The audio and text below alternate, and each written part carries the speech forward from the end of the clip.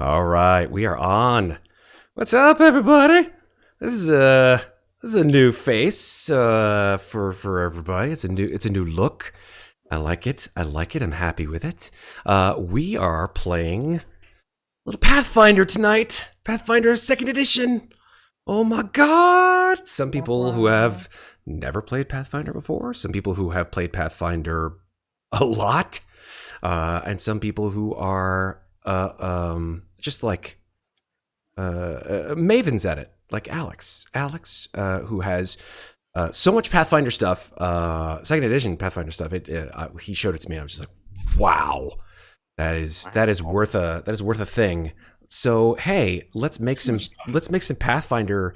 Tonight is a session 0, so we're going to be making some Pathfinder characters. Some of us have already done it. So myself included, Chris up here to the top left here has made a Pathfinder character as well, sort of just to try it out, just to see what's up. Pathfinder, yay! If you're following along at home or watching this video either live or the home game, Pathfinder, the home game. Don't forget to enter your numbers. If you're following along, hey, just the Pathfinder is really easy actually to make your own home game if you want to make your own characters. I know for some of us who have never played Pathfinder before, then I'm a little daunted by it. I'm like, oh, but I'm so used to D&D, I don't get it. It's a huge list. Yeah, that's a huge list. What do you do? Like, how do you actually make Pathfinder characters? Well, that's good that you asked that question, Matt. There's Alex, 10 simple steps. Alex, you're our game master, not dungeon master, game master for tonight, and you're going to be taking some of our awesome people here, some friends of ours here on Slices and Dices, in the process of making new characters. We've got 3 people who are going to be making some Pathfinder characters from stem to stern, and those of you in chat who are watching, welcome. How you doing? We're going to be doing some fun stuff here, and you can do it all in Roll20. This is the great thing. So we're going to be showing as much as we can through Roll20. Alex, I take it over to you. Take it away. Perfect. So as Matt said, we wanted to set up the session to go through how to generate characters. We're going to be generating 3 characters in this session. It looks like we're going to be creating 2 witches and a swashbuckler. So to figure out who's going to go in which order, let's go ahead and roll d20s. And whoever rolls the highest d20, this is going to be a flat check. Ooh. No modifiers. I'm loving this. Let's see. So right. We got some rolls. Who rolled the highest? I did. Sarah's going first. All right. All right. So let me switch us to our Roll20 screen where you guys can see the character sheets as we create them. Yeah. That's dope. Yes. So I here we have go. made a Pathfinder character before, but it has been many years. Before we go into Sarah's character, Chris and I have already made characters. Just for those of you who are already watching or asking questions, I have made a dwarven champion, which is kind of like a paladin in Pathfinder. And Chris, what have you made? A human monk. Okay. So although the monk in 5e, at least from name, and the monk in Pathfinder are similar, there are a lot of differences. And we'll go into those, as well as the differences in the champion and the paladin. Similarities, but also a lot of differences, obviously, in gameplay and everything else. So, Alex, let's go. Bring it. Okay. So, and also, just to be clear, Matt isn't just any kind of dwarf. He's not just a regular dwarf. He's a Death Warden. Oh. So we'll get into those little technicalities in the ancestries as we go through. Indeed. I think a few people are going to be something else besides human. So we're kicking it off with Sarah. Sarah, if you open your character sheet, Matt is going to be, I think, streaming your character sheet. Yep, to I've got it else. open. All right. I've got it. So here we go. Let me just make sure. We're going to go with step 1. Yeah. What's the step? Okay. So step 1, we're picking your character name. Okay. I was just putting some syllables together. Let me see. Syllables are always good. Roll for name. That's what I do. I just tend to use a generator. I go Okay, there we go. I got one. Are you ready for this? We're just gonna put it in here. Let me know so I can put it into the actual stream too. I just added it to my character sheet. Did it show up? Yeah, I did. Grzdylyn. What the hell? Grzdylyn. Grzdylyn. Good Grzdylyn. God. There's like 2 Y's and that's it. That's all the vowels. Okay, that's fine. I can hang with that. That's good. That rolls right off the tongue. That's very nice. Does Grzdylyn have a last name? Or is she like Madonna? Let's see.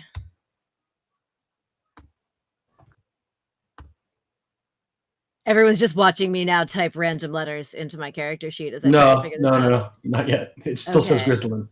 Okay. If you want to just say Grzdylyn, it's going to be Grzdylyn anyway. It doesn't have to have a last name. I'm gonna do Grzdylyn. I'm gonna give her a last name, but I need some more time to think about it. That's cool. So her name is now Grzdylyn. Whammo blammo. Grzdylyn is now your name. There we go. Yeah, perfect. Okay, so ancestry, background, class. Cool. For ancestry, we are gonna go with a where did it just go? I just had it open. So many screens. A razor-tooth goblin. You're going to be a razor-tooth goblin. This is so good. She's a goblin witch. So good. Yeah. This is so good. And just for the sake, I mean, let's go ahead and put those things in. But let me tell the stream where they can find goblin. Okay. And by the way, stream, if you, or I should say chat, if you guys cannot see the character sheet well, please let me know. I'm bringing it up pretty much the whole width of the chat screen here that you guys can see in Twitch. So let me know if you cannot see it. I'm pretty much sort of flopping back and forth just to widen it out. You might have to squint a teeny bit to see some of this stuff, but I think it's okay. Thank you, Chris. I appreciate it.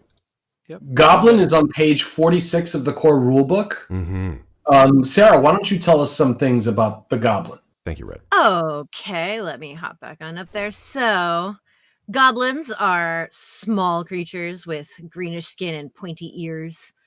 We reach adolescence by the age of 3, adulthood around 4 or 5. We can live to about 50, but few live past 20. Sounds like my kids.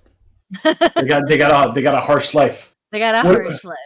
What do their eyes look like? Because this is according to the art in the book, their eyes are just red, like completely red.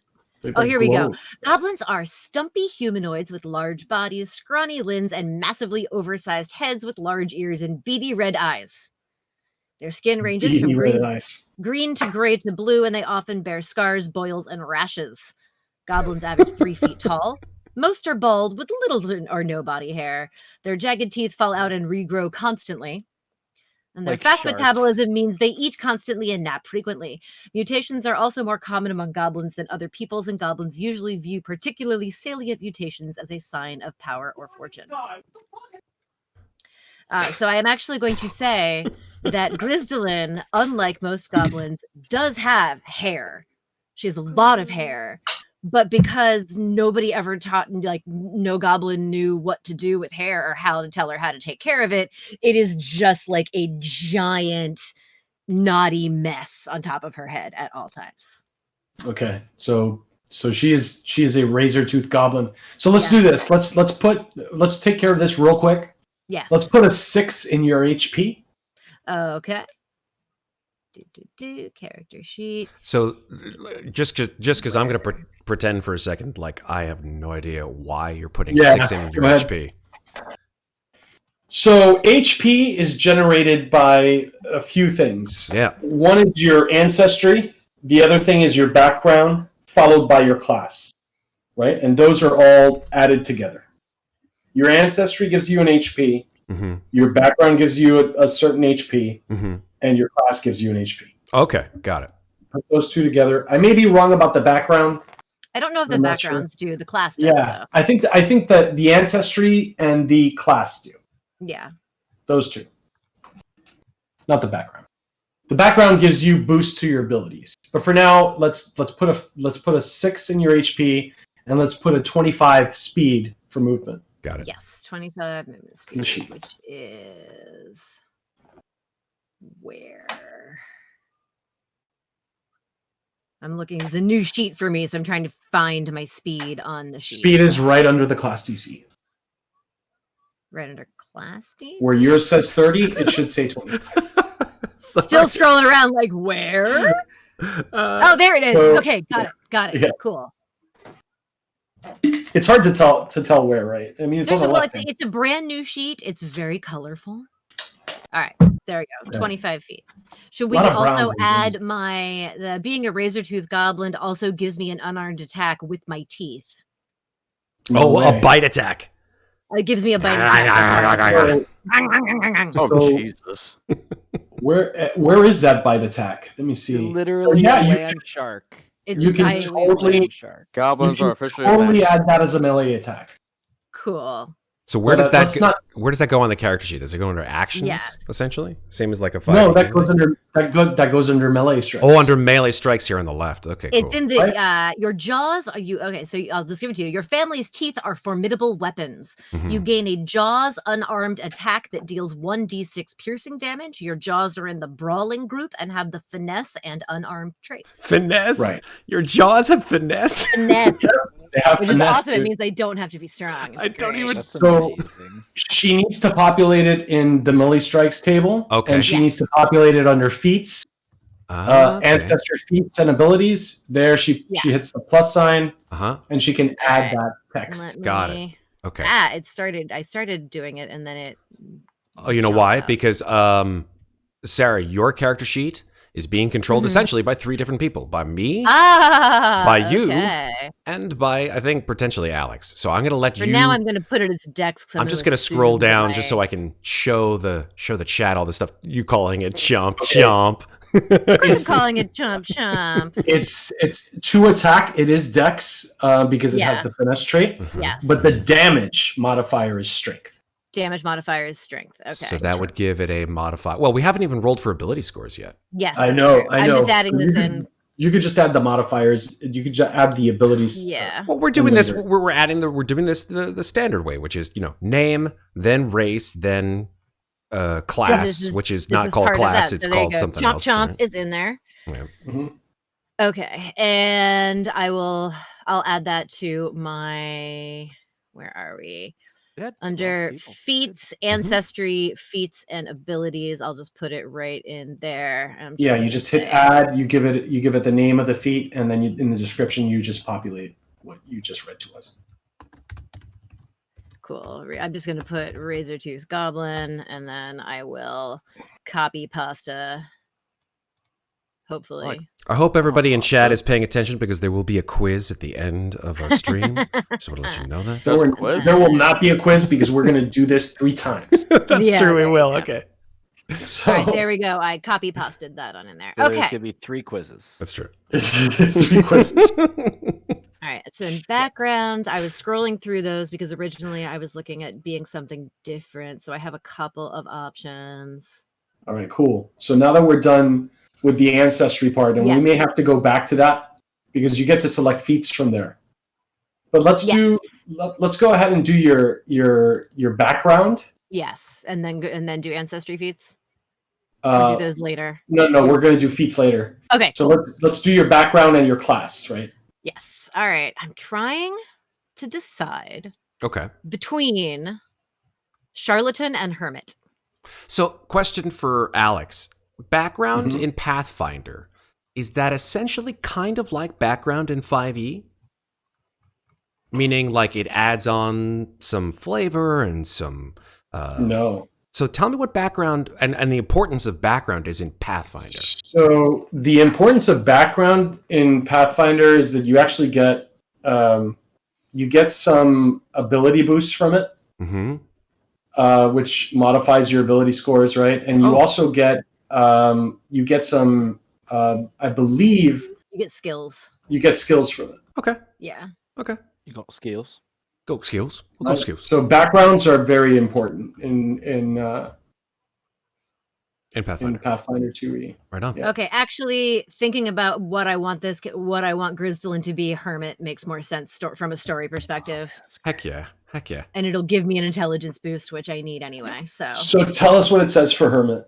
All right, hermit. In an isolated place like a cave, remote oasis, or secluded mansion, you lived a life of solitude. Adventuring might represent your first foray out among other people in some time. This might be a welcome reprieve from solitude or an unwanted change, but in either case, you're likely still rough around the edges. Choose 2 ability boosts. One must be to Constitution or Intelligence, and one is a free ability boost. You're trained in the nature or occultism skill, plus a lore skill related to the terrain you lived in as a hermit, such as cave lore or desert lore. Cave lore. You gain You gain the dubious knowledge skill feat, which I don't know what that is because I just decided to be a hermit. we'll add that all. We'll add that there. all. I'm making some side notes to remind me of the stuff that I will get. Nice. Yeah, I should be making those side notes too. All right, so Nature let me or go occultism. PF2E game. There it is. A con or an int plus a free. And I'm gonna say bog / swamp lore because I'm a bog witch. Real quick, while we're doing some chat stuff, chat, if you've ever played Pathfinder, tell us about your Pathfinder experiences. Whether you've played Pathfinder for a long time, never played it before, played it and then liked it, played it and then were sort of confused by it, played it, turned off by it. Tell us about your experiences. Right? We'd love to hear about it. All right, so here we go. Sarah, we're going to have to add your size as small. Yes. You're going to need an alignment. You're going to need a background. Yeah. Alignment is decidedly chaotic neutral. Oh, you're insane. I'm a bog witch. Chaotic neutral is not insane. I refute that entirely. I have played with quite a lot of chaotic neutral individuals, many of which the players have. The players chaotic neutral is like very Malkavian, man. It's very 100%. The players themselves may have been insane, but the characters. Yes. I absolutely promise I am not going to derail your campaign with it. I solemnly swear upon my cat, I will not derail your campaign with my chaotic neutralness. All 3. Which cat? All 3. Cat? Obviously the black cat. Like, I'm a bog witch. Fair. There you go. All right. Cool. So that was, I made my size small. My alignment is chaotic neutral. I put my background as a hermit. Okay. And your XP is 0. My XP is 0. Chaotic stupid. It's not chaotic stupid, Red. No, it's only how you play it. Oh, and my traits are goblin and humanoid.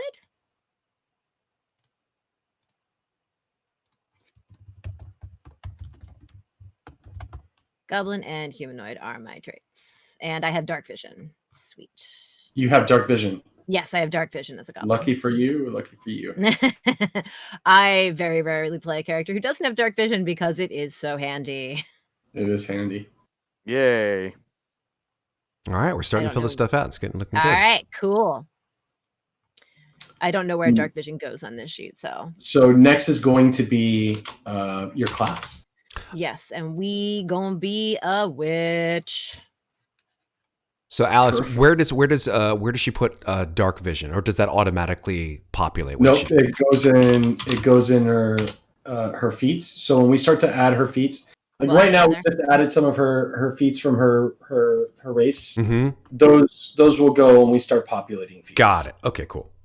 I mean, if we want to, we can populate all of those things now, so we don't have to worry about them later. It's up to you. But it's better. I'm making little notes, so yeah, so that I don't forget to add. So I am actually going to have to open up my advanced players book because I don't have the PDF for this. God. And I'm going to have to tell the audience where in the advanced players book is the witch class. And oh my God, I just opened it to page 95, and there it is.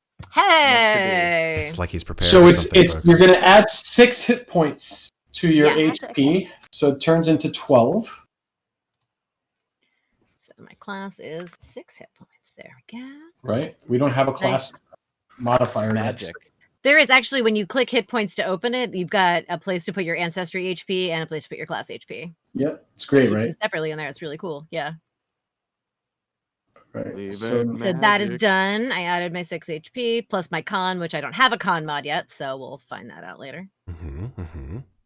we're getting there. Yeah. We're getting there little by little. Let me go to the point at which we move to step 2. So that was step 1. Most of step 1 is done. Step 1 is a pretty big step, but moving on to step 2, which is on page 23 actually, or maybe 24. It's on page 24. They show the character sheet. We're going to do starting to build ability scores. Yes. So I'm going to that's read in the a entry for everyone. Nice. I'm going to read the entry now. We're not going to read it again. We're just going to read it now for the stream. At this point, you need to start building your character's ability scores. See overview of the ability scores on page 19 and 20. We're not going to. It's very D&D-like. You guys know what the ability scores are. They're all the same. Yep. For more information about these important aspects of your character and overview of the process, your character's ability scores each start at 10. And as you select ancestry, background, and class, you'll apply ability boosts, which increase a score by 2, and ability flaws, which decrease a score by 2. At this point, you note a 10 in each ability score. So do it. Note a 10 in each of your They're ability. there I think they're already in there, yeah. The sheet has them pre-built. Okay, good. Note a 10 in each of your ability scores and familiarize yourself with the rules, ability boost, and flaws on page 20. This is also a good time to identify which ability scores will be the most important to your character. See the 6 ability scores on page 19 and the class summaries on page 22 and 23. Right? Yes. So if we scroll to page 22 and 23, we can't see the class summary because you picked a witch. But the class summary states that, for one, your most important attribute, sorry. I like the way you pronounced it before. Yeah, I messed that up all the time. Attribute. It's like tomb and tome. And Attribute. I volunteer as a tribute. Or a permit. Get out. Sorry. so your key ability score is intelligence. Yes. So that's what your DC is going to be based off of also. Cool. Okay. And you get 6 hit points, right? Your initial proficiencies, at first level, you gain the listed proficiency ranks in the following statistics. Yes. You are untrained in anything not listed unless you gain a better proficiency rank in some other way. So perception, trained in perception, everybody is. Saving throws, trained in fortitude, trained in reflex, and expert in will. Cool. And I'll explain the saving throw system once we're done rolling all the characters. And also, stream, feel free to ask questions as I read. I have a If question. you need me to answer any of your questions, go for it. You mentioned a couple things, Alice. You said trained and expert. Can you just quickly tell me what's the difference in terms of if someone is trained or if someone's an expert? So when you're trained, your initial proficiency score at first level is +3. And I think if you're an expert, which is the next level, right? I think after expert comes master. You gain a +2. So 3 plus 2 or...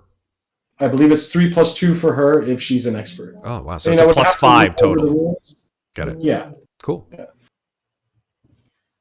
I'm looking. Oh, okay. They're all there. So reflex, trained, will, expert. Ooh. And There we there's go. legendary. There is legendary, according to chat as well. Yeah, exactly. Good Legendary is gracious. legendary Cool. Like +6 or something like that. Although that's weird. I did that and now it just, instead of having base 10s, it says T3, T3, and E5. That's what they Exactly. put in there. Okay, cool. Yeah.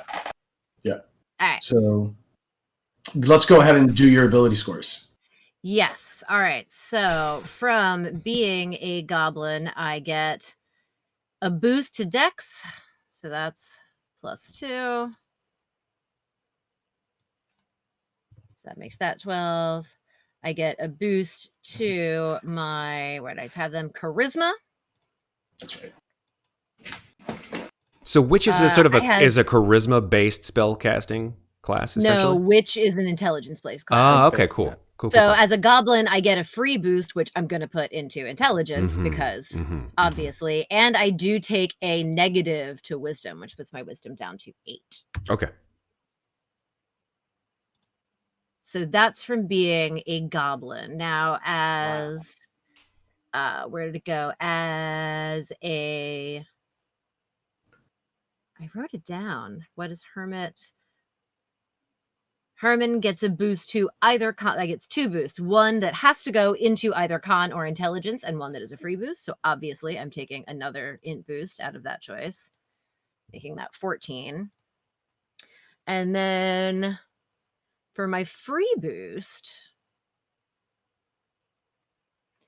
is an interesting question, because do I just keep pushing int right away because I'm a witch and let everything else be kind of meh?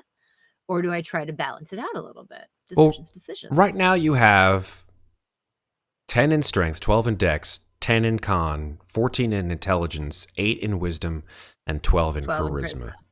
Yes. And you can pump how many more scores up? I can pump one more stat up by 2 points. I would go Constitution. I would say Constitution. That's kind of what I was thinking. Just never hurts. Yeah. Like just for the HP value, the HP factor, I feel like putting a point in con. One thing I've learned from not a bad idea. From tabletop role playing games is never make Constitution your dump stat. No, definitely not. I had to learn that the hard way. Man. Yes, you did. You did. But you never got hit, so it didn't matter. I was going to say, was that in TOA? Actually, yeah, because he got petrified in Tomb of Annihilation.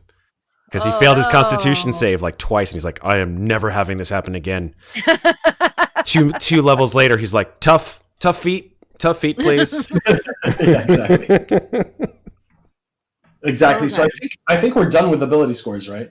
Yep, that's it for ability scores. You don't get an oh wait, I'm sorry, I do get one more did I do the intelligence boost from being a witch? I don't think I did. No, you didn't. So I get one more int boost anyway. So my int is 16 or is 14. I can do math, I swear. No, it was 14, now it's 16. Jesus. Yeah. Hi, I didn't sleep much last night. Okay, there we go. Now I'm done with my ability scores. Okay, so now your class DC should be It's still just 13 plus 3, which is 16. So instead of selecting strength there, okay, so make that you make that intelligence. Yes, and you're trained in your class DC. Okay, cool. Nice. So it's 16 it is. Look beautiful. at that. I love the way this works, by the way, that Sarah is like controlling the sheet in Roll20 and I'm watching it, and everyone else can see it. That's so great. Yeah, no questions from chat, Matt, at all? I don't think so. Everyone's just sort of, I guess, either watching or following along, or just, We have some players in there. We do have some players, yeah. We definitely have some players who are familiar with the system, enjoying all of the options and customization available. This is Galen Maddock. Good discussion going. Yep. Toe is saying, did you get the free 4 first level boosts already? That's a question to you. No. Is that part of... What is that? Mm-hmm. I don't know if Where are the is that from first level boosts? Is that from this version of Pathfinder or from the older version? I think Toe is definitely talking about second edition. He's been talking about it through chat. He's saying he's been saying how he's been definitely playing Pathfinder second edition. He's saying that the magic system is how I should say way less likely to swing an encounter, which is actually quite useful for those of you who are like, gosh, all I gotta do is no. So help me out, because I've been using Hero Lab to build characters, right? Oh, here we go. Will we use Hero Lab here? So where do you see that in the rulebook? Toe, we have another comment too, Matt. Yeah, absolutely. Toe, if you wouldn't mind sort of explaining a little bit about the 4 first level boosts. We also have a step 4, according to Galen Maddock, a step 4 or thereabouts, where there are 4 first level boosts. So check on the step 4 within the Oh yeah, we're not there yet. Oh, we're not there yet. Okay, well there we go. There we go. We haven't even gotten there yet. We're moving on to step 3 right now, which is where she selects an ancestry, which we already selected, right? Beautiful. Which was part of step 1. Yes. But now we have to populate the elements of her ancestry, right? Awesome. Where she picks the ancestry itself, assigns any free ability boosts, which she's already done. Okay. Yes. Taken any voluntary flaws, which she's already done. Okay. She selected a heritage from there, which she said she was going to be a razor tooth goblin, so she can get the finesse trait from her mouth. And The little girl from Finding Nemo. Chomp, chomp, chomp, chomp. and she needs to choose an ancestry feat representing an ability your hero learned at an early age, which she has not done. I have not done that yet, no. So let me pop my butt back into Goblin. And first level Goblin Ancestry Feats. Okay, so... Oh, I think I know which one I'm going to go with. I was thinking about it for the rogue, but this sounds really fun.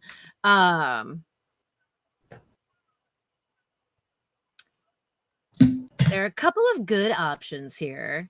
I'm gonna read them out for the people watching at home because this is kind of fun. So one of them is Goblin Lore, which is just a nice one that gives you trained proficiency in nature and stealth. And if you automatically had one of those from something else, you would become an expert. Or you would instead become trained in a skill of your choice. You also become trained in Goblin Lore. So that's a good skill boosting feat.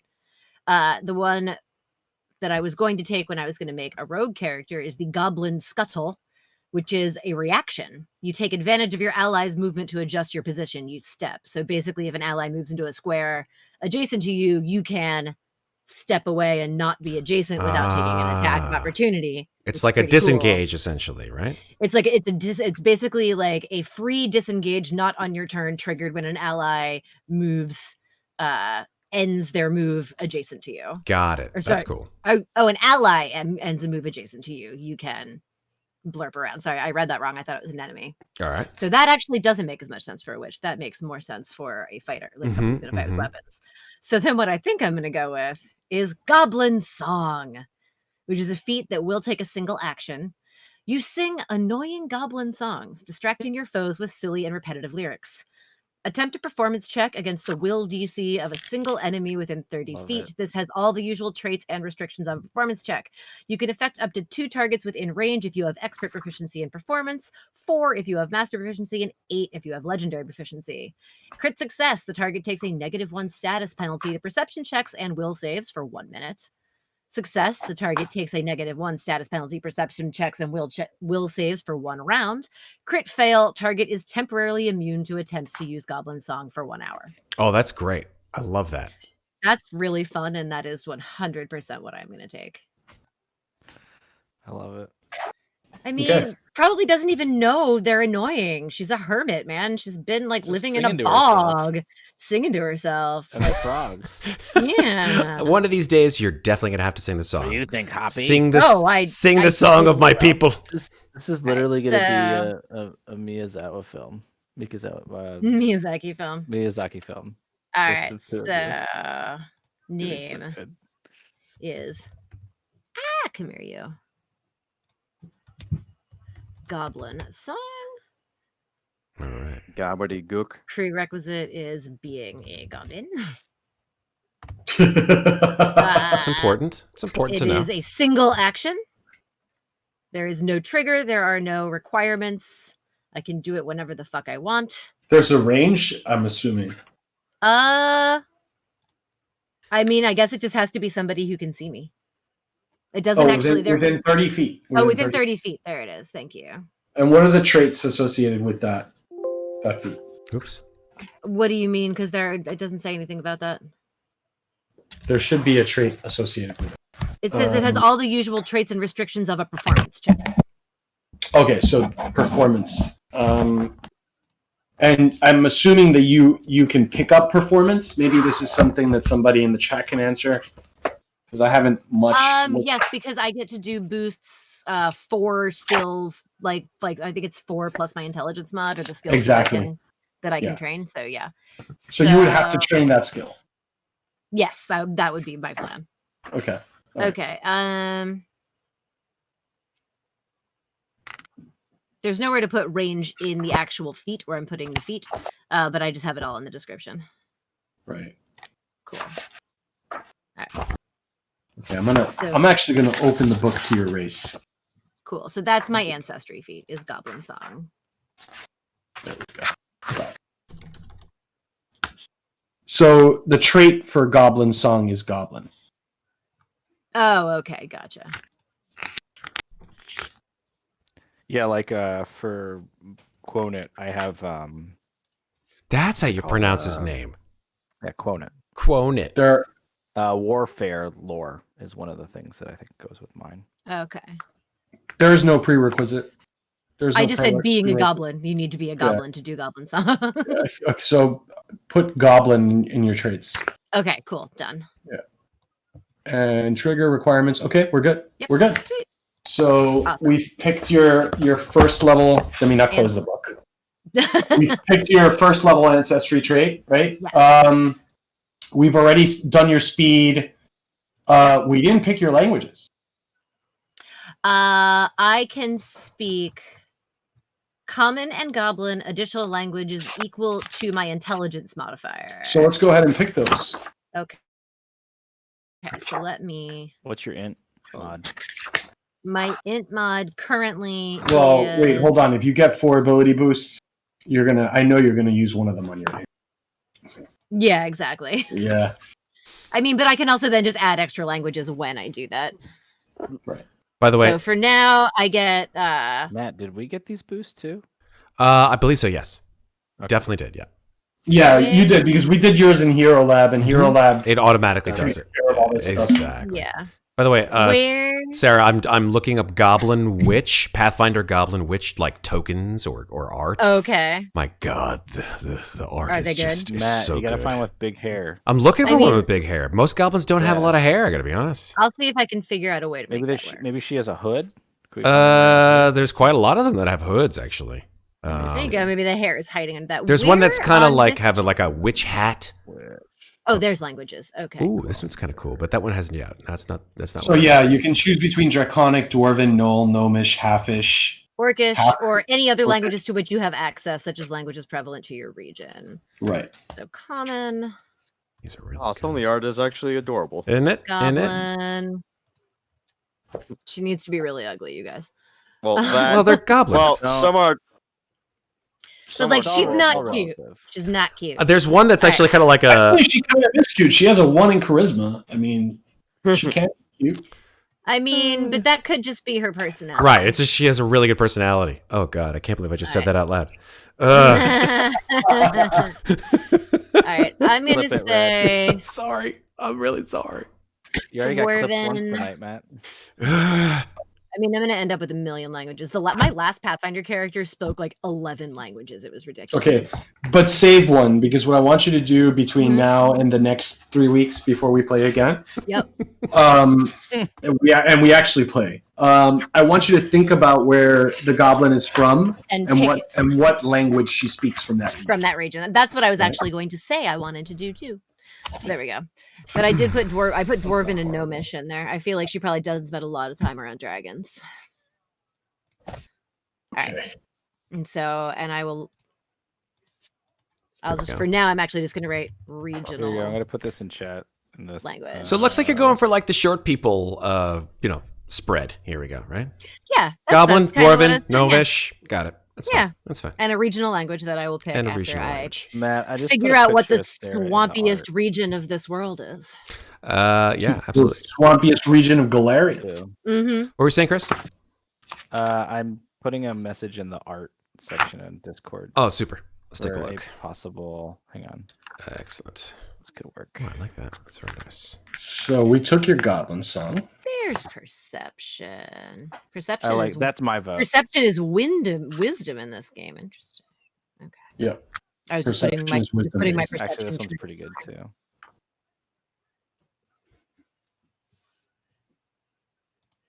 While we're on the topic, actually, if those of you who are in chat would like to join us in our Discord, in Slices and Dice Discord, since we have all this Pathfinder stuff going on, by all means, go ahead and do so. You can take a look for our Discord here on Twitch. Just go down to the doobly-doo below in our channel, and you'll see a link to our Discord that's always up. We're always willing to bring on awesome new people, which we know You guys You always gotta set are. up a Discord command. Discord command. Yeah, I just think I exclamation actually point. have a Discord command. It is exclamation mark. I think it's it was working. Oh, you know why? Hold on. Let me just. Nightbot's not here. I bet. Yeah, it's fine. Let me just launch Nightbot. Boom. It should be logging in right now. And then we're good. Yeah, it was definitely exclamation mark Discord. So I think we're moving on to picking a background, and now we're going to actually do the background work, Cool. right? Okay. Again, I'm going to read it once. Your character's background might represent their upbringing and aptitude they've been honing since youth, or another aspect of their life before they became an adventurer. Character backgrounds appear in Chapter 2, starting on page 60.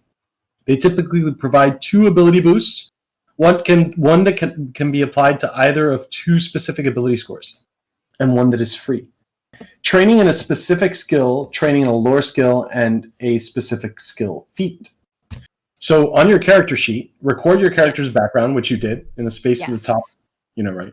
Adjust your ability scores, adding 2 to an ability score if you gained it, or a flaw, right? Yep, we did those. Record the skill feat that the background provides in the skill feat section of your character sheet, second page. Okay, that is dubious knowledge, which I'm gonna have to look up because I don't know what it is. So let me look up dubious knowledge then. I'm gonna look it up with you so that I can cut and paste it.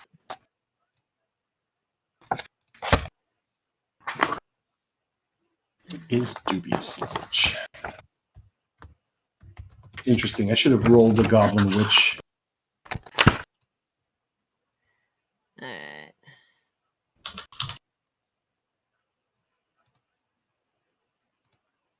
Okay, it's got to be in the core books. It's not in the advanced.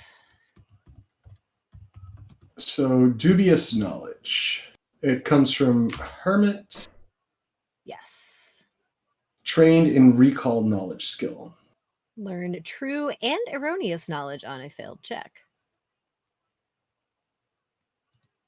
There we go. Okay. Prerequisites trained in a skill with the recall knowledge action. You're a treasure trove of information, but not all of it comes from reputable sources. When you fail, but don't critically fail, a recall knowledge check using any skill, you learn a bit of true knowledge and a bit of erroneous knowledge, but you don't have any way to differentiate which is which. That's amazing. I love it. I like it too. I can think of some interesting things for that. All right, so that gets the general and skill trait. Yes. And there is a prerequisite for that, which is trained in a skill with the recall knowledge action. Which is what skills are trained in the recall knowledge action? That's actually a very strange phrasing. This is you learn a bit of true. What's the difference between true knowledge and erroneous knowledge? Besides just like sort of Some like of it's not true. Well, no, I mean, So basically, meaning if I crit fail a recall knowledge check, mm-hmm. I no. still When you get fail, Yeah. but don't crit fail. Yes, when you fail but don't critically fail a recall knowledge check using any skill, you learn a bit of true knowledge and a bit of erroneous knowledge. But you don't know which is which. And I don't know which is which. So like I'll recall some stuff, some of it'll be true, some of it won't. Got it. Okay. So you can't ever really mess up unless you crit fail a Unless knowledge I crit check. fail. Although, depending on what I'm told, like between what's like I may latch on to the thing that's not true. Jeremiah was a bullfrog, but he also was a good friend of mine. Which is which? Of mine. Matt. Of mine. Of mine. Yes. Thank you. Was he a friend of mine? Or of yours? Of mine? Mine? Uh-oh. Stream go kaboom? I hope not. Come on. Oh, So investigate is like, for example, something that you can recall It uses knowledge. recall knowledge. Okay. Yeah. Would lore be recalling knowledge or like occultism be recalling knowledge? Yeah. Okay. All right, cool. Gotcha. Religion, society. So basically any of the brain stuff.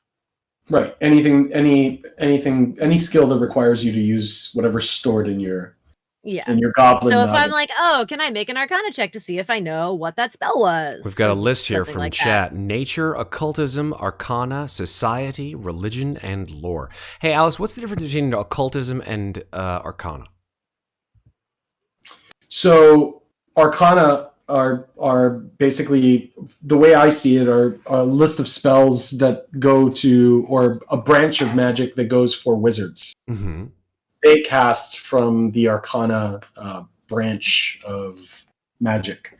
And occult is for witches, sorceresses, I think, sorcerers.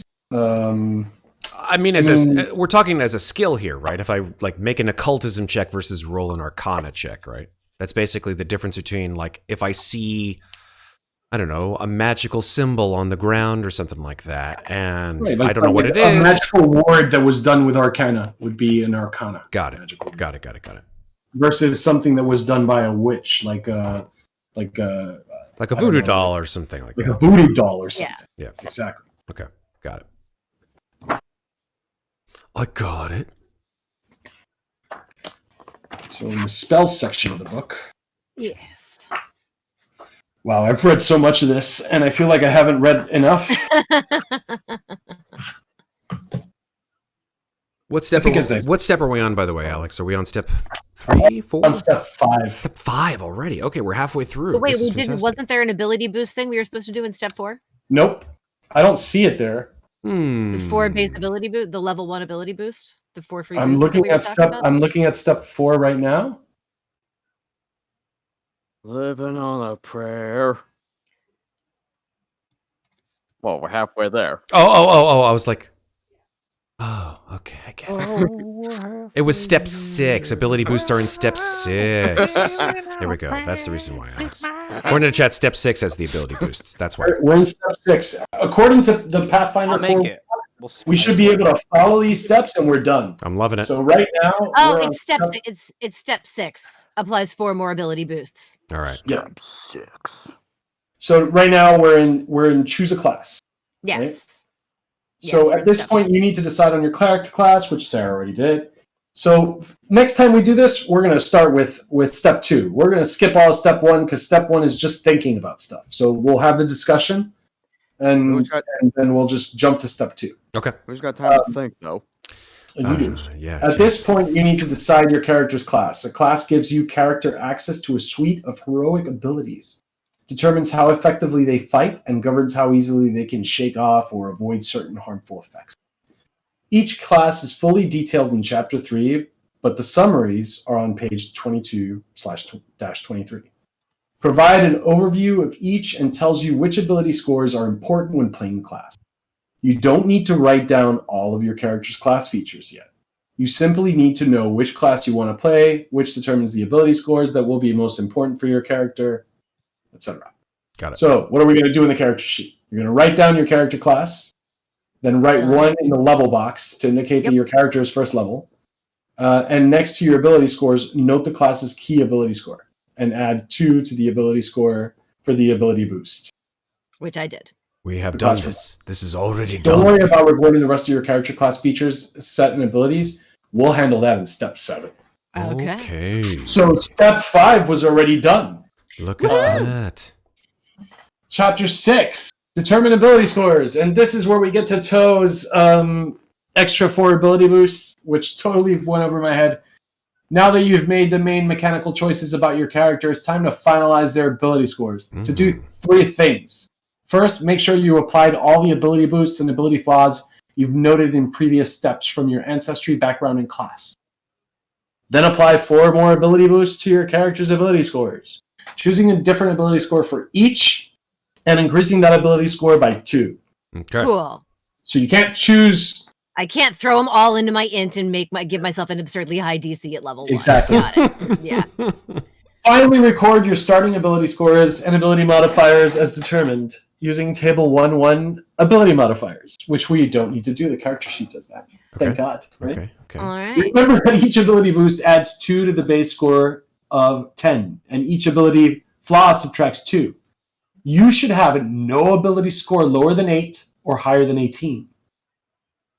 Cool. So let's go. Add them. All right. I am I'm sure you're gonna definitely, boost that I'm wisdom definitely rate. boosting the int. Yes, so You gonna pump that to 18? that's good. Int is going to be 18. Mm-hmm. I'm going to throw 2 points into my dex for that bite attack. And for your armor For class too, right? For chomp chomp and armor class. Yeah, exactly. There we go. I think I'm actually going to throw another point into charisma for my annoying songs. Okay. And last but not least, strength or con. Con. Always con. I mean, yeah, con. I'm not going to be biting people all that often. It's not going to be that important to have extra damage on that. It's not going to give you an additional. Oh, yes, it will. It actually it added a modifier, so now you have 14 hit points instead of 12. So look at that. There we go. Cool. Nice. I love sheets that do the math for me. Oh my god, I love sheets that do the math for me so much. If you're making a They are sheet the that doesn't do the best. math for you, then don't make a sheet. Honestly. Don't make a sheet. Don't. Yeah, exactly. Okay, so that is the end of that. That also means that I get Unamas language. So I'm just gonna put mystery language, and then I'll find something fun and random in the book. Well, that extra language was supposed to be one from the region that you're from. I know, but now I get another one Because of her intelligence. because my int went up to 4. Excuse me. Oh, then just add that one right now. Giant. Well, no, Giant. I did. Go the What opposite I direction. did because what I did is because I'm going to decide. I just put regional language and then mystery language. I'm going to pick one. I'm just not going to sit and dig through the book right now. Okay. Like I'll dig through the book while you're making someone else's character and pick my regional language and whatever my last language is. Right on. Perfect. That's moving things along. been I knew that was going to take about an hour and a half per character. I just knew it. Oof. Anyway, we're heading into the hour space, so if we can make it through 7, 8, 9, and 10. I think we can. Yeah. I think can we're do good. it. We're good. Now, step 7. Now record all the benefits and class features that your characters receive from the class you've chosen, which you've already noted. Your key ability scores, you'll want to be sure to record the following class features. Yes. To determine your character's total starting hit points, we already did that shit. Done. Mm.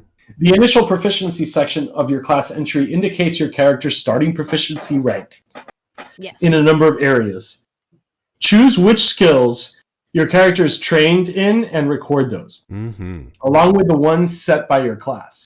Okay. If your class would make you trained in a skill you're already trained in, typically due to your background, you can select another skill to become trained in. Cool. You can't make it expert. Cool. You see the class advancement table in your class entry to learn the class feature. Your character gains at first level. But remember, you already chose an ancestry and background. Some class features require you to make an additional choice, such as selecting spells. Yeah. So let's go through that now. I think this is going to be the longest step for Sarah because she's got to choose spells. Yes. Oh my god. But do you want to do skills before we do spells? Yeah, let's do spells. All right. So from being a hermit, Mm-hmm. I am trained in either nature or occultism, and I will be trained in, I'm going to call it like a lore based on the region, like based on where I live. I lived in a bog, so bog/swamp lore. Okay. So you got to add that. Yeah, I'm going to do that. So first I'm going to choose between occultism and nature. I'm going to choose occultism. Trained. Super. And then I'm going to add... Is that trained 3 or trained 2 for the proficiency there? I just hit trained. All I hit was trained. Oh, okay. So then it automatically pumps it up 3. Got it. Right. And then I think train 2 is master. Got it. I get it. 1 or expert, then master, Yeah. then legendary. Right? Okay. All right, so there we go. So trained in bog lore. And what stat does Boglore get? I'm assuming an int because it's a lore. Aren't all lores int? I'm sorry. I'm having a little bit of a thing in my head where I have to go Boglore. Sorry, I'm done. Okay, so Boglore does get. Peasants on the countryside. Why does it say 0? Boganating? I don't know because I It's clicked int. Oh, there we go. The countryside. So I guess we have to make it a custom. The people. No, you should Alright. just I select know. int. I did. Hey guys, can we stop singing for a second? Sorry. What's happening? It's okay. I was trying to figure out because I selected int. Okay. Is somebody else doing that or did I do that? I did that. Okay, that time it worked. The first 2 times that I selected int, it didn't update. So maybe there was just lag on the sheet. Okay. Okay, there we No go. worries. Cool. So now that's all your background, right? That is from being a hermit. Yes. So now let's go to being a witch, which is in another book. Yes. For being a witch, I am trained in perception, which I actually marked earlier. Uh-huh. And then I am trained in one skill determined by my patron. Oh, no, fortitude, reflex, and will. Did you handle that? Yes, I put those in there. Fortitude, reflex, and an expert in will saves. Okay, cool. And then I am trained in one skill determined by my patron, and then trained in a number of additional skills equal to 3 plus my int mod. Now, there's something special about witches. Let's talk about patrons. Yes. Is that like explain to us, Sarah? is what that like a happens warlock's when- patron? Is essentially like It's or- a little bit, yeah. So witches were not born as inherent spellcasters. Your power comes through a potent being that has chosen you as their vessel to carry forth some agenda in the world.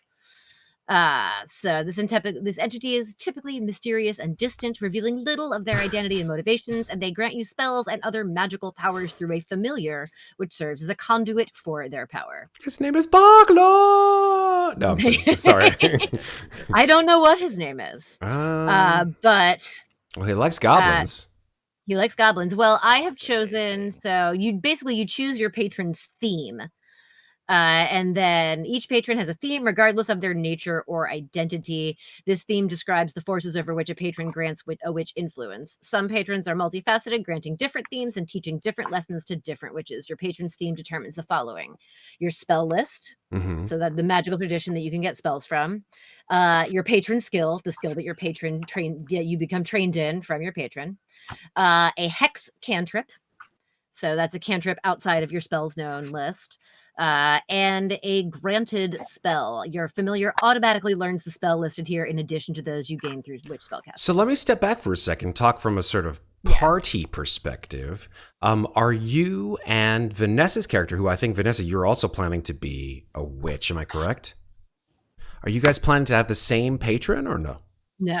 Totally different patrons. Totally different patrons. Okay. Hopefully the patrons don't get into a bar fight over each other. Vanessa and I are going to be very different kinds of witches. I love it's it. Going to be a lot of fun. I really want to see the difference. Because I'm choosing the curse theme. Foiling foes and undermining those who stand in your way are the tools of the curse patrons.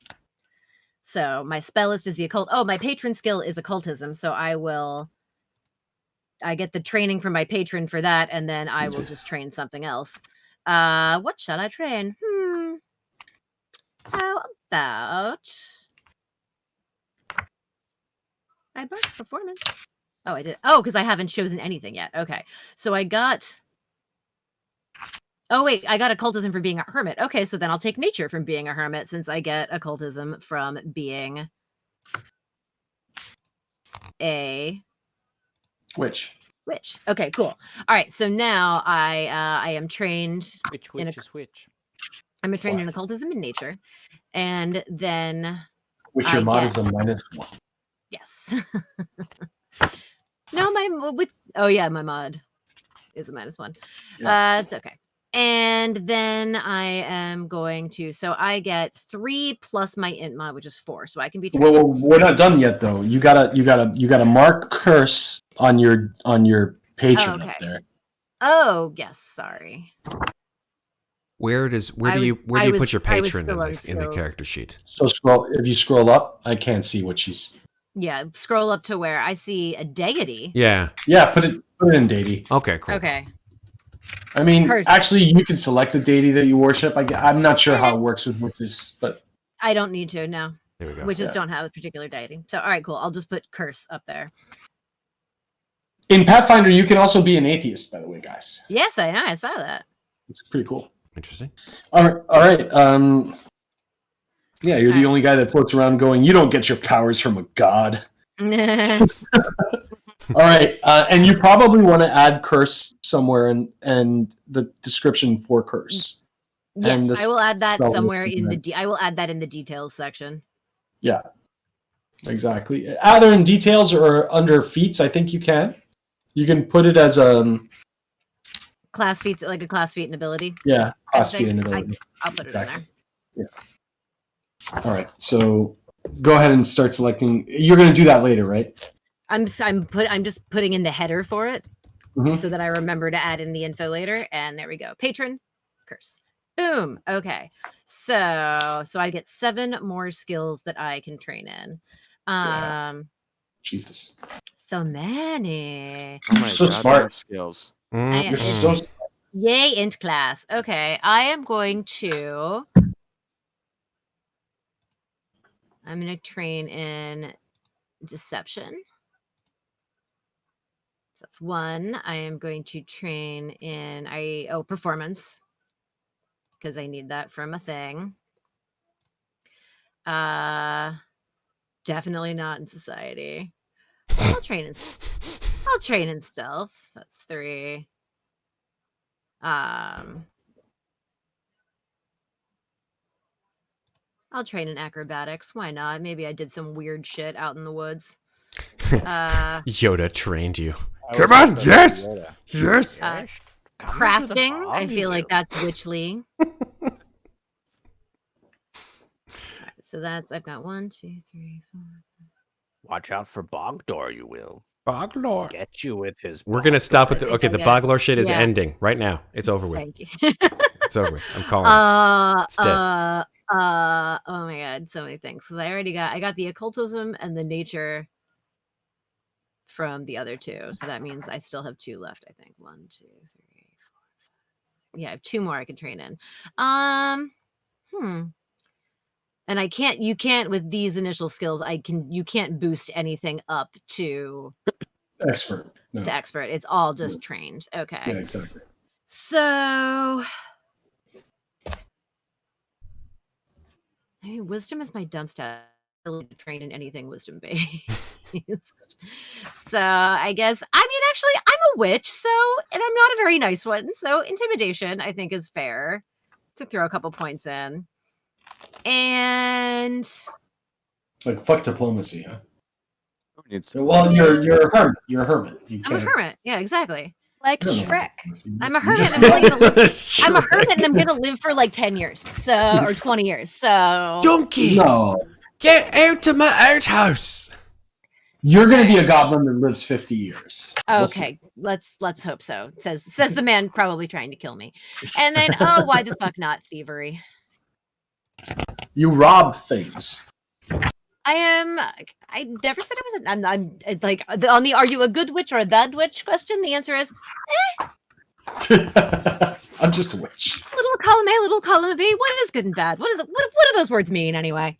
What are words? Okay, cool. So see, Those are my so skills. like now we need to look at your class advancement table. And when I look at your class advancement table, right, Yeah. you get the ancestry and background, which we've already done. Mm-hmm. Your initial proficiencies, which you've already taken care of. Yes. Your patron, which you've already taken care of. Yes. And something very interesting here. You get a Yeah. familiar. I do. And I So- get kind of a special familiar because your familiar is a direct conduit between you and your patron. It's more powerful than other familiars. Your familiar gains an extra familiar ability and gains another extra at 6th, 12th, and 18th levels. So that's pretty cool. Yep. What does it get? So a familiar, so familiar abilities. Let me go over to familiars on the core rulebook. Where are they hiding? Animal kinds and familiars. Familiars. So basically, familiars are animals that are mystically bonded creatures tied to your magic. Most familiars were originally animals, though the ritual of becoming a familiar makes them something more. Mhm. You choose a tiny animal as your familiar, such as a bat, cat, raven, or snake. Some familiars are different, usually described in the ability that granted you a familiar. For example, a druid's blah, blah, blah, blah, blah. Familiars have the minion trait, so during an encounter, they gain 2 actions in a round if you spend an action to command them. If your familiar dies, you can spend a week of downtime to replace it at no cost. You can have only 1 familiar at a time. Oof, a week. Ugh. A week, yeah. Uh, So it's like keep those bad boys out of combat. So your familiar is tiny, it has low light vision and can gain additional sense. So basically familiar abilities, familiar and master abilities every day You channel your magic into 2 abilities, which can be either familiar or master abilities. If your familiar is an animal that naturally has one of those abilities, for instance, an owl has a fly speed, you must select that ability. Your familiar can't be an animal that naturally has more familiar abilities than your daily maximum familiar abilities. So 2 things, So, Sarah. Number yes. 1, yet another character where you're just like, animals. I'm all about the animals. Yay, Not animals. necessarily all about all the animals, just about this one. Just this animal. Okay. Just this one. And from what chat tells me, mhm. the witch's familiar is their spell book somehow. Yes, their witch's familiar is their spell book. Interesting. So the familiar stores, so witches are kind of like wizards in that they both learn and prepare spells. So at first level, I think I learn like 10 cantrips and 5 first level spells, but I only have 2 first level spell slots and 5 cantrip slots to prepare for the day. So does that mean, as chat is suggesting, if your familiar dies, you don't get your spell book for a week? I don't know. That's exactly it. Oh God. Well, so this familiar will not be going to combat. Oh, okay. Just Oh, saying. we'll see about that. We'll see how that works out. Not separately from me. Familiar will be on me at all times. But so familiar abilities are things like amphibious. So you could like give it a swim speed. Mhm. It's a burrower, a climber, damage avoidance. Choose one type of save. It takes no damage when it rolls a success on that type of save. This doesn't prevent effects other than the damage. You can give it dark vision. You can increase one of its speeds. You can give it kin speech, where it can understand and speak with animals of the same species. Manual dexterity. It can use up to 2 of its limbs as if they were hands. And my personal favorite, speech. It understands and speaks a language you know. Oh my That's amazing. God. Oh yeah. You know that your Talking, man. familiar can also cast spells, right? Independently Yes. of your patron. Yes, you can. Well, that is actually part of the master abilities. Cantrip connection. You can prepare Yeah, each time you gain a level, your patron teaches your familiar 2 new spells. Oh of yeah. any Oh level yeah. you Yeah. can cast, Oh yeah. chosen from common spells of your tradition or others you gain tax. I thought you said your familiar can cast spells. That's one of the deliveries, one of the things that you can prepare for the day is a master ability of spell delivery, which if your familiar is in your space, you can cast a spell with a range of touch, transfer its power to familiar, and command your familiar to deliver the spell.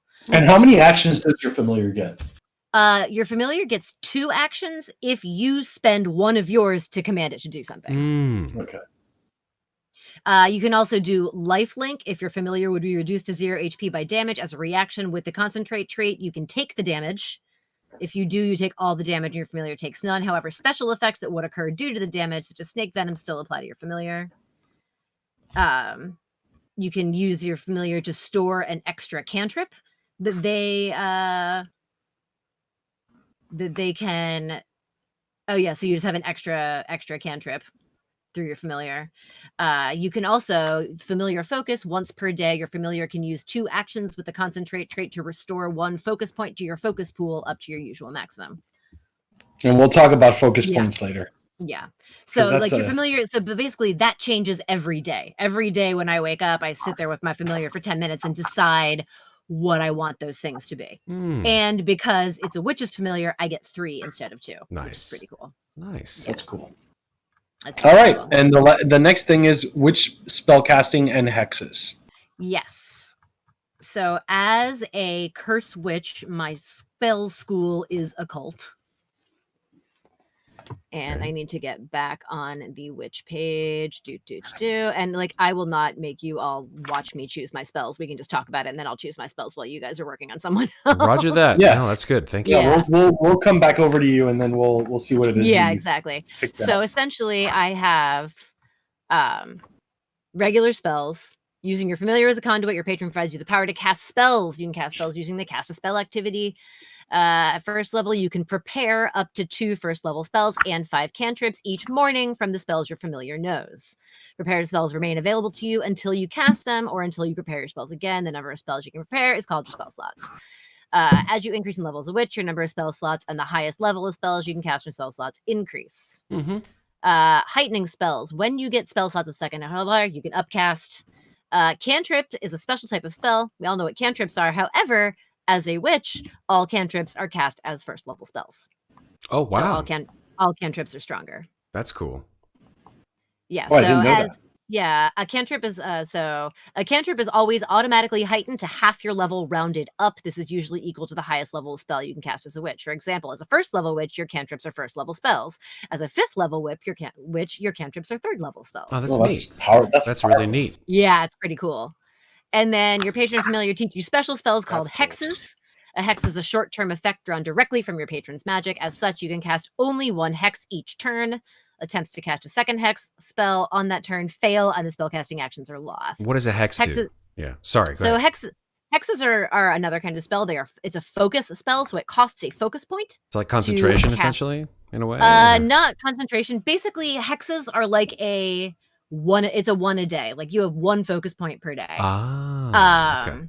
So I can cast this spell at will once per day without expending a spell slot. Oh, that's dope. I love that. However, other cool shit. First of all, there is my first level witch feat that I'm going to take is actually going to bump my focus point up, my pool up by 1 point, so I'll have 2. And you can also spend time with your familiar to meditating with your familiar to regain focus points. So like after a combat is over, you can sit down with your familiar and do a little meditation and get your focus point back. If you think that there's going to be another fight or whatnot. Awesome. Yeah. So I think witches regain their spell slots on a short rest, but I have to double check that. mm, You might only get your hex back on a short rest. You get something back on a short rest. yeah. But I'll put that down later. Chad That is won't matter saying today. hexes have to be sustained. Is that like essentially the sort of concentration that we know from 5e? Sort of sustained concentrate. spell? Sustaining a spell, but sustaining a spell actually takes one of your actions. Oh, I get it. Interesting. So Okay. your 3 actions in a round, one of those actions is used to sustain your spell. I get it. That's neat. Okay, I like that. Yeah. Cool. Okay, perfect. So now that we've done that, we move over to 8. We're almost done. Yes. At first level, your character has 15 gold pieces, 150 silver pieces to spend on armor, weapons, and other basic equipment. Okay, your character's class lists the type of weapons and armor with which they are trained, or better. Yes. Their weapons determine how much damage they deal in combat, and their armor influences your AC, etc. These calculations are covered in more detail in Step 10. Don't forget essentials such as food and traveling for gear. So I am leaving that to you to do throughout the session. I am going to do everybody a solid. You all start with 15 gold pieces and a set of starting equipment that's reasonable.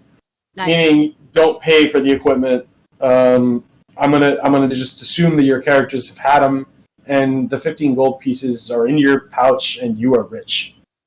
Cool. So go ahead and do that. Rich. And then calculate modifiers. With most big decisions your character's made, it's time to calculate modifiers for each statistic. Luckily, Sheet did that for us. the sheet did that for us, right? If Mhm. proficiency rank for a statistic is trained, expert, master, and legendary, your bonus equals your character's levels plus another number based on the rank. 2, 4, 6, 8, respectively. If your character's untrained, your proficiency bonus is 0. So, perception.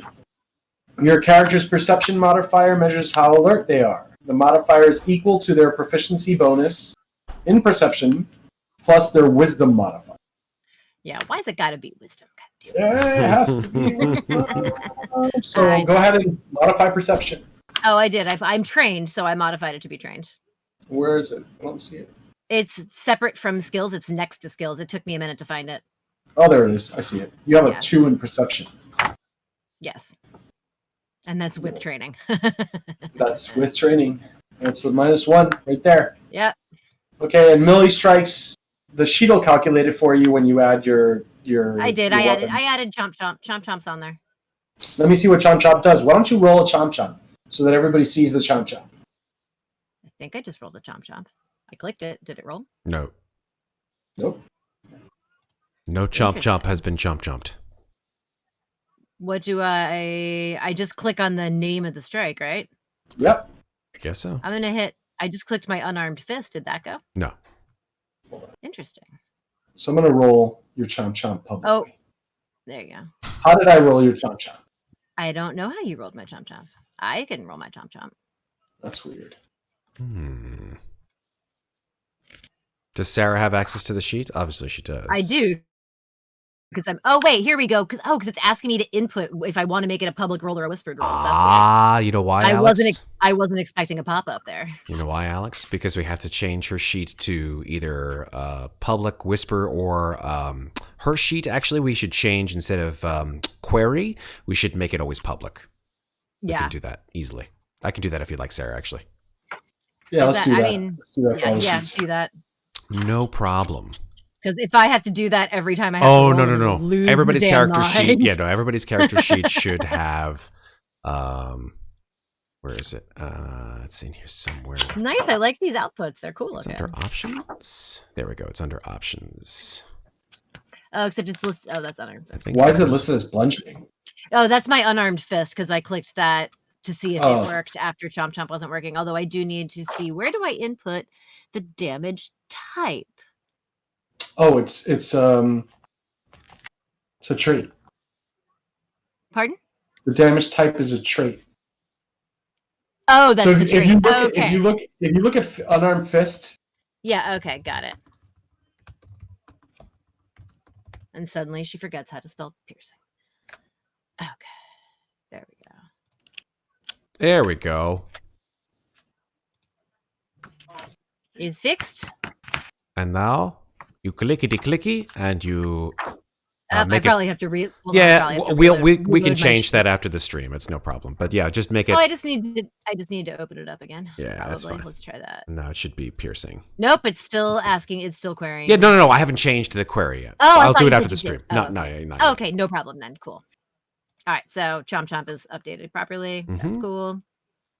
What a name, Grzdylyn Grindleblix or Grindlebix. Grindlebix. Grzdylyn Grindlebix. Love it. Love it. Love it. Love it. Grzdylyn Grindle Dix. Grindlebix. Next. No. Jesus. You beat me by 1 second. Oh God. Get your mouth. Names, folks. They're just 9 names. All right. Let's. All right, so we did skills already. We added the modifiers. So we did the saving throws. Yep, So that those are all skips done. step 9. We're on step 10, and we're moving on to Talon. Oh my God. So now add the following details to your character sheet. Mhm. Alignment. That's the last thing that you What add, about really? what about feats? We didn't do feats. Yes, we did. We went over them. You get I to didn't- select. Yeah, we One- didn't do. There's a racial feat. I get a witch feat that we didn't do. I have a first level witch feat.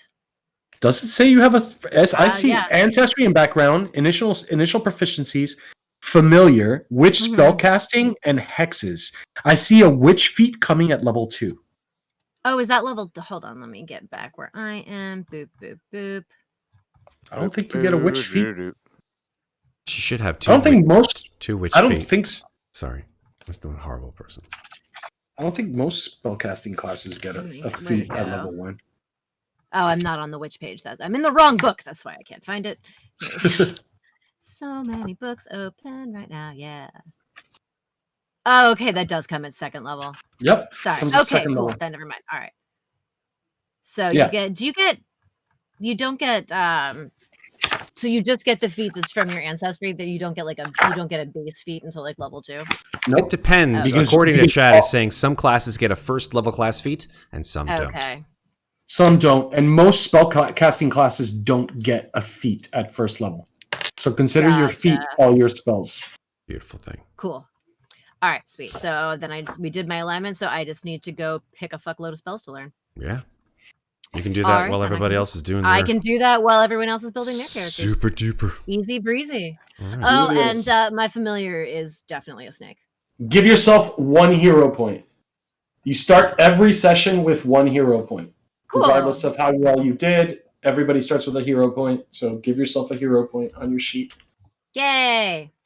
I'm a hero. And you're able to get hero points throughout the session. And I'm thinking of working something out with Matt where the stream hands out hero points. Oh that'd my be fun. God! Right. You can only have 1 You get hero point at a three- time? 3? Three per session. You get 3 hero points per session. Meaning and you that's can the max. earn up to 3, or you get automatically 3. No, you earn up to 3. Oh. And, For- and what are hero points again? You want me to describe to you what hero points are? Is it Hero kind of like points are inspiration? they're kind of like inspiration. Yeah. Cool. So I'll just read out the definition for hero point. That works. Your character usually begins each game session with 1 hero point. And you can gain additional hero points during a session by performing heroic deeds or devising clever strategies. Your character can use hero points to gain certain benefits, such as staving off death or rerolling d20. See page 467 for hero points. I wish I could just bounce page 467. All right. So that's what a hero point is. It's kind of like, very much like inspiration. I think what we'll probably do is I have actually something in our channel points that I set up as a test for 1,000 channel points to give a single character a hero point. But I'm thinking of making it either 1,500 or 2,000 points 2K, instead of man. 1,000. 2K. 2,000? Yeah. 2K. Super. All right. Good number. Yep. Cool. I will refund Red, who tested it out. Thank you, Red. Thanks, Red. I think I will refund you those points, Red, and then we'll make those 2,000 points for a single hero point to be given to any person at any time. Yeah, and we'll also make something like 2,000 for like a minor potion of healing or something like that. Awesome. Fantastic. It is your choice, Alex. You are the game master. Are we good with Grzdylyn? We are good with Grzdylyn. Sarah, thank you. Thank you for being so kind with me. Hey, anytime. Now you're going to need a token. Yes, I will hunt for something while we Sorry, while I you're put working. I put 2 pictures in the art section on Roll20 or on Slices and Dice. Yeah, if you go into the Slices and Dice's Discord and go into the Just art find the section, art channel? there's a Okay. couple. There's a couple that Chris put in there's a there. bunch. So if you like them, I will make tokens from them, and then we can put them into I do the I overlay. do kind of like the one on the bottom, but Right. I feel like that's really appropriate. But I'm gonna do a little search just Yeah, in case I yeah, find yeah, something yeah. I like. more. Fantastic. Where did That's you put great. them? It's in the art section. It's in Discord. yeah, it's in the art sub channel under general. Oh, art subchannel. Yeah. Oh, those are great. But someone who's already chosen his icon, his token, is the gentleman who's Right. going next. The man with the glasses. Jesus. The glasses. Towel. You're Glasses. wearing your sunglasses. Yeah, you have. Septur. You're wearing your Septur. glasses Why do over I your keep glasses. calling Like You're I familiar. keep calling him God. Talron. I know it is Septur. It's Septur. Yay, I like the other name, but you know. we know. What do you know? All right, so Septur, let's bring it on down. Sarah, thank you. You're awesome. You're welcome. I'm gonna mute my mic so you don't hear me typing. Beautiful. Thanks. Septur's even Everything is- chosen a name already. What is your character's name here, Septur? I think I've got it. Let me double check. Yeah, I do actually. It is You want to pronounce it for us? Celidron Valdur. Celidron Valdur. Okay, Celidron. Yeah. All right, you are now Celidron. So let's go to your character sheet. Let's drop Grzdylyn, and let's open up Celidron Valdur. Look at that gentleman. Look at that guy. He's he looks even more whelpish than the whelpiest of whelps. But then again, he is an elf. He's a that's all right. He's a okay. He is a what is he? Actually, let's Alex, you do it. You do your thing. Yeah, let's do it. Let's talk about your character concept, man. So ancestry, background, class, and details. We're not going to touch the character sheet yet. We'll not make that mistake again. We'll do that as we follow the steps. So, what are you thinking of being, man? In terms of class and all that, or Well, background? let's start with ancestry. I mean, for starters, I'm thinking of him being an elf. Okay, what kind of elf? Oh, those different times. Wait, there was different types of elves. Different types of elves, man. I. Just like there's different types of goblins. Uh-oh. Okay, let's talk about it. He's a swashbuckler, right? Yes. So that kind of rules out cavern elf, right? I guess. He could be an Arctic elf, I guess, from the frozen north. There's seer elves, whisper elves, and woodland elves. Right? I mean, I was looking at the elves page, but like I didn't see like the sub race of elves. Yeah, you got to pick an elf heritage. So we know what the elf is. Would you like to tell us a little bit about elf, or you want me to read the description for elves? I prefer. I mean, I think everybody on the channel knows what elves are. They're the same elves from D&D. They're elves, right? I mean, here's a physical description. While generally taller than humans, elves possess a fragile grace. Accentuated by long features and sharply pointed ears, their eyes are wide and almond-shaped, featuring large and vibrant colored pupils that make up the entire visible portion of the eye. These pupils give them an alien look and allow them to see sharply, even in very little light. Elves gradually... Huh? Go ahead. And yes, Chad, I'm not playing a reptile for once because the session 0 thing. Because he's not allowed. That's right. It's core rulebook races only. Sarah got away with a goblin. They're all trying to mess up my Goblin JR. Goblin is in the core rulebook. I know. Okay. And I did say you could pick any race from the core rulebook. So you can be a goblin. Elves gradually adapt to their environment and their companions, and they often take on physical traits reflecting their surroundings. An elf who has dwelled in primeval forests for centuries, for example, might exhibit verdant hair and gnarled fingers, while one who's lived in a desert might have golden pupils and skin elven fashion, like the elves themselves tend to reflect their surroundings. All right, so that's a decent description of, I think, the elves, right? So why don't you just put 6 hit points in your hit point slot? I mean, actually, don't touch it. Don't touch it. Well, no, do it. Do the hit points. Do the hit points, man. Do the hit points. You get 6 hit points right now. So go to the hit points, open them up. Yeah, 6 hit points. And you put 6 hit points for Ancestry, right? I think so. Just perfect. Where it says it. Where it says hit points. Yeah. Awesome, dude. So let's move over to heritages. You could be an Arctic elf, like I said. You dwell deep in the frozen north and have gained incredible resilience against cold environments, granting you cold resistance equal to half your level, minimum 1. You treat environmental cold effects as if they were one step less extreme. Incredible cold becomes extreme. Extreme cold becomes severe, and so on. Cavern elf, you were born or spent many years in underground tunnels or caverns where light is scarce. You gain dark vision. Seer elf, you have an inborn ability to detect and understand magical phenomenon. You can cast a detect magic cantrip as an arcane innate spell at will. A cantrip is heightened to a spell level equal to half your level rounded up. In addition, you gain a +1 circumstance bonus to checks to identify magic and to decipher writing of a magical nature. These skill actions typically use the arcane, nature, occultism, or religion skill. You could be a whisper elf. Your ears are finely tuned, able to detect. Let me get through them.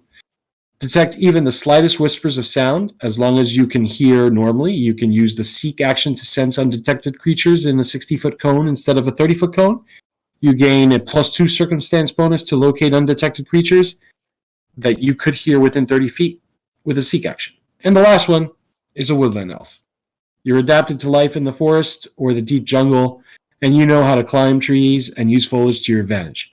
When climbing trees, vines, and other foliage, you move at half your speed on a success and at full speed on a critical success. And you move at full speed on a success if you have quick climb. This doesn't affect you if you're using a climb speed. You can always use the take action cover when you are within the forest when you're within forest terrain to gain cover. Even if you're not next to an obstacle, you can take cover behind. I mean, honestly, I think Wood Elf would make more sense. Okay, let's go with Woodland Elf. So type Woodland Elf under Ancestry. All right. All right, then. That says Wood Elf. Woodland. I mean, it's the same thing. This is not D&D 5e. Come on, let's stick with the rules. I am. It says woodland elf. Now it says woodland elf. Now it says woodland elf. All right, your speed is 30. Speed. It's under class DC. So on the left-hand side, you see ability scores. Then below that, class DC. Then in the class DC is speed. It's already set to 30. Oh. Okay. Your size is medium. Medium. Medium. Mm-hmm. Okay. Neat. You get dexterity boost to dexterity, intelligence, and a free one. Pretty good. It's pretty good. Ooh. You go to your feats table. Your feats tab. Feats. Mm-hmm. God, I'm Character details feats, my friend. Right in the middle of the top page. It's a tab, so it's right under. You want me to click it for you? It's a little button that says feats.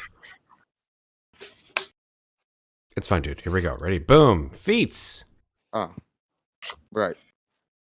Okay, and there, go ahead and select Ancestry Feats and Abilities. Okay. And let's add low light vision there. Low light vision. That's right. Song.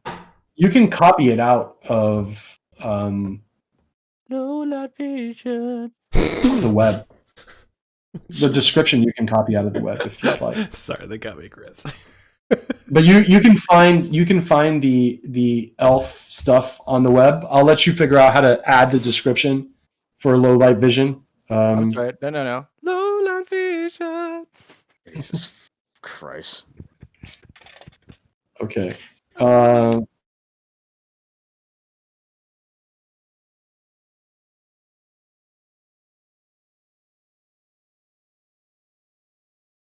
Picked your name, and it's a reasonably good elf name. Have you thought about what initial ancestral feat you wanted to have? Oh, ancestral feat.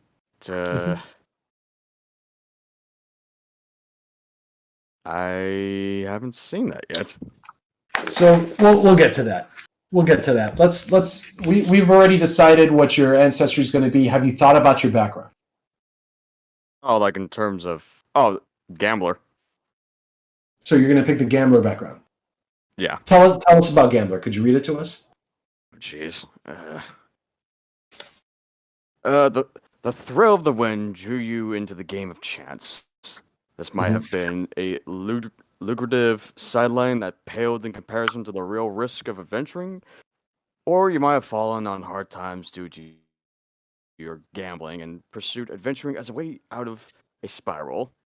Choose 2 ability boosts. One must be to dexterity or charisma, and one is a free ability boost. You're trained in the deception skill and the game's lore skill. You gain the lie to me skill feat. Nice. Lie to me. All right, cool. So we know what your background's going to be, and what's your class going to be, man? Swashbuckler.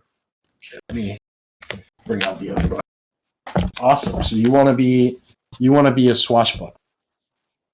Yes. All right. And then let's go down to the next step.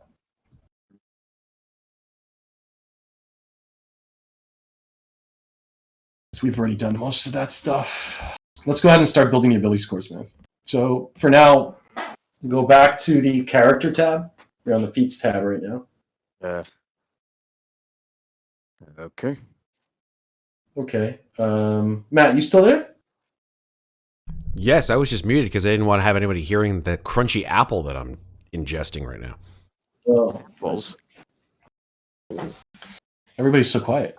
Actually, sorry, I'm just going to jump in really quickly. I was reading something. Witches' familiars work a little bit differently. If your familiar dies, your patron replaces it during your next daily preparations. Oh, so you don't have to wait a week.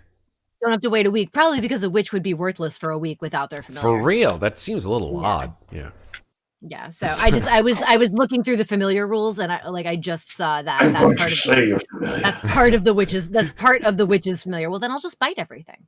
At this point, you need to start building your character's ability scores. See the overview of ability scores on page 19. Okay, so we've already read this stuff, man. You start with level 10. So let's go ahead and add your ability scores for your ancestry and your background, your ability boosts. Right, so must be dexterity or charisma. So from your elf, you get, this is awesome. I have the advanced players book right here, and then here I have the core rule book. So dexterity, intelligence, and a free one, and an ability flaw, which is constitution.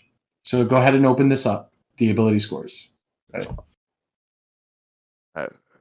You got to edit them. Oh, jeez, how do I add them? Wait. Don't freak out. Don't freak out. No, you were there for a second. There you go. Okay. There you go. There you go. So pick an ability score, right? So what do I just add, like 1 point or like? Well, which core are we dealing with right now? He's We're looking at Dex right now. Yeah, he's looking at Dex. Yeah. Okay, so for Dex you get 2. So it's every boost is 2 points. So put 12 there. So he puts score base 12. That's right. Cool. Right. All right. Are you good? And then now pick your intelligence. Okay. And make that 12 And as well. score base 12. Okay. And now pick a free one that isn't Dex or intelligence. Okay. You're doing it, Peter. You're doing it. And now pick Constitution and make that 8. Oh, joy.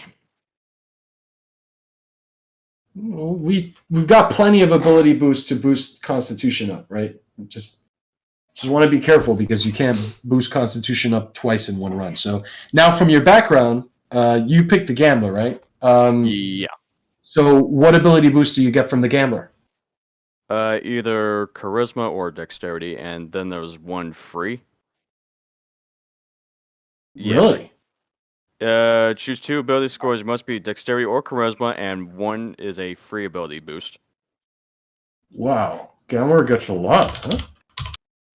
I mean, I'm looking at it. I believe you. Yeah, page 62, by the way.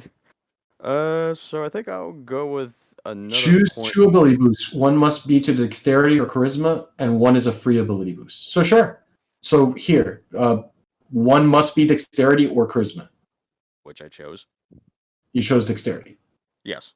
And then your next one can be any one you want. You know what? Let's go with intelligence. Yeah. Okay.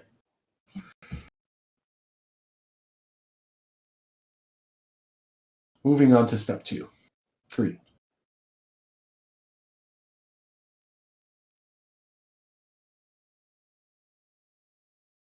Already AC 12. Nice. Okay. So select an ancestry. You already did. Right. And we assign the ability boosts. We selected your heritage. And now we need to choose an ancestry feat, man.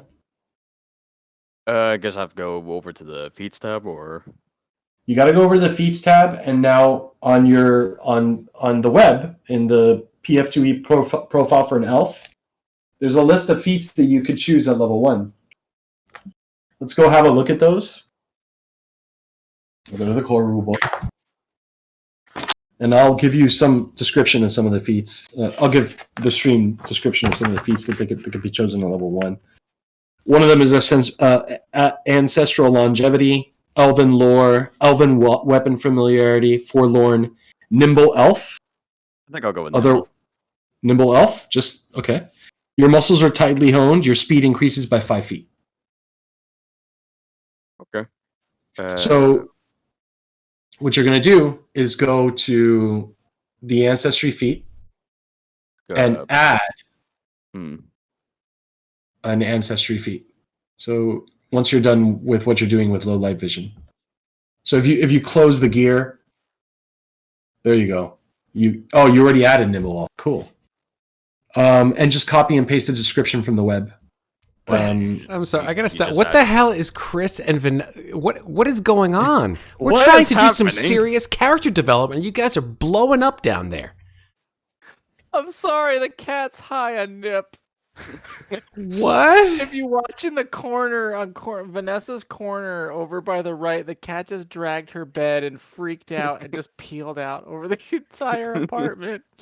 Oh, I'm sorry. Okay, that's all good. I was just like, Oh. what the hell am I missing? Oh, it was so funny. Oh, now she's scared because she scared herself. All right. So Septur, copy over the stuff that you have for the description for Nimble Elf. So it's just basically add like 5 additional feet, or You add 5 additional feet, but for now, let's take care of the trait, like the feat itself. Like, add the description to the feat by copying and pasting the description from the web. I don't see the.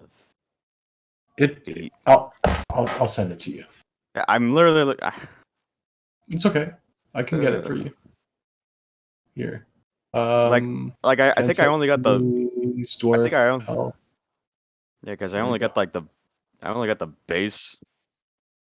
Elf page, but not the feats part. So if you click on elf feats up at the top, it shows you all the feats. So there's a link up on top of the page. Oh, I'm dumb. I see it. Yeah. Feats. So you could just copy and paste it in from there. Your muscles are tightly honed is the description. And the trait is elf. Nimble. Your muscles are tightly honed. Sweet. So you gain 1 point to your movement, which is actually great, I think. There you go. Okay, so Happy to your movement. cool. So add it. I still see 30 there. Sorry, I'm Here. still trying to look around. Where I'll add it for you. There you go. I'm still It's getting under- used. I'm still getting used to this sheet. Oh no, it's all good. You'll get used to it. All right. So we did that. We selected an ancestry. We picked an ancestry feat. Okay. We wrote your ancestry's heritage. Mm-hmm. We did the ability scores. Oh, number of hit points. That's useful. We already did that for your ancestry. Okay. Yeah. Right 6 now, hit points. it says his max is -1 for some reason. Why did? Okay, let's look at that. Don't touch it for a Mhm. second. No, because he didn't do it. He wrote it in current. Ah, So he didn't drop the gear. He wrote it in current. So his current is actually 5. okay. Okay. So his max is Done. 5 and his current is 5. Done. Yep. Awesome. All right. And then we moved to pick a background, which we already did. And we added the ability scores, skill feat on the first page. Okay, so now what we're going to do, Talron, you're going to see what I'm going to do because I'm going to do this for you to give you an idea of how to do it. Okay. Your background, the gambler, comes with a whole bunch of things that you're learning, right? So if I go over to here and I search for gambler, there we go. Gambler backgrounds. So you choose 2 abilities. You're trained in the deception skill. So I come over here to your character sheet. It's skills. I go to your character sheet where I see deception. I click on the gear. Okay. And I switch this to trained. Yeah. I'm done. Notice that the modifier moved up to 4. That's because you have a 1 in your charisma, and your proficiency at level 1 is 3. Okay. Your proficiency is always your level plus 2, right? Depending on whether you're trained, expert, master, or legendary, right? So that takes care of deception. Now let's look over at your gamblers. So you get the game's lore skill. And you gain the lie to me skill feat. So let's look at the lie to me skill feat because we're going to add it. Okay. Let's go to your feats. Let's go ahead and add a skill feat. This is the lie to me skill feat. So I'm going to just copy and paste it. I'm going to copy and pasta everything. Copy pasta. No, cancel. I can use some pasta right about now. Mm-hmm. Oh, really? That's interesting. Lie to me. Lie to me, and then here we go. It requires this particular skill feat requires that you are trained in deception, and it has the general trait and the skill trait. So let's go over here.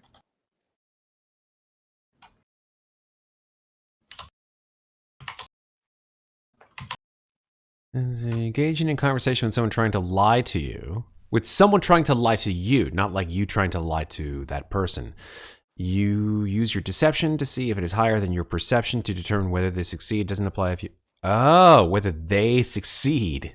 I get it. This doesn't apply. So it's kind of like insight in a way. Like you're lying back to them. Right. Interesting. It's neat. This is a first level skill feat. So notice that I just marked first here. Huh. It is a skill. Or the traits. Skill in general. I get it. And blah, blah, blah, blah, blah. We are done with Lie to Me. Let's go see what happens when I click on it. Boom. Cool. That works.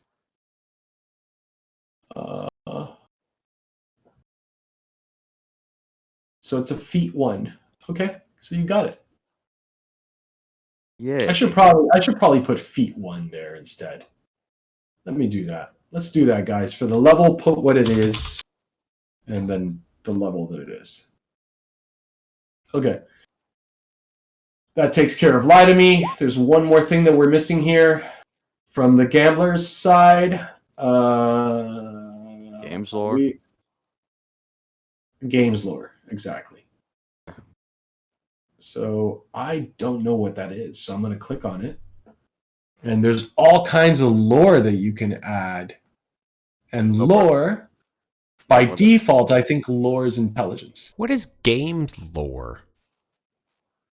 Card games, dice games. Like you know all of the different kinds of card games there are in the world? Exactly. Things that are related to gambling. You ever played 8-card bitch? That kind of thing? I'll have you know, I'm A round of Gwent. Oh, Jesus. How about a game of Uno? Oh my god, yes. Let's play Go I Fish. challenge you to the most epic game of cards ever. Uno. Yeah. How about Cards Against Humanity? I think prefer lore- bards who dispense. Why don't we ask that to the stream? Yeah, So there's a lot of smart people on the stream. yeah. Guys, so lore. Lore skills are int based, right? I believe that was actually answered earlier in the chat. I believe we said yes. Yes. There are 5 different types of lore, and they're all based on int-based skills, from what I see. occult and religion and occultism, religion. Let me go back to actually the actual sheet here. Arcana, nature, occultism, religion, and I believe society. Those were all int based, I believe. We live in a society. Although That's right. It was answered by 2. I'm sorry. I don't think society is int based though, is it? Well, if it says that societal lore is int based, then yes, it is. Okay.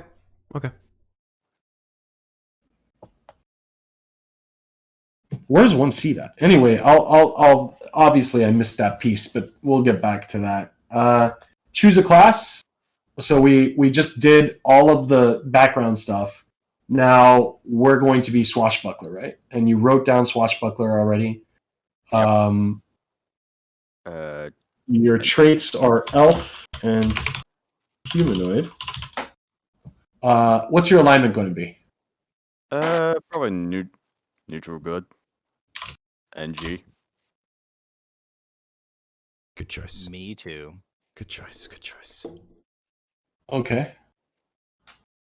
Write your character's class in the description, top page of your screen, then write 1 in the level box to indicate your first level. Next to your ability scores, note the class's key ability score and add to that ability score from the ability boost. So we haven't done your class ability boost yet. Could you tell us what your class ability boost is? Class ability boost. Where would he see that? Where would he see that, Alex? So if you go to that website that I gave you, I put that in the chat, by the way, guys, in case you're wondering. I think Right, it it's- also, it's if you've got the Nephis' book, archive. it should be right there. Nephis' archive. Yep. And you click on classes, right? You can Right, you have all of them at the top. You can pick Swashbuckler, right? Then Right, after you yeah. pick It's an additional bonus to dexterity. exactly. I guess it's now a 16. Good. Did you change it? Just did now. Superb. Well done. Perfect. All right. Moving on to step 6 to determine ability scores. I'm about to say hit points 10 plus your Constitution modifier. Oh yes. Let's not skip over hit points. Because right now you have So- 5. So let's do your hit points. So look, click on the gear by hit points, right? And then in your class, put in 10. 10 plus the. No, So you what- just put in 10. If it's 10, it's 10. That's it. No, that's Ancestry, man. Oh. So those 6 points you get from your Ancestry. Ah, Jesus. good God. There! 55 Okay. hit Now points. in your class box, which is next to the Ancestry box, That, Put in- 10. that's where you put in your 10. There you go. Gotcha. There you go. Uh, You're going to probably want to have 15 as your current, I would think, too, right? That's right. yes. I did it for him. Thank you, Alex. Okay. Determine the ability scores. So now we're going to add the extra ability scores, right? I hope you're going to change Constitution at this point because you have no modifier for Constitution. He has a negative modifier. He has -1 in his con. Yeah. Now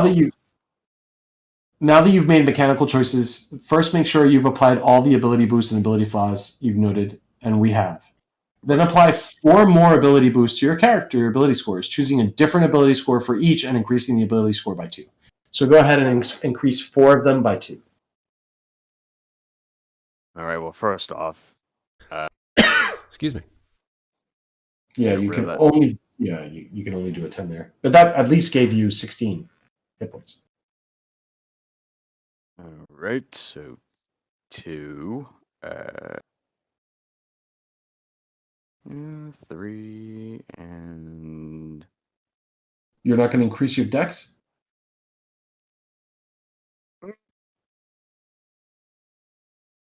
Okay. you know what? Sure.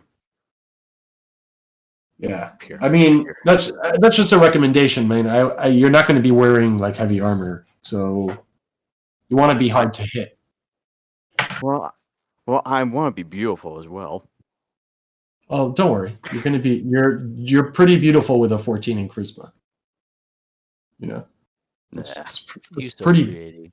You're still pretty. Don't be jealous. I mean, I have a 10 charisma score, so I'm just kind of plain Jane. So now you are going to record all your class details because I showed you how to work the gears and stuff like that. So let's do this. Now record all the benefits and class features for your character that your character receives from the class you've chosen, while you've already noted your key ability scores. You'll want to be sure to record the following class features. To determine your character's total starting hit points, we already did this. Add together the numbers, blah, blah, blah. The initial proficiency section of your class entry indicates your character's starting proficiency ranks in a number of areas. So now we're going to do that, okay? I'm looking at the Swashbuckler here. Expert in perception. That's good. At first level, you gain the listed proficiency ranks, and it says you are untrained in anything not listed. In perception, you are an expert. So do you see where the perception box is? I'm trying to find perception. It's right next to your skills box. Right next to right catty corner to saving throws under conditions. Yeah. Oh. Yeah.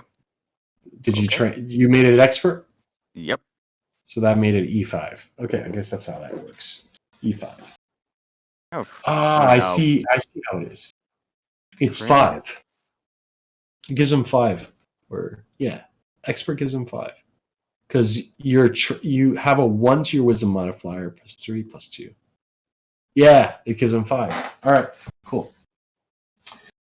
All right, so we can move on from perception. You're trained in fortitude saves. Expert in reflex. Yeah, that's good. Oh wait. And the other one is expert Train. in will as well. Yeah, expert in will. You're basically a rogue, man. So just think Elbalthan. It sort of works the same way in making PT. an Elbalthan clone. Almost. No, I did. No, Elbalthan's an investigator. That's true. Never mind. This guy's like Lando Calrissian as an elf. Yeah, he's basically he's basically Lando Calrissian. He's basically Lando. I'm pretty sure the two characters would not get along. Well, what have we here? Okay. You are trained in acrobatics. So scroll down to your skills, which is right under your saving throws. Sell you to the Empire or anything like that. You are trained in one skill determined by your swashbuckler style. And we haven't picked your swashbuckler style, man. Capes. Go capes. Always capes. You are trained in a number of additional skills equal to 4 plus your intelligence modifier. So you get to pick 6 skills. Choose any of them to be trained in, right? Yep. Go ahead. Choose them. Okay. So 1. Tell us what you're choosing, though, man. I think that was deception, right? Society, deception, yes. You're already trained in deception. Apparently, already trained in that. Oh man. Well, I already picked society. Let's go be trained in stealth because why not? Thievery, sure. Why not? That's 3. And last but performance. No, you get 6. Oh, 6. Yeah. Jesus. And you definitely need to be trained in performance because you need to use panache. So, You need some panache, that kid.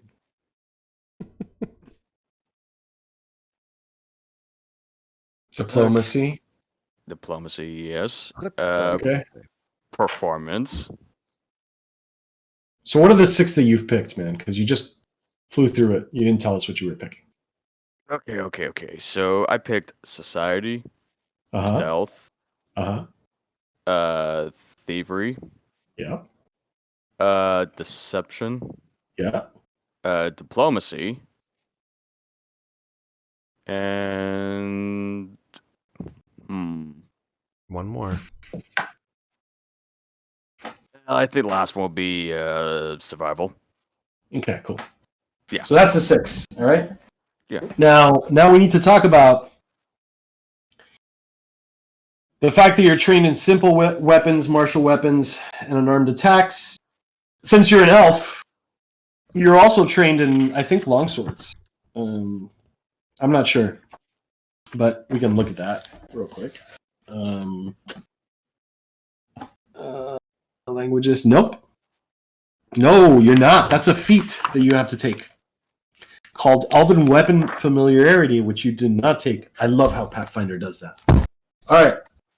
Cool. So that's what you're trained in: simple weapons, martial weapons, and unarmed attacks. Your defense. You're trained in light armor, trained in unarmed defense, and your class DC is this. Oh, we didn't pick your DC. So you see where your class DC is next to skills to the left. Class DC. Yeah. Yeah. Yeah, I see it. Yeah. Yeah. So click on that gear. Okay. Switch it to Dex. Okay. Make it trained. Okay. So your class DC is a 17. Okay. Now we need to do some things here. Go to your AC, your armor class, and select it. It's in the middle, all the way at the top. Yeah. Okay. You wanna be trained here. Okay. And you want to be trained in unarmored. Oh, actually, switch that back. So this you could leave untrained. This you make trained. This you make trained. There you go. Meaning Okay. trained in unarmored and trained in light armor. Exactly. Got it. Okay. And we go on that part, or Hold on. You gotta. I don't understand what this rank is here.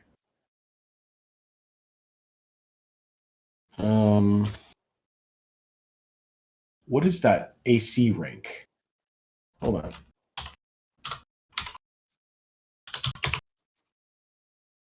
Because I know that Chris, for example, as a monk, Mm-hmm. is expert in unarmed. Am I? Sweet. Yeah. Yeah. Yeah, remember your AC is like a 19 or something, and you Yes, don't my even AC have is 19. Yes. correct. Jesus. right. So since he Feasts of Fury. gets the dex, okay. So if we go like this and we close this, oh, his mod is 4. Okay, so that makes sense. So his AC is basically an 18. Chat is saying that the rank is the same as the proficiency. Ah, so it's trained. Perfect. Thank you, So his Galen AC. Maddock. Appreciate it. Thank you. So, and that's what we did on your character sheet, Chris, that made your AC like a freaking 19. Yeah, bro. Yeah. Come at me, All bro. right. So, without any armor equipped, your AC is a 17, man. right? That's, Okay. That's pretty good, except in Pathfinder, when you hit, there's like a lot of plus. So, all right, moving along. We have to pick your swashbuckler style, dude. So, what's your style going to be? Are you going to be a battle dancer, a braggart, a fencer, gymnast, or a witty dude? Gymnast. Sorry. I'm thinking of going fencer. Good choice. You're going to be a fencer? Good choice. Good choice. Yeah. You move carefully, feinting and creating false openings to lead your foes into inopportune attacks. You are trained in deception. You gain panache during an encounter whenever you successfully feint or create a diversion against a foe. Talron, why don't you tell the stream what panache is? Okay, I gotta go all the way back. Yeah. Panache. You care as much about the way you accomplish something as whether you actually accomplish it in the first place. When you perform an action with a particular bravado, you can leverage this moment of verve to perform a spectacular, deadly maneuvers. The state of flair is called panache, and you are either in a state of panache or you are not. You gain panache by successfully performing the skill check associated with specific actions that have a bit of flair, including tumble through and additional actions determined by your swashbuckler's style. At the GM's discretion, after succeeding at the check to perform a particular daring action, such as swinging on a chandelier or riding down a drapery, you. Sorry, I could just imagine like Septur's like in a cave or somewhere. He's like, "Where are the chandeliers? Damn it! God damn it! I don't see any chandeliers to swing upon." You also get a panache if you result in high enough, typically the very hard DC for your level, but the GM can choose a different threshold. While you have panache, you gain a +5 foot stats bonus to your speeds and gain a +1 circumstance bonus to checks to tumble through or to take any action that gives you a panache due to your style. The precise strike class feature also causes you to deal extra precision damage while you have panache. Powerful finisher actions, including confident finishers, can be used only while you have panache and cause you to lose your panache. Normally, you gain to use panache only in combat encounters. How many times? That's a lot of panache. He's That's gonna say a lot of panache like panache. 17. Say, is that like 31 pieces of flair, or is it wow, or whatever it was? That's It's good. more like Ryan, who has. It's actually pretty cool. Yeah. I mean, I want to play this class now, man. So we gotta add that. We gotta add that feat that you gain there. I know. Can you imagine a kobold swashbuckler? Where are the chandeliers? I can't even reach them. Oh god. So you gain. I don't know where to add your. Oh, the your styles. Yeah, I Is don't it know a- where to put your style. I think it's under feet. Is it under feats? It should be under feats. Oh, Yes. class feats and abilities. There you go. Yeah. So let's go ahead and add it here. You're going to have to throw me. Indeed. Yes, absolutely. Must be. No one. So But that's not like that's not panache. That's like aided panache. Spencer. It's panache. Or what if I just wanted to, like, if I see like a crowd of guards trying to come at me, I could just jump on their heads and just try to run over them. Oh, that's great. Absolutely. You're so If you run out of panache, you fall. Oh god. Wait, so you get panache as a mechanic, right? Panache is a mechanic that allows you to just do more damage when you hit. But then when you use your panache, you lose it until you gain it again, essentially, correct? Is that correct, yeah. Alex? Yeah, Okay. that's correct. That's fantastic. And the thing is, you automatically become trained in deception, dude. So guess what you have to do? Do I have to add another thing? Yeah, exactly. Yeah, it requires. Yeah. It's unfortunate. Are you still adding the feats part, or? Yeah, I'm done with feats. I just added the fencer class, whatever. So there, you're gonna have to select another skill. Okay, I guess I'll be trained in intimidation. This is great. I guess I'll be a hard ass. Do you know who you are dealing with? My name is Celidron Velidor. You killed my father, you fucking piece of shit. You prepare to die. God, you know the work that Manny Patinkin did for that, right? I know. I saw the video. I mean, it is now considered to be the best movie fight of all time. Which movie? Well, I just think his character development. The movie that you've Yeah. never goddamn seen, Septur. All I'm gonna Oh say my is this, Septur, we're doing a watch party. I agree. And for those of you who don't know, Manny Patinkin's who plays Inigo Montoya, his father had just recently passed away from cancer. Oh my So god. basically, his role as Inigo Montoya, when he says he wants his father back, he basically made spoiler alert, that guy who killed his father, who we find out in the film who does it. You don't need to say spoiler alert for like a 30-year-old movie. Yeah, for real. Fine. The six-fingered man is cancer, so when he looks at him, he's like, "Give me my dad back." Wow. Wow. Yeah, man. That's some method Totally shit. Jesus. Dude, Mandy's great. Mandy's it's emotional recall, man. It's Stanislavski and all the way, man. All right. So panache, we're good. Anything else? Yeah, I'm adding his precise strike for him. Wasn't there also a particular? You got to pick a feat. So I want you to go to the website, click on the Swashbuckler Feats, and tell me what feat you are picking. Oh, give me a second. Tell me your I'm gonna feat. pick my right foot. I want to have a dueling parry. Oh, that's a great feat. It just sounds cool. Dueling parry. Okay, tell us what dueling parry does, man. You can parry attacks against you with your weapon, basically. What does that do mechanically? It's kind of like an uncanny dodge. Or does that increase your armor class? What does that do? It says. It doesn't. It just says you can. Okay. So it's OP. You just parry everything. Parry. Parry. That's parry. Tell us what it does, man. I'm literally reading what it says on benefits. Hold on. Now we're looking it up. I'm literally reading it off the site. Okay, if you click on it. You are wielding... Oh, you can parry attacks against you with your weapon. You get a +2 circumstance bonus to AC. I knew it, you piece of crap. You can't read.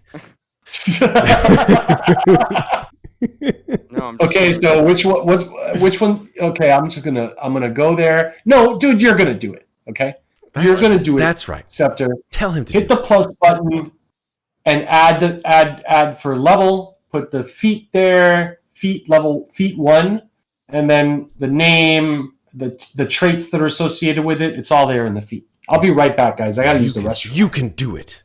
Do it. On the class feats and abilities? Yes, class feats and abilities. Hit the plus button. I'm watching you do it. I'm watching you do it. Hit the plus button. I did already. Good. Now copy and paste from the website.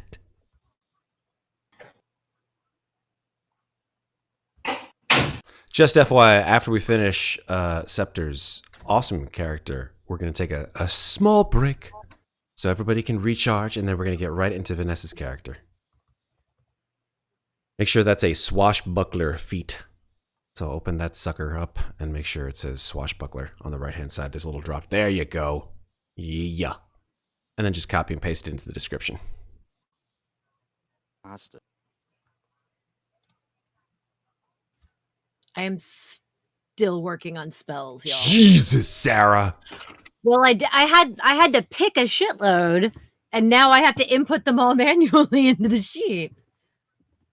Witches get a lot, there's a lot of spells stored in my familiar. I had to read a lot of things. Did we lose Chris, by the way? Did we lose Chris? It looks just like a black screen on Chris's thing. I think we did. Chris is...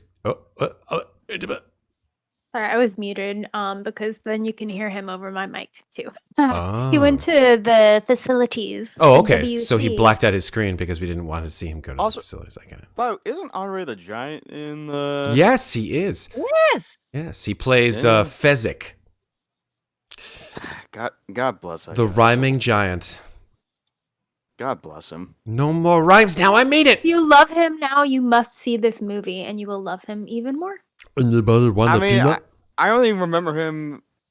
I mean, I definitely remember seeing videos of him as the wrestler as he was. Enter your dueling parry, Septur. Oh, man, that's dying. I already did put it down. You did? Okay. Oh, you did it? I think you did. I did it. Let's check it. You did it? You added the dueling parry, man? Here, let's see what you did. Let's check. I did it. Let's check. He Let's did. check. Well, He did. for some... No, he didn't do it. Yeah, he did. What do you mean I didn't do it? No, he didn't do it. He did some of it, right? Oh, okay. Well, I He meant- did some of it. Let me do it.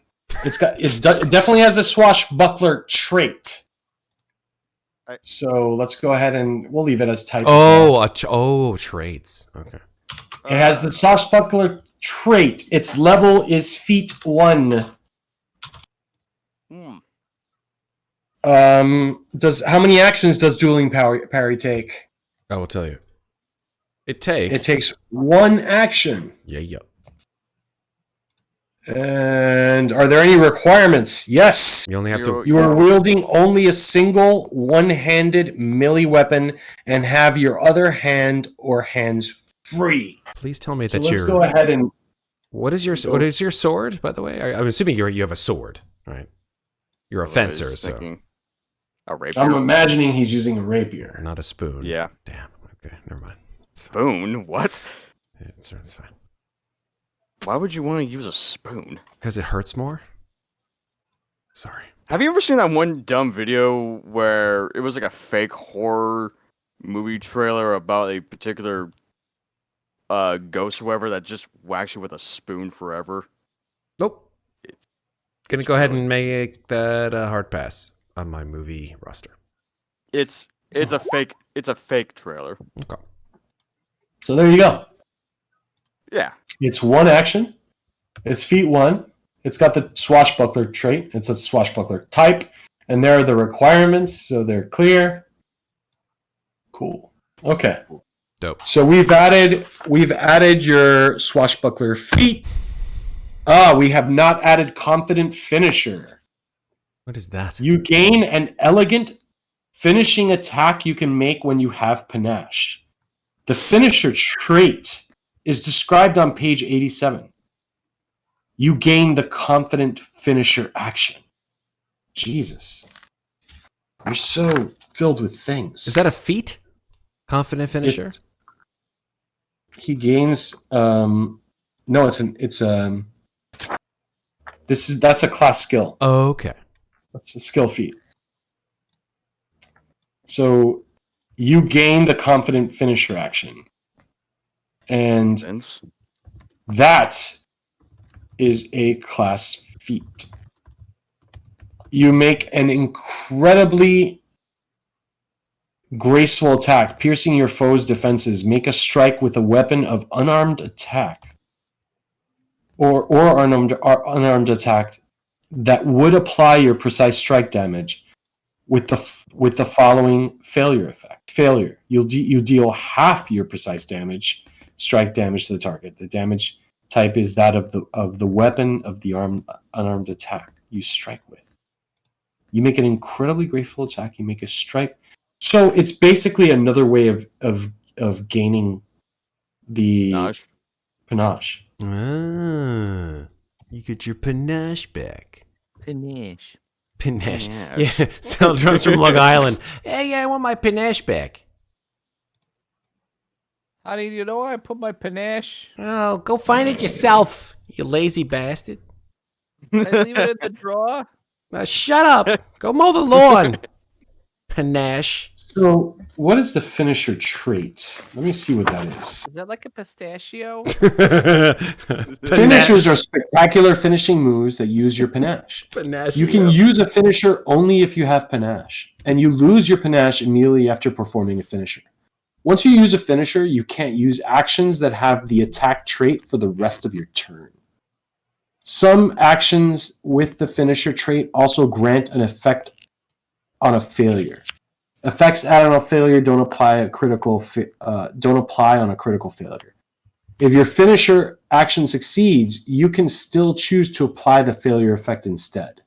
For example, you might do this when an attack deals no damage due to resistance. Cool. Panache also contains 4 grams of protein. So where's the? I don't see confident finisher being added here, man. Vanessa, just slap him, please. Just a small slap. Thank you. Yeah, I'm trying to find out where the hell that is. Confident finisher? Or we're looking for that in the on the website? Yeah, man. Ready? It's right. I'm gonna search for it. Confident finisher. That's good. We're sure it's confident finisher. There we go. Confident finisher under actions. It's an action. I found it. You make an incredibly great. Yeah, it's an action. That's all it is. It's just an action. Yeah, what's weird is that I look under like the fencer and then I see exemplary finisher. I don't know if that's like the same thing. Yeah, it's right there. So let's go at it, man. Yeah. The exemplary finisher. The foe is flat-footed. For your next turn. Snap. Yeah, but you don't gain that just yet. You gain confident finisher at level 1. So you know what, man? I'm gonna add it for you, okay? Oh, I'm so sorry. No, this is good. We're good. Finisher. Don't be sorry. By the way, quick distraction. Yeah. If you haven't, I actually might go out and buy a lottery ticket tomorrow, guys. The jackpot is estimated to be worth a staggering $1 billion. Jesus! And if you get $1 billion, well, after taxes, I wouldn't get $1 billion. You'd get 600 million. Exactly. Yeah, well, probably about 750. Man. Is that which one is that? Is that Powerball or Mega? 750 millions. Yeah. No, dude. I think the tax rate is 40%. Yeah, it's about 40 off. Oh, 600 million. Oops. Yeah. Oops. Like, there's a big difference between $600 and $700 million. Dude, just even $1 million. Jesus. If I had $1 million. If I had $1 million, You couldn't buy an apartment in New York City. That's right. Well, you could. It'd just be very small. Come to New York. How we doing here? How we doing? Are we getting close to finishing Celidron off here? Yeah, man. Solid. We're done with them. Beautiful. We're almost done with them. So you're gonna buy you're gonna do the same thing, man. Give yourself 15 gold pieces and get your gear reasonably, right? Like I don't want to hear that you bought like 10 rapiers. 5 dots, 2 on my hips, 1 on my back. I'm going to take, and then I'm going to use a spell that will take all my rapiers and make them animated objects. And if you need help, Septur, I can help you like throughout the week. We'll schedule some time if you need any help with that stuff. All right? Oh God! Sorry. And then 15 gold pieces, right? 15. 1-5. 1-5. Right. And I'm going to all of you to read the rules on how encumbrance works. Because is it actually important? Right? Yes, it is. You can't just like lug your house on your back. You're already done, Chris. You have your gear and stuff. You don't have to worry about it. It's a good thing that Sarah's character in D&D doesn't have like a bazillion things that are like 35 pounds a piece, because she's literally like the woman in Labyrinth who just has like all of her shit on her back. It goes based on your strength score. They're all in the tower. That's true. They are all in the tower. And items either have a bulk. They have a bulk rating. I think 10 small items that have a number equal 1 large bulk. 1 large bulk equals 1 for your strength. So just read up on it. It's actually really simple. There's no weights. Okay. Movement and type notes. That's unnecessary. I mean, we could add something there. Okay. Calculate modifiers. Did we calculate your perception modifier already? Yes, we did. Yes, we did. Yeah. We did your saving throws, melee strikes, and range strikes. Okay. You're going to get your melee strikes and your range strikes when you add your weapons. Right. Okay. Okay, so I'm not worried about that. Just remember to add your panache, which is an extra attack of 2d6. Just when you're going to do it, I'll work with you on it. We'll figure it out together. Well, I got like 3 actions to do it, so. All right. I think it's time to take a break, though, guys. Holy shit! Right. Awesome. You guys are the best. Yay! Look at this. We've got and it looks like we've got a token now for Celidron too. So I'm gonna pull that in there. We got to follow too. Oh, Vanessa, what race are you playing? For the follow, sir. Appreciate it. Cody Strayman. Human. Awesome. Finally, someone's playing a human. Awesome. All right, great. So let's take like a good 5-minute break to stretch out, grab some water, get a snack, and then we'll come back and we'll finish off with Vanessa's character. Creating her Sit here character. and keep adding spells. I haven't even done my hexes. Throw me a token, Sarah, so I can put you into. Use the second picture that Chris posted in the Discord. Awesome. I did some I'll searching. tokenize I it. like that one. She doesn't have hair, but it's super cute. So like whatever, it'll work for now. Indeed. So we're gonna I go love and the screaming / dancing that she did. Yeah, that's the thing. So- She looks kind of crazy, and that's why I like it. Uh-huh. I found one who had But hair, but joyful it was about the it. art was kind of boring otherwise. All right, let's give a good 6-minute break, and when we come back, we will do Thank you, Six. Sarah's, Vanessa's. Well, Sarah's spells can wait till whenever. But yeah, I'll put your token in, Sarah, and we'll do Vanessa's character, and then we'll just finish off the night, I guess, showing the completed characters that Chris and I made like a while back, and that'll be that. Awesome. Sweet. All right, folks. So we'll be back in. They're great. Oh yeah, they're great. All right, we're back. Okay. And now we begin the intricate process of making another witch. They got nice hit points to start with. All right, you all ready? Let's do this, Vanessa. All right, Vanessa, Let's do this. you're up. It's time for making Vanessa's character. It's time to talk your character. So let's talk about a few things. What is your ancestry going to be? What's your background going to be? And what's your class going to be? Okay. You're not choosing a name Well- first? I mean, that's fine. You can always choose a name first. Yeah, you know what? Name. Let's pick a name. Okay. What's her name going to be? So the idea is that, like in Kiki's delivery service, she came originally from a place where there are lots of witches, and then like at an age, they're all sent away to little towns to do their thing. And She's a so martyr. she was in a little town for like 10 years or something, and now she's ready to adventure. The new witch came to town, so she can have the town now. So she's gonna be a human. She's gonna, let's see. She's a witch. And then when it comes to the archetypes, Mm-hmm.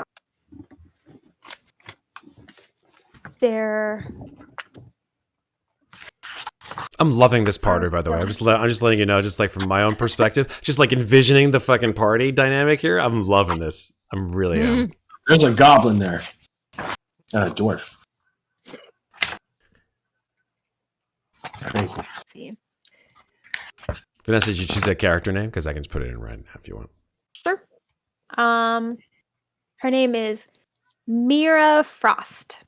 Mira I like it. Frost. You guys just come up with names. It's amazing. Damn straight. In terms of archetypes, what do you... So humans have ethnicities, right? Okay. And there are a variety of ethnicities that you could pick out. So if you go to page 430 in chapter 8, let me go there.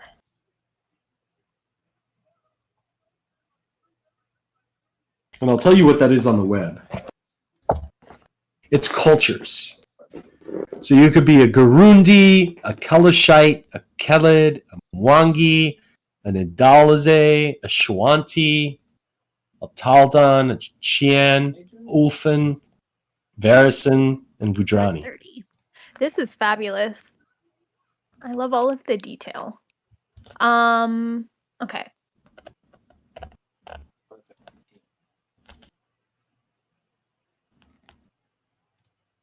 Are any of them like... Where do the witches usually live?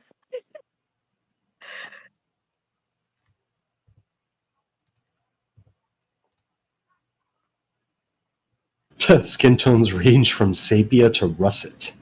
Could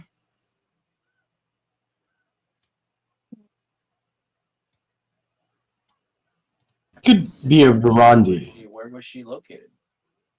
That'll help, right? Vudrani. Like, what was her city? Where was her city located? Was it in the mountains? Was it near the ocean? Okay, cool. That might help. Seaside Let's city. do what we did for Chris. I gotta pull out a different book for that. So there is a Lost Omens World Guide. It's actually the way you did this for me, Alex, really helped because we for my monk, he's Tian, which there's like a couple different descriptions of where these regions are and kind of who inhabits them, and you'll be able to kind of like hear what kind of resonates with you. Yeah, but we went based off the monk thing, so we were like, yeah, he's going to be a Tianxia, you know. So let her. I think you should pick your ethnicity first. And then I will read that ethnicity description from the rule book. And that will tell me where you come from.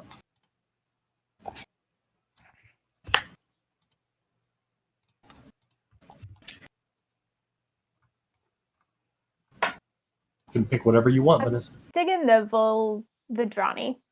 The Voldrani? Mm-hmm. Okay, so let's look at where they're from. First of all, yeah. Oh, why did I do that? I closed. Too many books. So many books. So the Vudrani. Though the empire of Vudra is far to the east, it has a foothold in the inner sea on the island of Jamore. Widespread belief in reincarnation makes dedication to self-improvement a hallmark of Vudrani culture. Vudrani typically have dark eyes and skin tones that run from umber to tawny. Their hair is often black, and ranges in thickness and texture. Piercing jewelry and makeup are common adornments among Vudrani. Vudrani have access to the Vudrani language, so you pick up the Vudrani language. You know the Vudrani language in common automatically as a human. Cool, so we know you're going to be Vudrani. Now, the Vudrani are from the Eastern lands, so let me come over here. Go to the index, and then go to Vudrani, and that will tell me where you are from.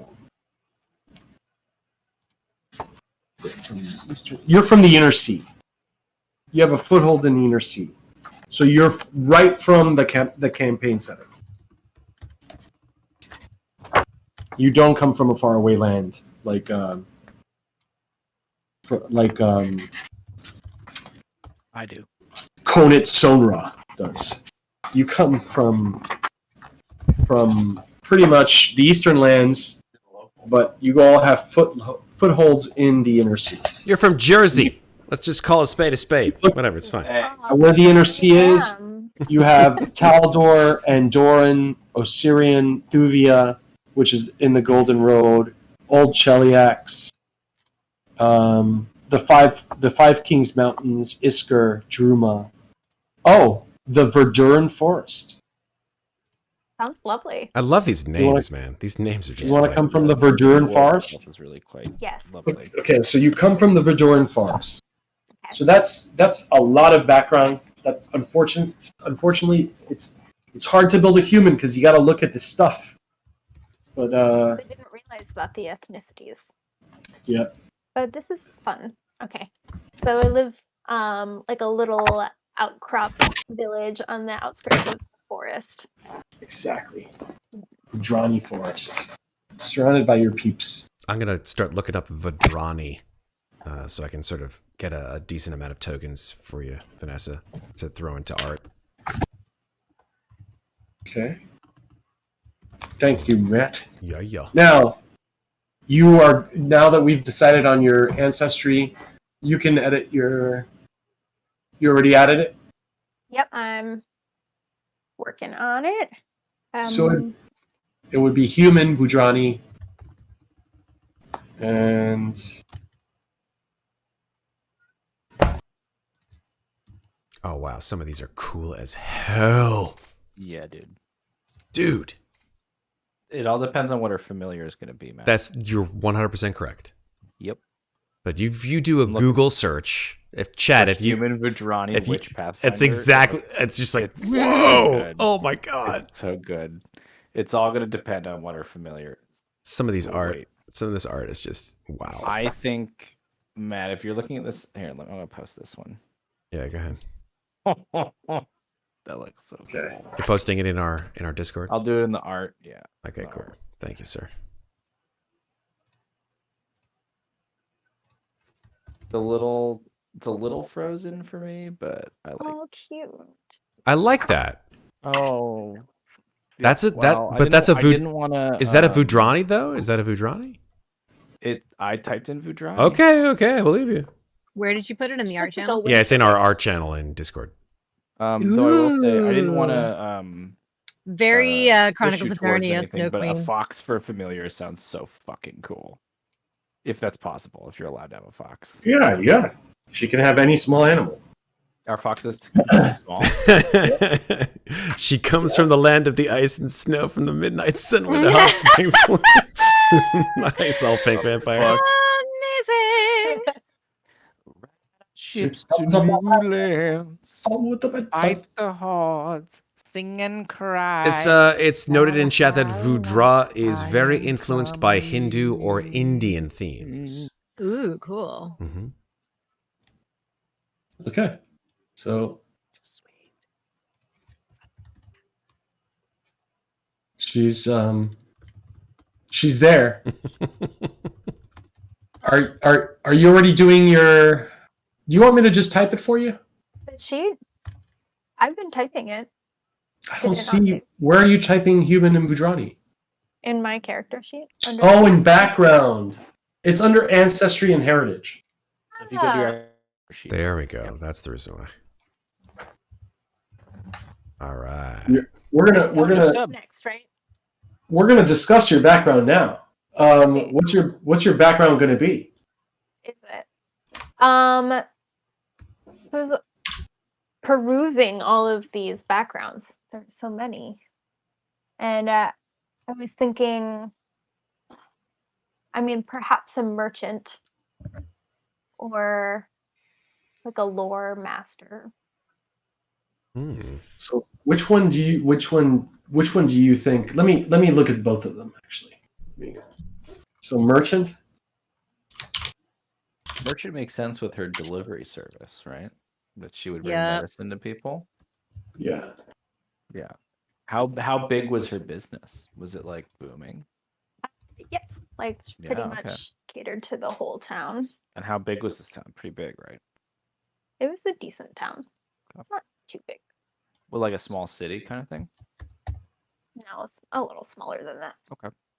Wow. Like a municipality or something like that? Maybe. Maybe. It's a Okay. borough. So actually, merchant's pretty good, and then the other one you wanted to be was lore master. What is a lore master from a background perspective? Is that just like a sage kind of individual, or what is that? Well, we'll read it in a second. Mm. I don't see lore master as a background though. Is this the same thing that would be like you would be like a herbalist too? I found it through the website that Matt Okay. originally linked us to. Okay. Oh, that might be something from the advanced player's guide. Let me see. Okay, let's do merchant then. No, it's cool. I want to see what this lore master thing is so I can read it to folks. It's in alphabetical order. Oh, it's an archetype. Be your huckleberry. Oh, lore master is an archetype. Okay, so merchant it is. And let's go ahead and read what merchant is. In a dusty shop, market stall, or merchant caravan, you bartered wares for coin and trade goods. The skills you picked up still apply in the adventuring life, in which a good deal on a suit of armor could prevent your death. Choose 2 ability boosts. One must be to intelligence or charisma, and one is a free ability boost. Nice. And you're int based as a witch, so that makes sense. Yep. Mm-hmm. You're trained in diplomacy skill and mercantile lore skill. Hell yeah. You gain Be a bargain talking to hunter people. skill feat. You're a bargain hunter. Okay. That's All a right. good deal. All right. So we'll keep that in mind. So you would put merchant in your background. You already did. Your size is going as a human is going to be medium.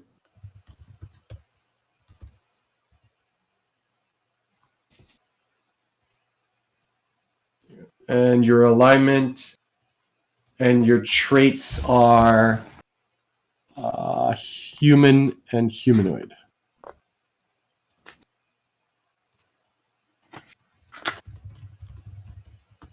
That makes sense. I love it. We have 2 humans in the campaign. Nice.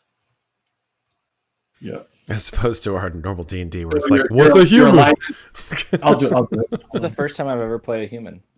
So, Vanessa, your alignment is lawful good. So it's either lawful good, lawful neutral, lawful evil, neutral good, true neutral, chaotic neutral, or chaotic good, chaotic neutral, chaotic evil.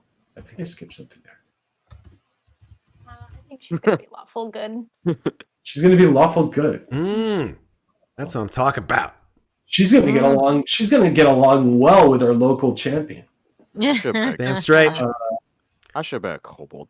No, you shouldn't You have. can't be. You can't be a kobold. It's not in the core rule book. You can't do it, Septur. Hashtag impossible.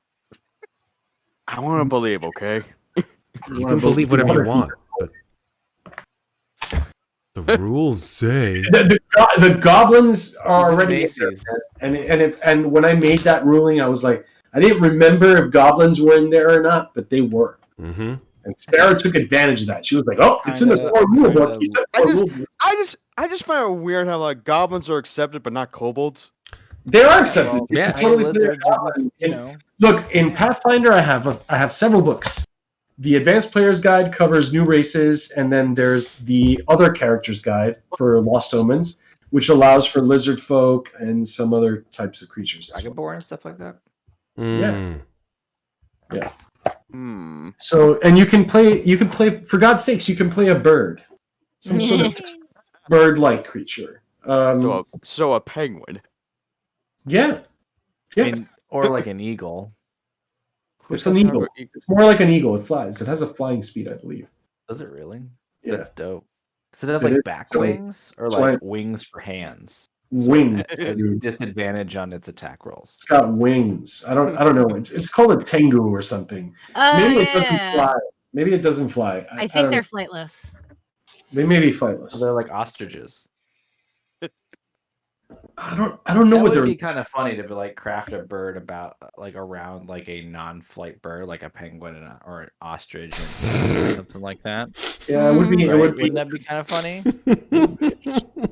I'm just telling Apparently you they're that akin to as you're crows. floating in and around the inner sea, people would Like- give you odd looks. It'd It be would. hilarious though. it would be like, what it would are you? literally be like what's that commercial? That Why is it now- wearing some pants? insurance Why right is now the bird utilizes an wearing emu. pants? But like instead of a fly speed, they have a slide speed for penguins. I love it. That's so funny. All right, so let's get back And to you Vanessa. double it if it's on ice. Back to Vanessa's character. Let's go. Let's do this thing. Let's get this. Let's get this. It's over with. Mm-hmm. What's next? Feta. All right, one Mira second. Frost.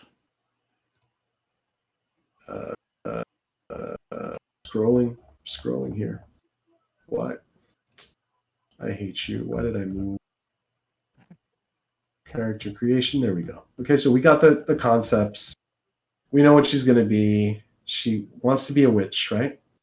Merchant. Oh, you didn't select your witch. You didn't select your witch. Where?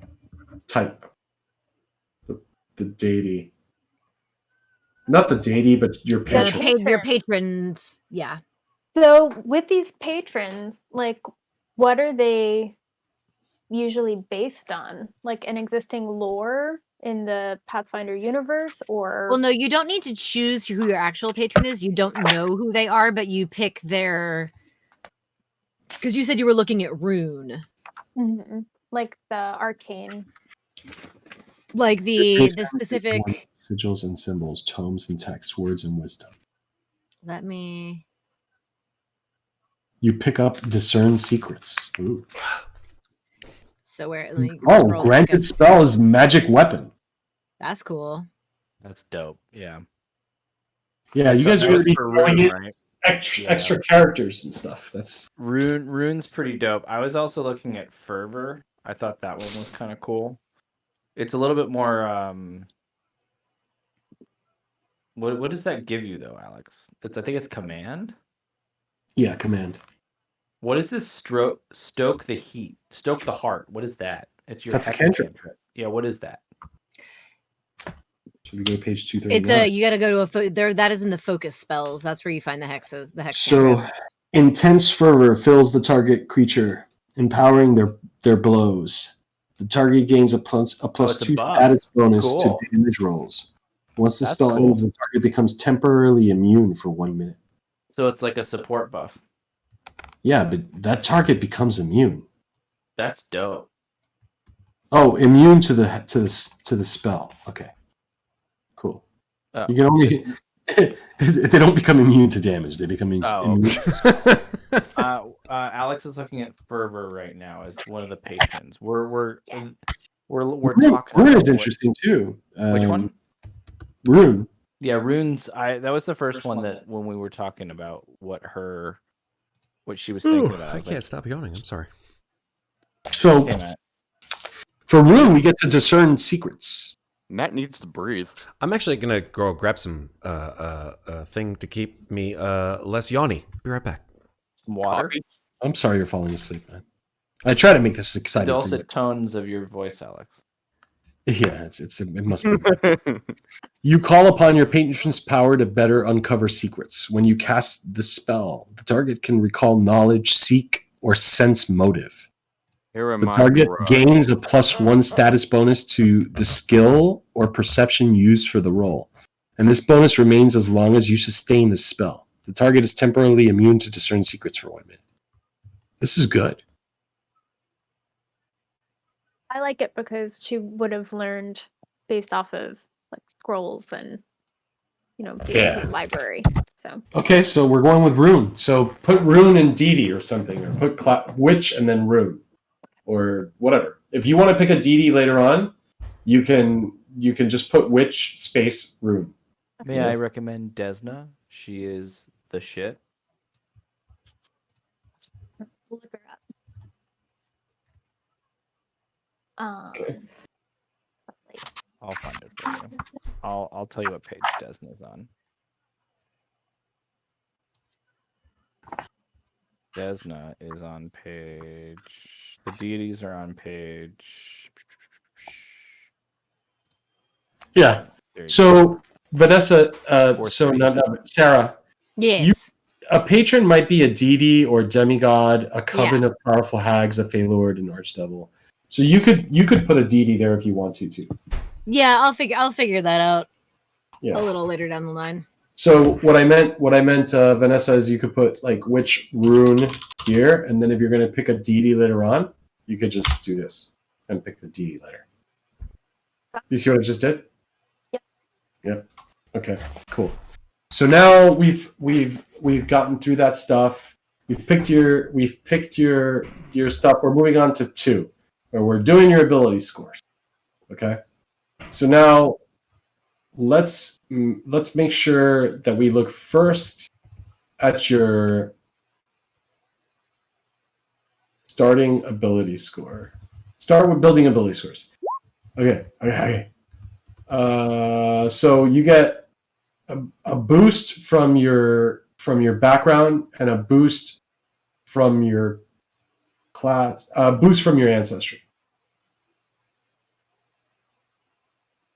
and a boost from your class.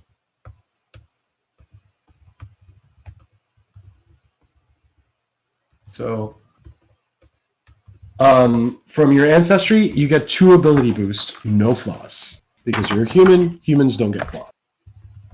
So let's go over to the human thing that I just closed because I'm a moron.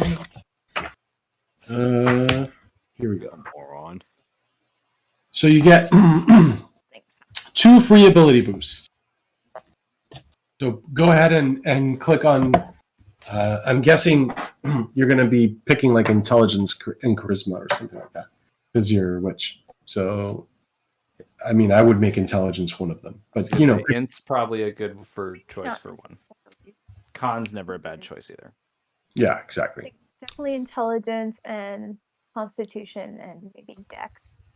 No, well, you only get 2 right now. 2. You get So 2. let's do So, selecting. I'm going to.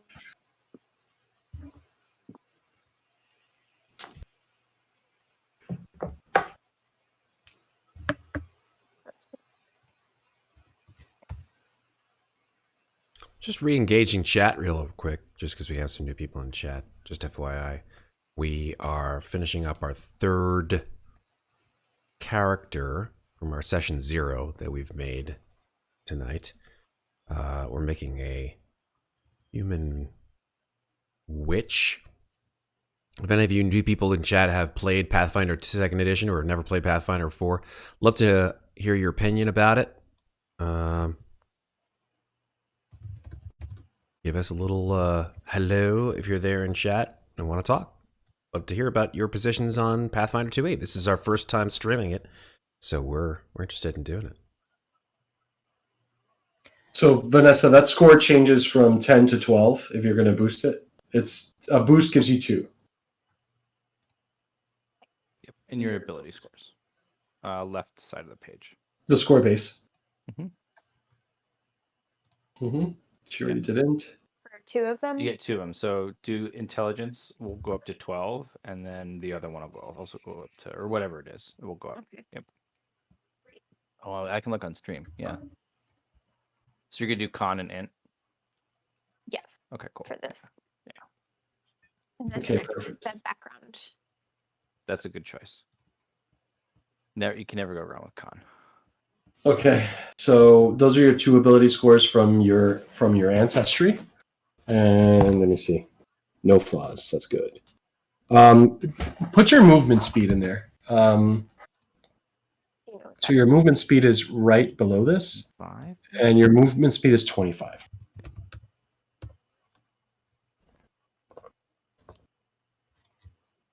Okay, and then the next thing that we're going to want to do is set your class DC.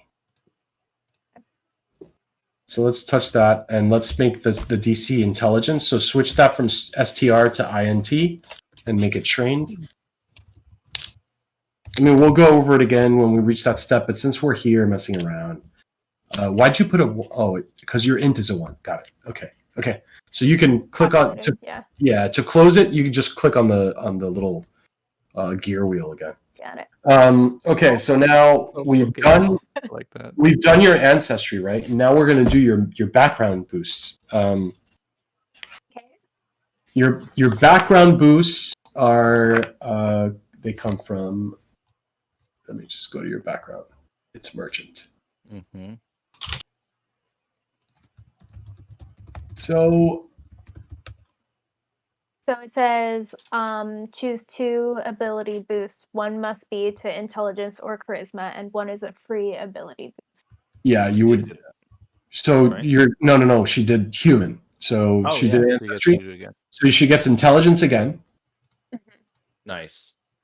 And I mean, you're a merchant, so remember you gotta focus on charisma a little bit too. You know. That's true. Okay, so I'll go ahead and 2 to each.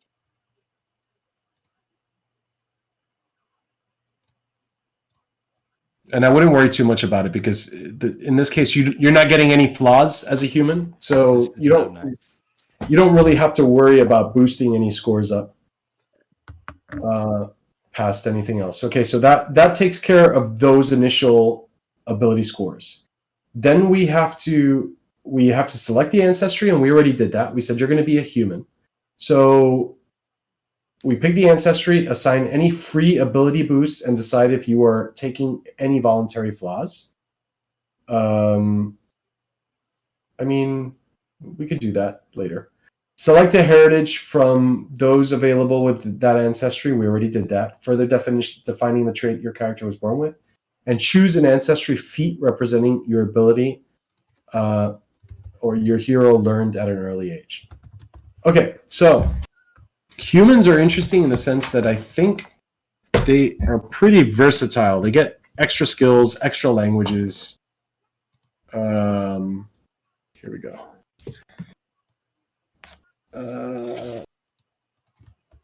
Yeah. So you get additional languages equal to your to your intelligence modifier. Choose from the list of common languages and any other languages to which you have access, such as languages prevalent in your region. We forgot to do that for you, Septur. So you got to go back, pick your languages, okay? But make sure you select it from your race. Let's go ahead and pick a human ancestry feat. So at first level, you gain 1 ancestry feat, and you gain 1 every 4th level.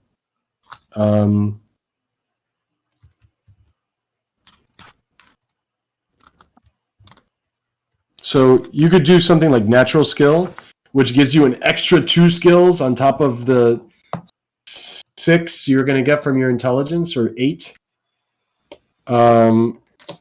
You could do an adapted cantrip, cooperative nature.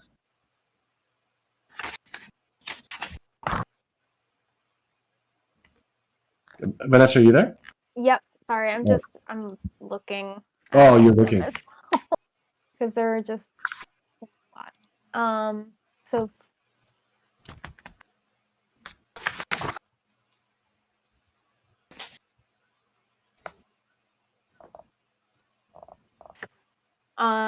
trying to find the page again. It's page 57.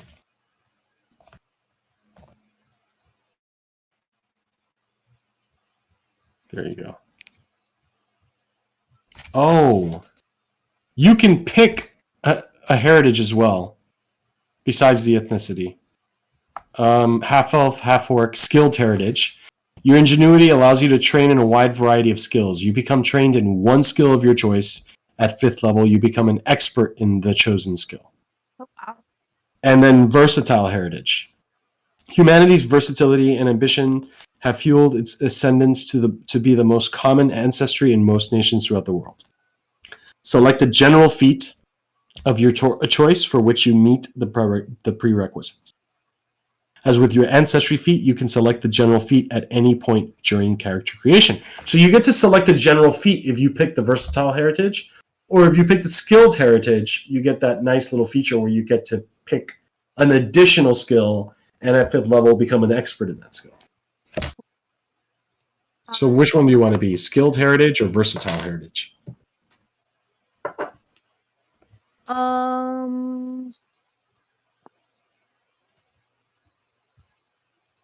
So feats and skills are sometimes the same, or feats are also sometimes spells? No. Skills are like deception, intimidation, are the checks that are all listed there. Feats are actually like actions that you can take sometimes, or sometimes they're passive, right? And sometimes they do other things. Like these racial ancestry things that I see here don't cost anything, except at 9th level I see incredible improvisation, which takes a free action. But it looks like these feats just modify things. Like, for example, general training. Your ability manifests in your mastery of a range of useful abilities. You gain a 1st level general feat. You must meet the feat's prerequisites, so you get to pick a general feat from the general feat list. Yeah, let's go with versatile. I think Okay. it fits your backstory, and then that feat Okay, so I'm going to be helpful. put human versatile. Okay, so let's do this now then. Alex, where are you putting that under, just so I can track? So ancestry and heritage, human, versatile, and then her ethnicity. Is that in one of the tabs I'm missing? I'm sorry, I didn't see the word where you put that. Under ancestry and heritage? Oh, there we go. Human, versatile, Vudrani. My bad. Sorry. I got you. Yeah. There we go. Yeah. So what we can do here, what we're going to end up doing here, Vanessa, is we're going to end up picking 2 feats. Okay. The versatile gives you automatically at 1st level a general feat, right? And you also get to pick a feat from your 1st level human feats. So either adapted cantrip, cooperative nature, general training, haughty obstinacy, obstinacy. Obstinacy. Obstinacy. Obstinacy. Mm-hmm. Gesundheit. Natural ambition, natural skill, and unconventional weaponry. This is a word not often said. And then if I go to feats, the feats section.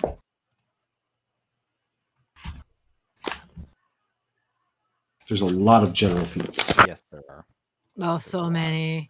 There's a lot. Yeah, but let's go through them because this is the Session 0, man. I'm trying to show people that playing a human ain't so bad. Humans Pretty dope. actually. You know the number one. There are a lot of really cool choices. The not to say that people aren't imaginative, but humans are the number one played race in tabletop RPGs. I would have to Really? disagree with- I Really? Yeah, they are. I'm gonna have to add adapt to that. I was actually reading something one time that was talking about how, like, if you come to think about it, humans are actually the most badass characters in D&D. Well, Because that's you're like, oh, I'm an orc. I have all this orcish stuff. I'm an elf. I'm like ancient and all this. And then it's like, my name's Larry. Yeah. And I Yeah, like to go Donnie out the plumber. and shoot things. Like, I Humans got are a so pipe and I hit people in the head with it, Humans and are so they die. boring. I think people So- choose human because it's simple. But It's so boring though. So, Oh, Vanessa, on 255, you get general feats, and there's actually not that many of them. Okay. Wow. I was looking at Toughness is a feat, dude. You Which can pick one up at first level. Toughness. really? Yep. Increase your What are maximum the HP conditions and of it? reduce the DCs of recovery checks. Wait, say that again? Increase your maximum HP and reduce the DCs of recovery checks. That's pretty sweet. And shield block is another one. Ride. Automatically succeed at commanding your mount to move. Feather step. Step into difficult terrain. That's a good one. Fast recovery. Regain more HP from rest. Recover faster from disease and poisons. Die hard. Die at dying 5 rather than dying 4. That's pretty cool. Canny acumen. Aw. Become an expert in a saving throw or perception. I think I saw Die Hard 4. Never mind. You took canny acumen. What did you switch it to? Battle medicine. You can't switch canny acumen to battle medicine, man. It's a Why? general feat. Oh, well, switch it back then. My bad.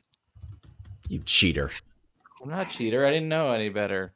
Never played this game Wow. before. I know the tag rules. Wait. Why didn't Hero Lab do that for him, Alex? Because he made his character with Hero Oh, Lab. no. He made it in Hero Lab, and then we transferred it over. But when we were talking, I was like, well, you already are an expert in perception, right? Mm-hmm. So there's no reason to be an expert in perception. So what I said is switch it to a saving throw, become an expert in another saving throw. But he was like, you know what? I'll take battle medicine. And in the beginning, before we started the session, and I was like, But you know what? It's not the same thing. It's not the same thing. You're right. You could become an expert in a saving throw, dude. So put canny acumen back Yeah. and make yourself an expert in some saving throw. Okay, Vanessa, have you? So Tell in us where terms you of- are. I'm on page 225 right now. So I'm looking at the druid feats. Why are you looking at druid feats? I don't know because we're to page 225. Like I thought you said. Jumping around a lot. 255. Gotcha. I She was looking changed at her the mind. human feats, and now there's right She's like, here in the middle. She's like, be- never be- mind. I'll be a druid. That's cool. I'll take it back. I think my brain would explode. Okay. We have Yeah, you have a table there. anything in allows the first table or anything that's level 1? Anything that's level 1 in the first general feats table. Table 5-1. All right, Alex, I'm an expert in perception. That's what I'm taking. You're already an expert in perception, so pick. Am I?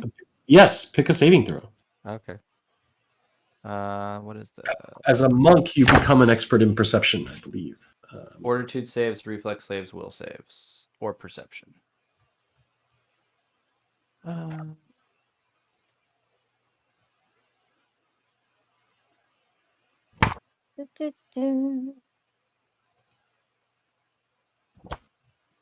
Yeah. Let's increase my max HP, I guess.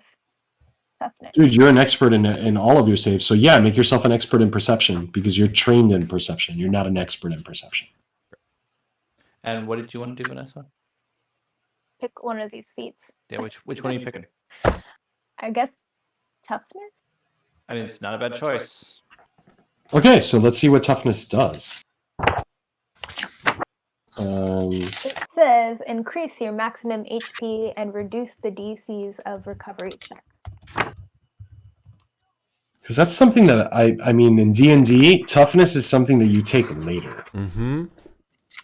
Because then all of the constitution It- bonuses. Just, Yeah, it all kind of squishes it together. So Mhm. like if you're level 5, you take it, or level 6, and you take a toughness, you get like everything that was prior. previous Yeah, to you wanna- the pick. Yeah. It kind of like stacks, Mhm. right? Exactly. You want to save toughness for later because Yeah, if it's the same mechanic, yeah, you do. Yeah. it says you can withstand more punishment than most before succumbing.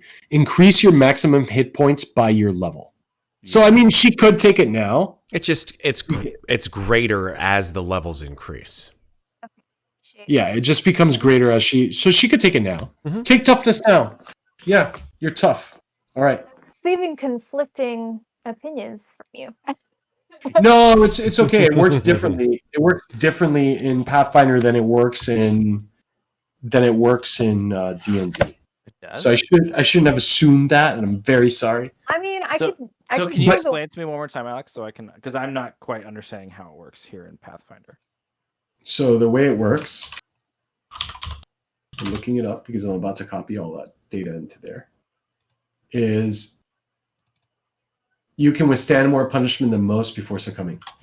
You increase your maximum hit points by your level.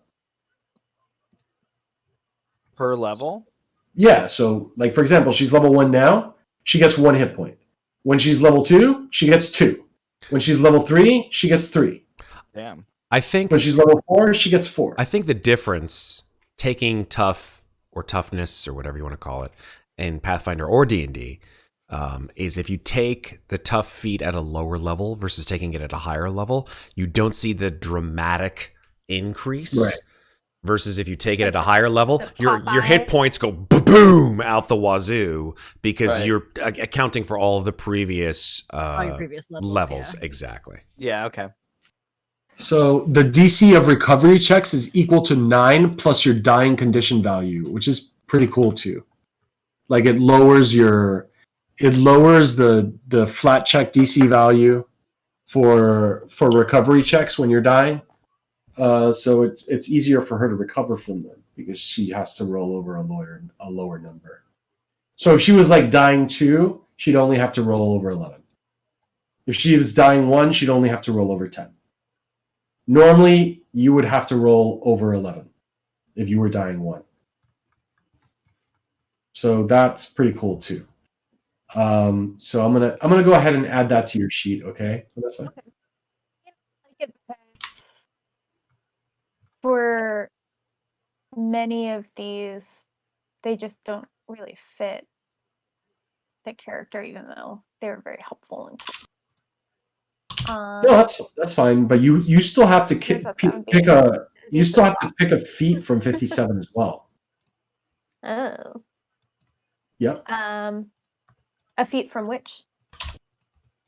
From first level. So on Okay. page 57. Yes.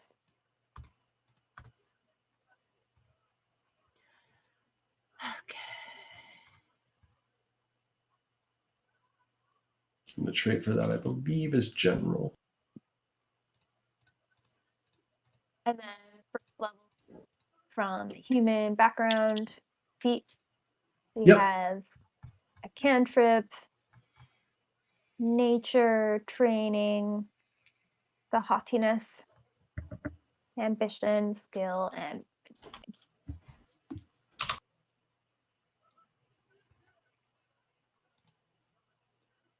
Yep.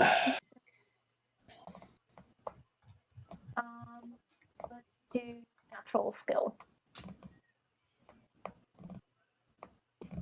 Like, look, you could take natural ambition, for example, and that would allow you to gain a first level class feat from which Oh. normally witches don't get at first level. Oh, I see that. You must meet their prerequisites, but you can select the feat later in the character selection. Well, yes. Let's go for that. So let me put it in there. All right. So Back that's to the a. table.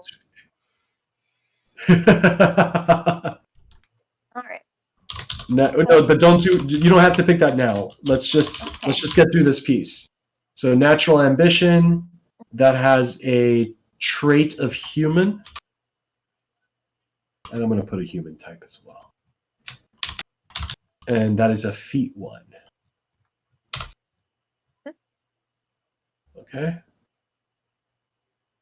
And let me put in the description. The natural ambition.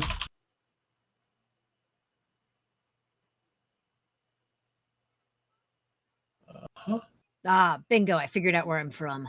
Bingo bongo. Yeah. So where are you from? The Mwangi Expanse. The Mwangi Expanse? It's a great Yes, because that's name. where there are swamps. That's where what? That's where there are swamps. Perfect. So just, you know Mwangi. The sodden lands. A swath Nice. of swampland and salt The marshes polluted deltas. held by rival gangs of scavengers and monsters, and alone in her hut. In the Like middle. Yoda on Yep. Dagobah. Only not nearly as friendly. Crazy. So Vanessa, remember that you get to choose a class feat. Okay? And I also get to add Bargain Hunter. You get to add what? Bargain Oh. Hunter feat. Yeah, you get to add your toughness feat. No, Bargain Hunter, her mercantile. Oh, her Her merchant feat. her merchant feat. We haven't gotten to that yet. We haven't gotten to background yet. Right now, we're just doing ancestry, believe it. Oh, okay. Sarah, So we're on. someone in chat really loves the Mwangi region. Yeah. Just a Yeah. feeling. Yes, Sarah. They're giving shout outs. Woo! Raise up from the Mwangi. Mwangi Mwangi. rep. Okay, so let's pick languages real quick. Okay. So get 2 extra common languages. Yes. Oh, you do? Oh, nice. Yeah, it's the same thing that you got, dude. You speak a shitload of languages too. I speak 3. She gets 2 extra ones. That's great. Also, She witches speaks are 4. intelligent, so they get a fuckload of languages based on their end. Yeah, so you know what? Let's save the languages to after we're done with the intelligence. Okay. 2 languages. I'm such a Well, dwarf basic, I swear to God, compared to the rest of you characters. I'm like, I hit things with my hammer, and then I drink. That's it. And then occasionally I pray to my god. I'm good. So now we're gonna do the background stuff, Chris. So okay, so the merchant stuff gives you some lore, Vanessa. Oh, you already added it. You already added the lore. To the skills. So okay, So it's so diplomacy and mercantile lore. so you got diplomacy already, and you already trained it. Good. Okay. And then now we have to do the ability scores. We already did the ability scores for your background, right? Yes. Yes. Okay. So we did charisma. Yep. And so there is the feat. It's the Bargain Hunter feat for the. Oh, Oh, yeah. so like, can you add it? Just remember, it has a trait and associated with it, and a level. Skill. Yeah, it goes under skill feats.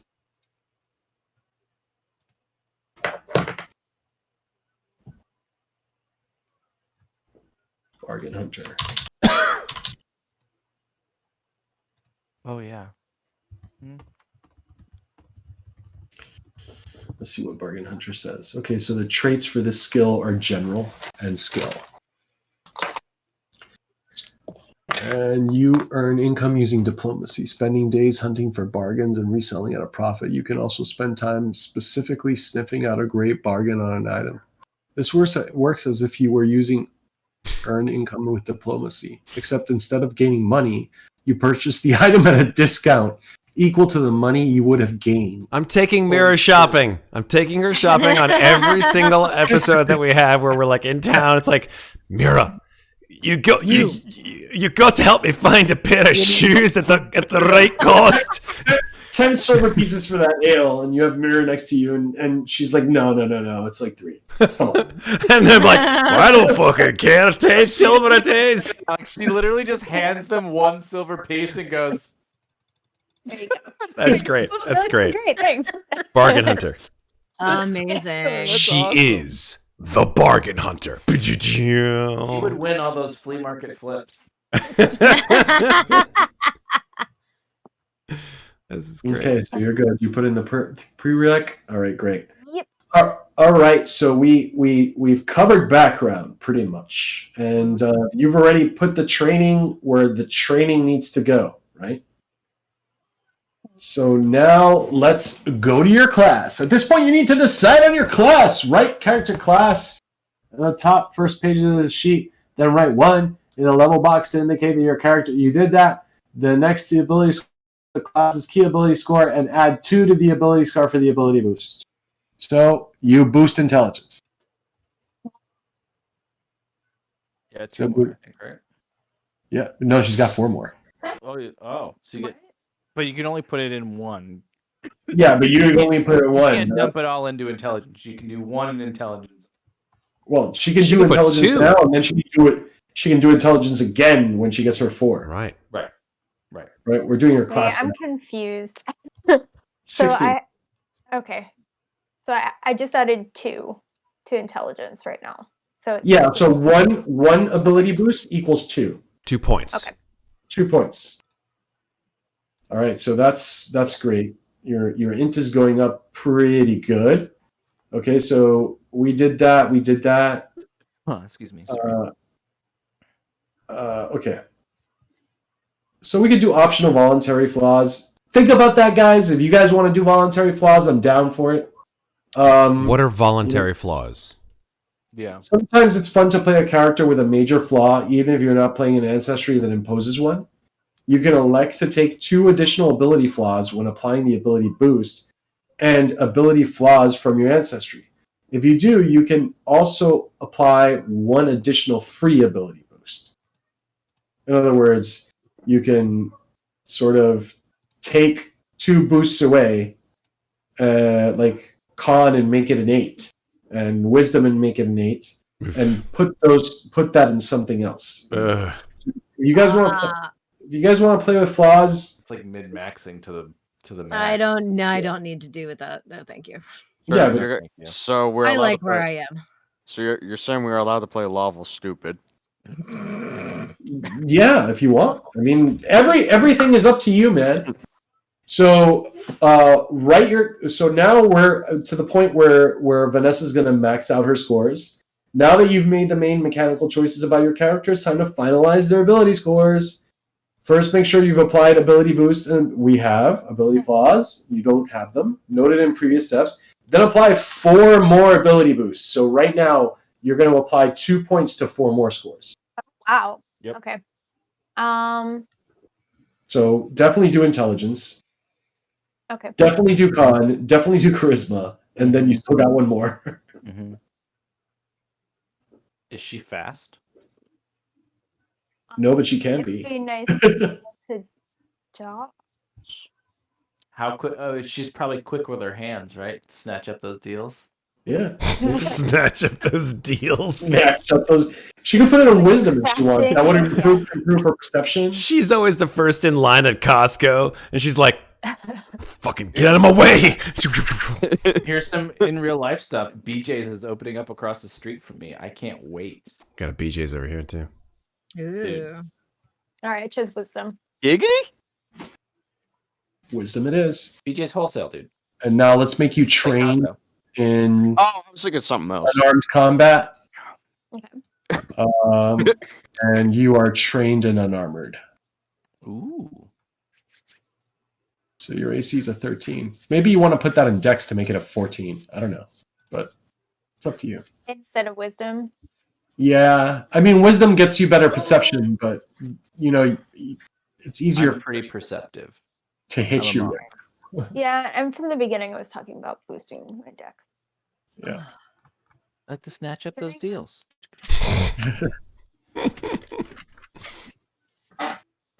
There you go. So you got. Really good at counting money. We have to do your max hit points. Mm.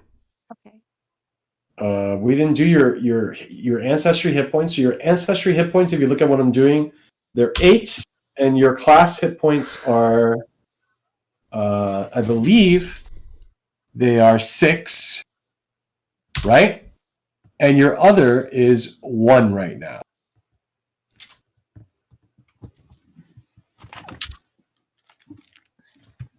There you go.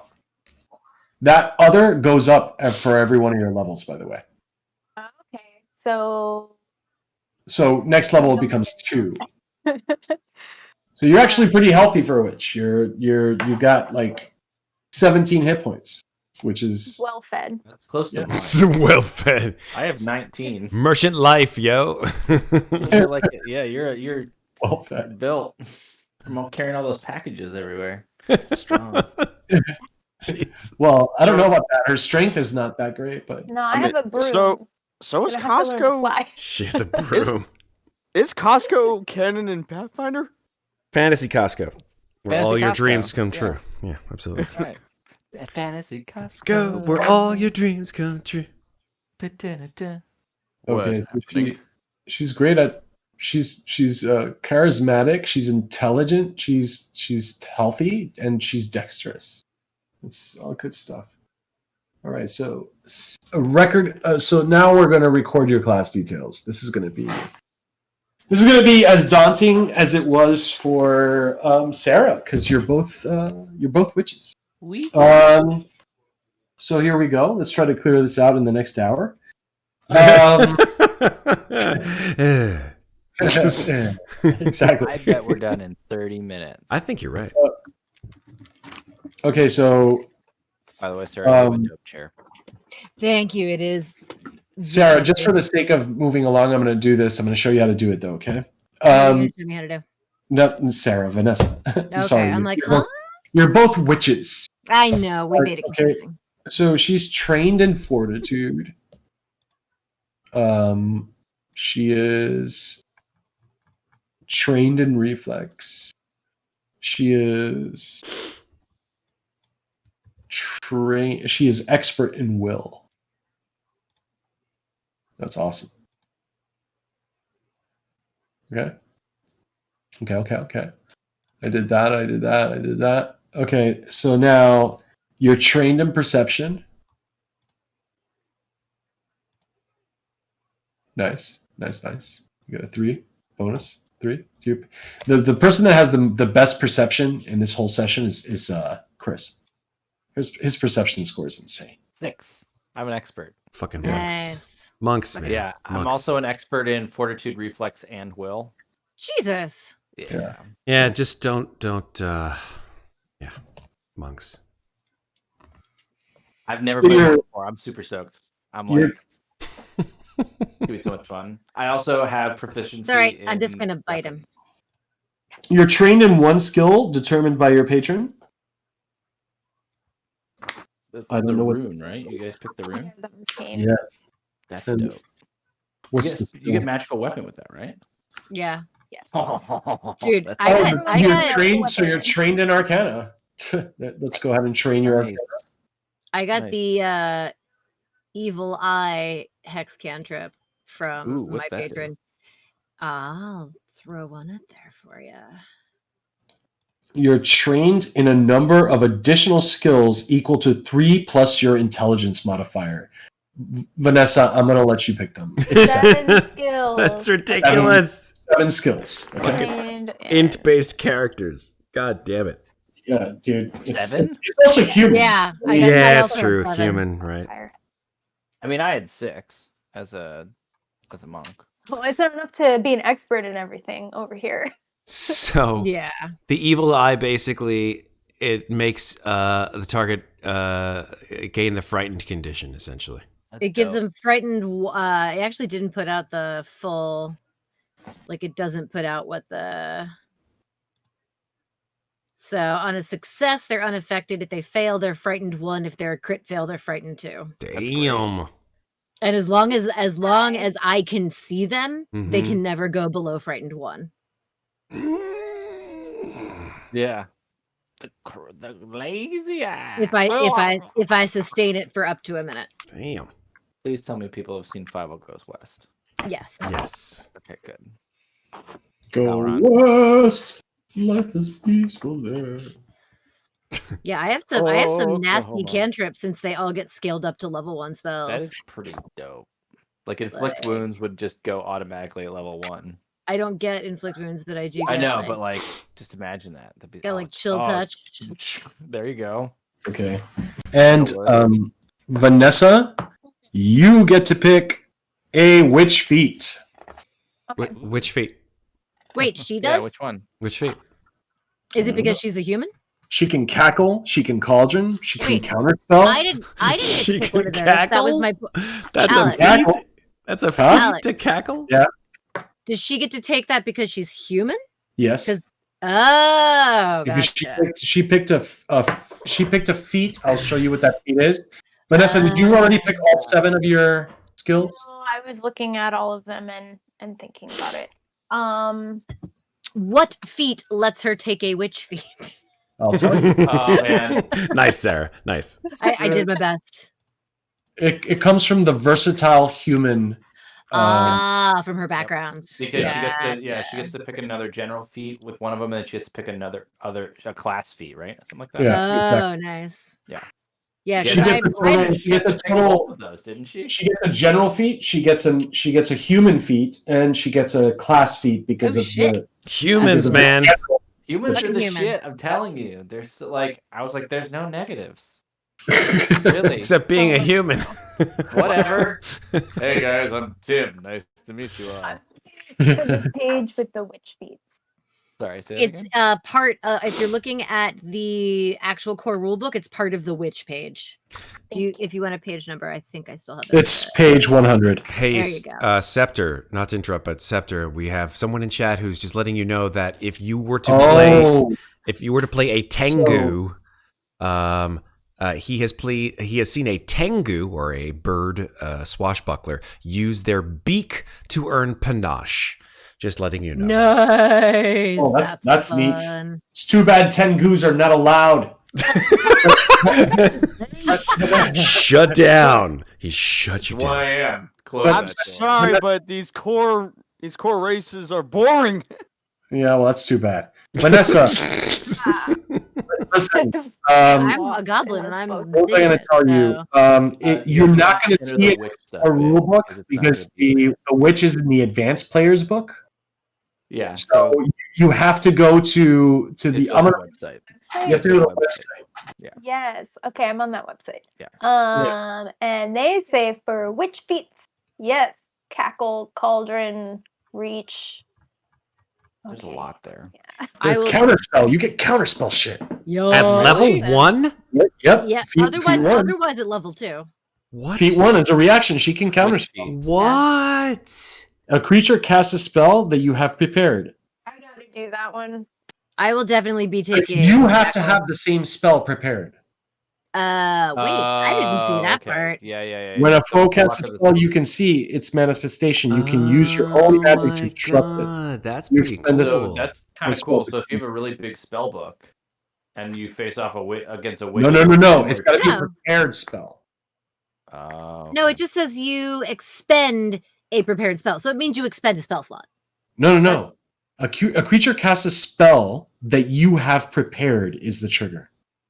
Meaning, Oh, have that spell I prepared. see it. Okay. Oh, that's not nearly Yeah. as I good. see that too. Yeah, so it's like if It's not you have nearly like as it's like a mirror image in your book, right? Oh, she's Mhm. gonna cast. She's casting this. No, you're not. Yeah, exactly. Because I have mirror image prepared too. And then I'm going to cast it, bitch. Yeah, it's like, now there's 5 of me. I thought it was like counterspell, like D&D's counterspell. Yeah, Yeah, like, same. What? Same thing I was Well, Cackle. Okay, you can extend one of your spells with a quick burst of laughter. You learn the cackle hex. I kind of want Cauldron, so you can use the craft activity to create oils and potions. Ooh, there you go. I like this. This goes And really then- well with your merchant background, actually. Yeah. You immediately Actually, gain what the she would sell, formulas for yeah. 4 common first level oils or potions. Oh, Oh, it's like alchemy. You're doing alchemy. Yeah, Dude. that's cool. there you go. We don't have an alchemist in the party, but she at least Yeah. She can make healing potions and shit. All right. crafter. Sweet. We have a crafter now. All right. So now you know how to add a class feat, right? You just have you finished selecting all of your? All of my skills? Yeah. No. Okay, just add the class feat. We'll go back to This that. isn't So a very layered. Well, I mean, if you think Going about back it to the page. too, Vanessa, for your skills as a merchant, what would you use? You'd probably use like 2 seconds while I write Cauldron. And that has a witch trait, and it's feat 1 for level.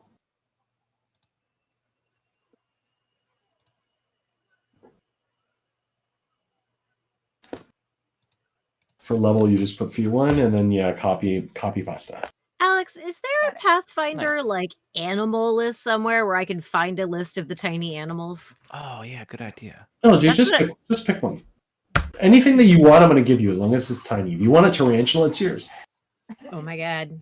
A talking tarantula, or I was like, because I was like, first I was like snake, and then I was like no, but like, I saw an art of a goblin with a a toad sitting on their head, and I'm like, I'm a swamp witch. Toad might be cool.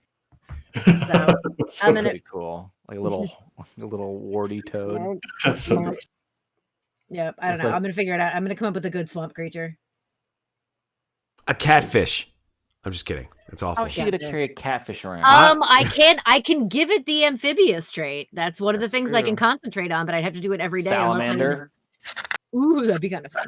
Okay, so Vanessa, you got to finish picking them skills. I am. I just picked crafting, so that's I was gonna one. say, so think about like as a mercantile person, what skills would you use potentially? Like, are you deceptive? Do you deceive people into getting the deals that you want, or are you more performative and you talk your way through getting them to give you the best deal possible?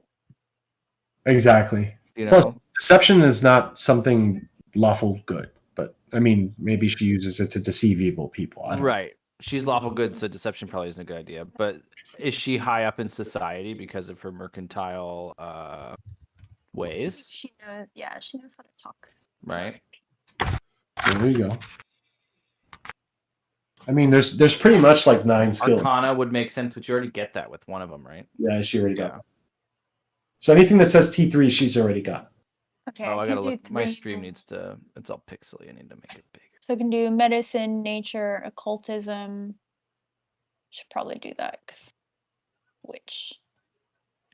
Well, your witchery is coming from Arcana, not occultism. Oh, so I don't need occultism. No, you could take it, know it. Like it's great. It's a great thing to have. Anything that's occult that comes by, you'll know. You'll be able to do a roll and maybe get a good score.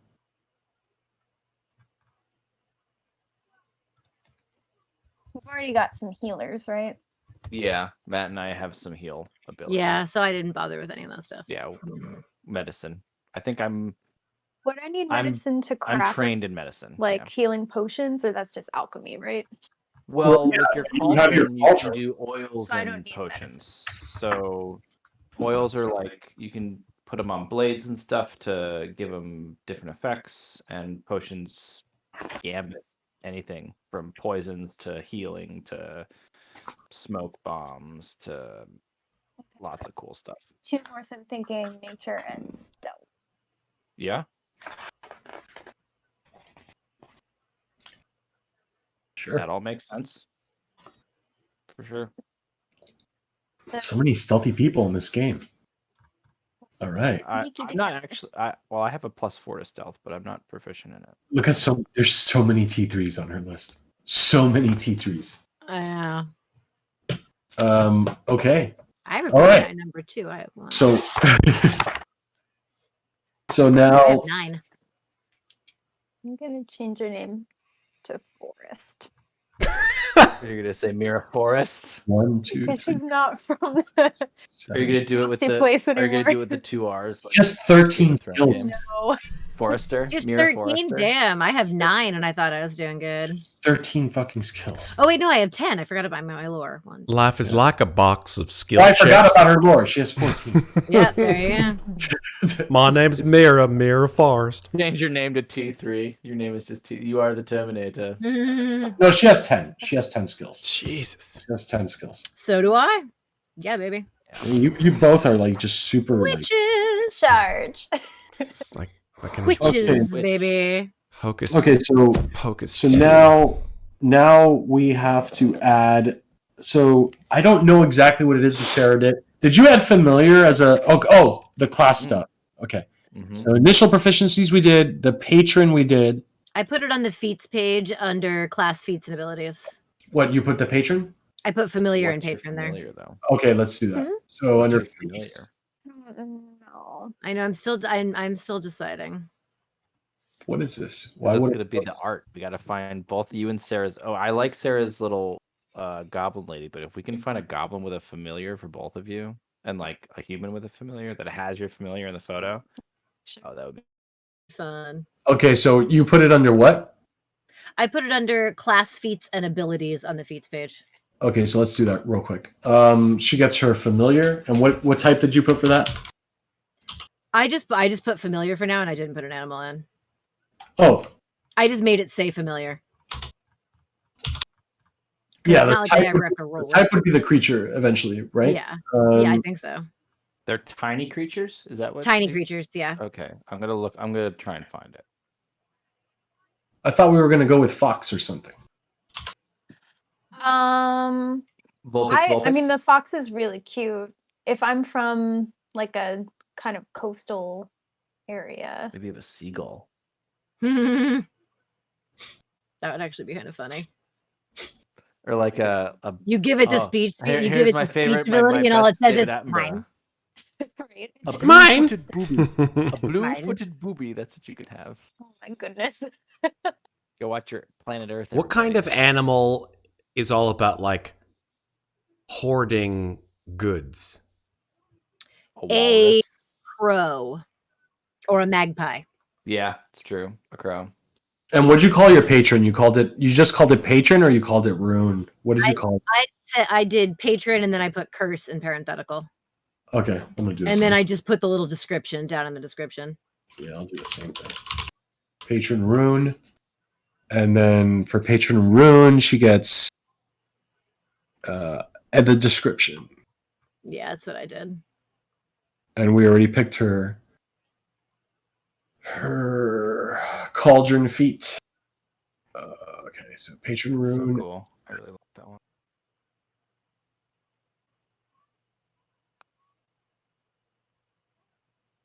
Should I have a ferret? Ferret. Do it. That'd be sweet. That'd be super cute, like a little white ferret, a little albino ferret. Pink eyes. Like that movie. Except that they had two ferrets. What was the The fucking movie? Beastmaster, dude. The Beastmaster. Beastmaster. Yep. Two ferrets. Fucking love it. Kodo and Podo. Yes. Yes. Yes. And the tiger they're and the cute. crow and I think does he have any? You want a I think ferret? That was it. Maybe because they're Nice. supposedly from like the same area. Maybe Vajrani would be based on. Which spell casting and hexes. There you go. So she's already got her hex, right? She gets her hex cantrip from her patron. Yeah, which is Mm, discern secrets. yes. Oh yes. Okay, so you could just put that in your spells list later. There's a space for focus spells, and that's where they go. Where is this space for focus spells? On the spell sheet at the top, Oh, I you see can it, add I focus see it. spells, and that your hexes are focus spells. And you start with how many focus points? 1, right? 1. Yeah. Yeah. That's why I want that cackle so I can make it 2. Yes, it's going to be amazing on your character too. I know exactly. Well, but you can always regain a focus point by spending 10 minutes using the yeah. So like you use it and then you spend 10 minutes to get it back for the day. Yeah. Yeah, and I think as you level up, you get more focus. And well, the thing is, your hex cantrip doesn't take a focus point, and that's all she has right now. Discern Secrets is a hex cantrip. Yeah. You But gain. I you think gain her cauldron costs a focus point. No? I'll have to look that up again. You use a craft. No, there's no focus points involved in that. It's just a feat. Well, she just has a cauldron. She walks around with one. Yeah. It's collapsible. Yeah, it's magic cauldron. For 4 common first level oils or potions.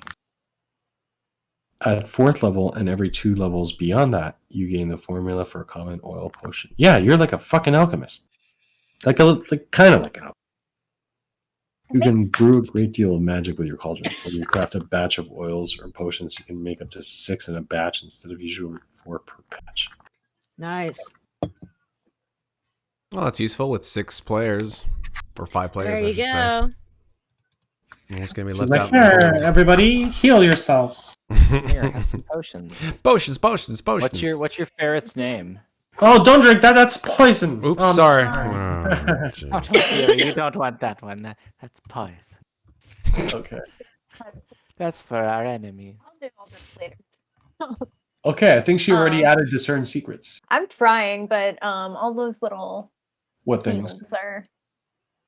Show me where the problem is, and I will help I you. copy and paste the description and stuff. Description. Okay. And what the duration is 5 minutes. How many actions is it? 1 or 2?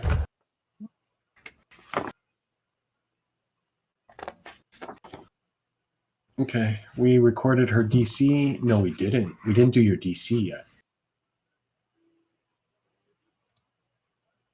You trained in your spell DC, which is 17. There you go.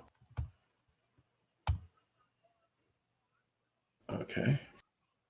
Does it have heightened effects or? Yes. I'm gonna.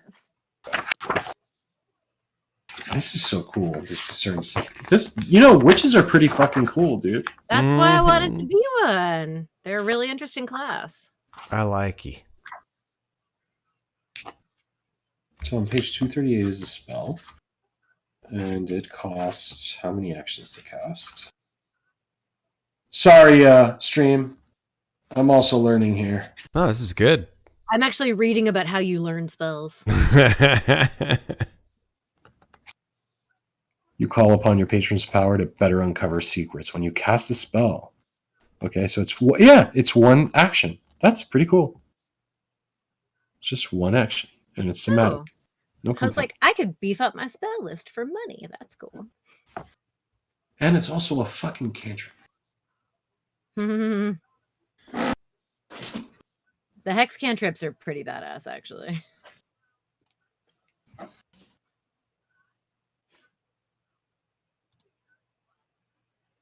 Oh, this is great, guys.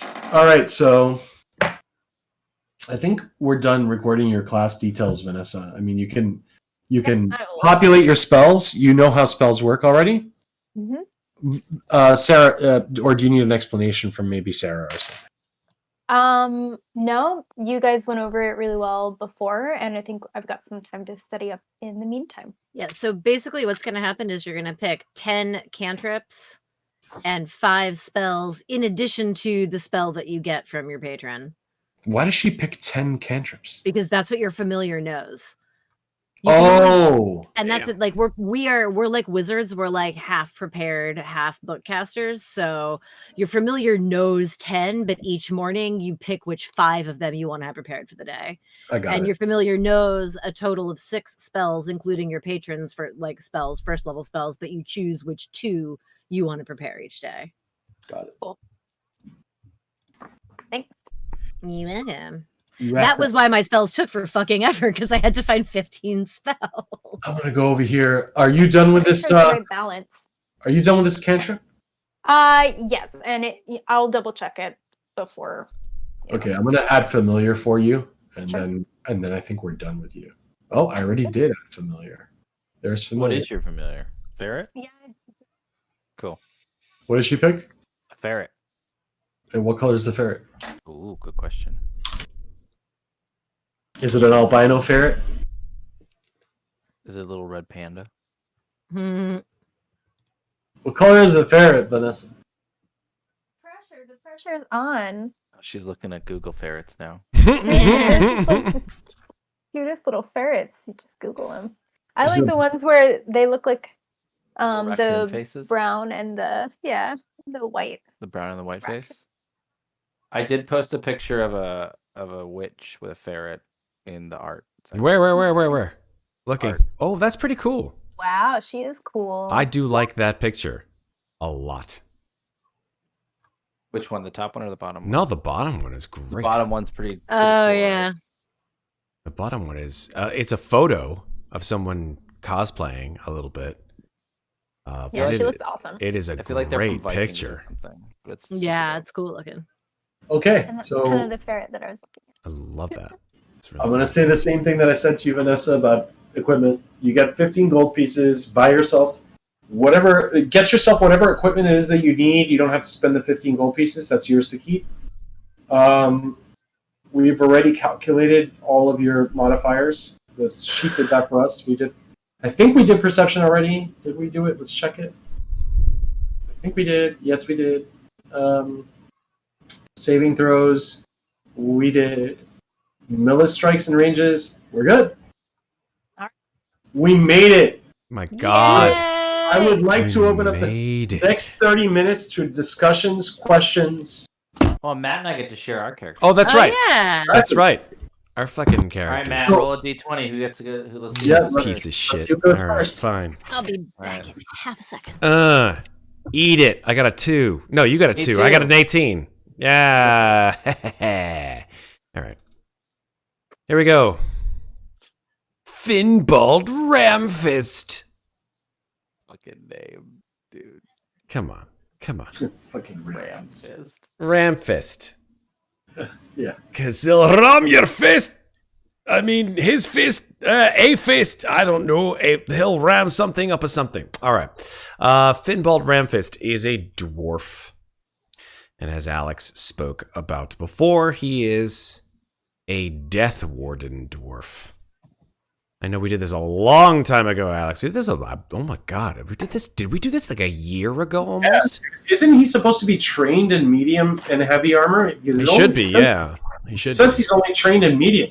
Well, maybe I don't know about heavy armor. Let's see what armor he has. Hold on. Did we even put it in the inventory? Yeah. Yeah. Yeah, he's done. Chainmail, right?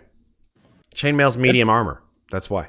It doesn't matter. It's not that. It's based on your class. Oh, I see. Yeah, I don't know if Death Warden dwarves are automatically proficient in heavy armor. You can Let's take a find look. out, man. All right, dude. Let's do it. That's why Let's we go do to these. dwarves. Make sure everybody's all set. Session 0. Heck yeah. Now you're a special kind of dwarf though, because you have dark vision, not just low light vision. That's correct. Because unlike Dungeons and Dragons, dwarves don't automatically have dark vision. Neither do elves. That's right. Neither do elves. Which You is get low light vision though. right. Low light vision. And let me go into what that is, because that's I think in where's that in feats? I think. Feats. Yeah, dark vision. Boom. So you, sir, are trained in all armor, trained in unarmored defense. Motherfucker. So go back to your character sheet. Yes, I am. Here. There it is. Train everything down there. Everything down there should be trained. That's It's all untrained.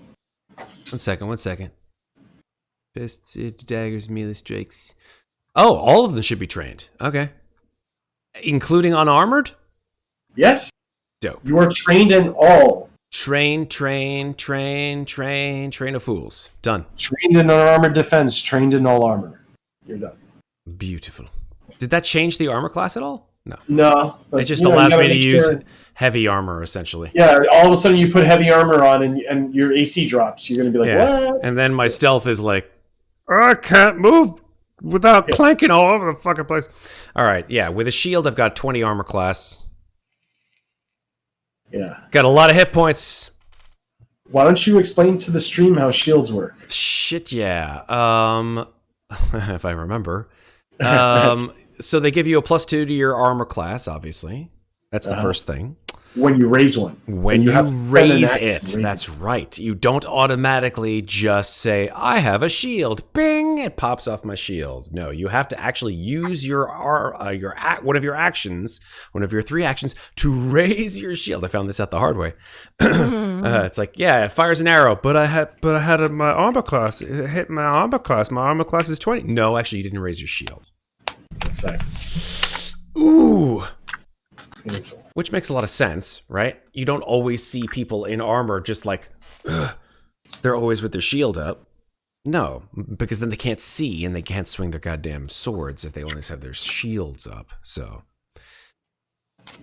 oh, that's interesting. They updated the Roll20 character sheets about 2 months ago for Pathfinder, so they probably made them better. Thank you, gamer. Yeah. All And guys, you know why do you have no HP for your shield? You should have HP on your shield. Hardness, right? Oh no, Right? HP.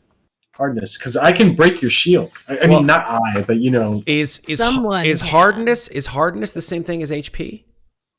No, but by default, a shield has a certain amount of HP. Mm-hmm.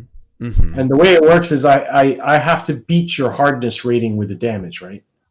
So if I beat your hardness rating with the damage, Yep. right? Let's say I roll over 8 damage, Yep. then hardness absorbs 6 of those points Of those of damage, 8 points of damage, yep. and 2 of them go to either the shield or you distribute it between yourself and the shield. Okay, so how many hit points do shields have? It's on the equipment list. Okay, let's take a look. Cool. My steel shield has... Say that 10 times fast. My steel shield has... It doesn't say. What? Hardness 5. It doesn't say how many HP it has. Should say. Well, it should have 5, not 6. That's the weird thing. It should be 5 hardness, not 6. It only So- costs 20 silver pieces too. It does, right? Cheap-ass piece of crap steel shield. With Vanessa's character, you'll get that for like 12. I already bought it. So a steel shield has 20 hit points, Okay. and BT is 10. All right, so let me change the hardness to 5 instead of 6 because it should be 5. And BT is 10. Hit point max is 20, correct? You said? Yeah. Cool. Excellent. Boom. Hit point max is 20. Exactly. Yep. Okay, cool. So now we have our shield with 20 hit points. Before I have to get a new shield. And I'm like, Mira, get me a deal on a shield. Well, first they have to get past the hardness rating. Yes, yes. But eventually it will wear down and I'll be like, we near a town? Shit. Anyway, 22 hit points, armor class of 18, shield 20, etc., etc. Dragging his shield behind him. What are you doing? It's just, they told me it was good if I painted the American flag on it. All right. Well, maybe it'll be great if, we're on like a mountain, you could like slide down it. You could use it as like a sled. That would be cool. I'd like that. My perception is garbage compared to most of others. And my speed is 20 feet. I'm coming. Oh, he's coming. I'm gonna get you. Yeah, Like a guys. snowball. You just Hold on. gain momentum. Very good over short distances. All right. Why don't you show us some of your feats, man? Oh yeah, my feats, of course. Let's see. Where are we? Feats, of course. Here we go. All right. First feat from my ancestry is called Vengeful Hatred. Ooh. Vengeful Hatred, which is specifically a feat I don't know why it says giant. Did I put that in accidentally? Probably. No, giant dwarf. giant is what you vengefully hate. Oh, right. That makes sense. Right. I hate giants. I have a Napoleon complex. bigger than So, you. oh, absolutely, 100%. They're like fucking pieces of shit. Fuck, gotta get over here. They're 15 feet taller than I show am. Your heart aches for vengeance against those who have wronged your people. Little backstory. Choose one of the following dwarven ancestral foes when you gain vengeful hatred. Drow, Duergar, Giant, or Orc. You gain a +1 circumstance bonus to damage with weapons and unarmed attacks against creatures with that trait. So, +1 weapon, +1 against Giant, basically. If your attack would deal more than 1 weapon die of damage, the bonus is equal to the number of weapon dice or unarmed attack dice. So just more damage, essentially, as well. In addition, if a creature critically succeeds in an attack against you and deals damage to you, you gain your bonus to damage against that creature for 1 minute, regardless of whether it has the chosen trait. So I don't care if you're a giant or not. If you crit me and deal damage to me, then I get that bonus to damage Nice. on the creature that crit me. I'm like, That's you hit me in my beard. Right? Exactly. Love it. All right, so I've got Dark Vision, I've got Vengeful Hatred, and then, of course, being a Death Warden dwarf has a specific thing to it as well. If you roll a success on a saving throw against a Necromancy effect, you get a critical success instead. That's right. So don't nobody, kill the Necromancer. I'll take care of him. And then retributive strike, which reminds me of a D&D 5e class feature for some reason. Yeah, absolutely. A retributive strike should be champion, but for some reason it's champion.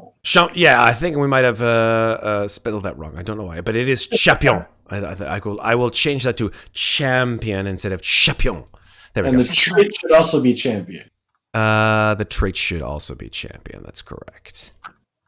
Gotta stick with these traits. Pathfinder is all about traits, man. Traits. Done. All right. Okay, cool. So yeah, retributive strike. You protect your ally and strike your foe. The ally gains resistance to all damage against the triggering damage equal to 2 plus your level. So you get a 3 resistance to all damage if you're one of my allies. If an enemy damages an ally of mine within 15 feet of me. Septur, does that remind you of anything? It sounds like Pharaoh's type mobility. Yeah, it sounds like a Pharaoh's type ability. Yeah. So, if the foe is within reach, this is the. It's kind of like that actually. One of the abilities that Pharaoh's has, I can't remember the name of it. But if a foe damages a friend of yours, he can take the damage himself. Well, that's one of it, but it sort of combines that with another one of a 5e ability, which is to take that damage. Rebuke the violent. Very good. You take that ability, you take that damage, and you have it go back on that creature. So it's both. You give your ally additional resistance, and you take that damage and throw it back on the guy. Oh, wow. Mm-hmm. Nice. So yeah, that's retributive strike. Okay. I think that's it for feats. Well, you got spells, though. I do have spells, amazingly so, as a champion. You have focus spells. I don't think we chose them, though. Nope. The only thing... No, you're right, I did. I chose... Oh, there were only 2. There are only 2 spells. I get 2 focus spells as a paladin. I get Protector's Sacrifice, which is an action, and you protect your ally by suffering in their stead. Sounds familiar.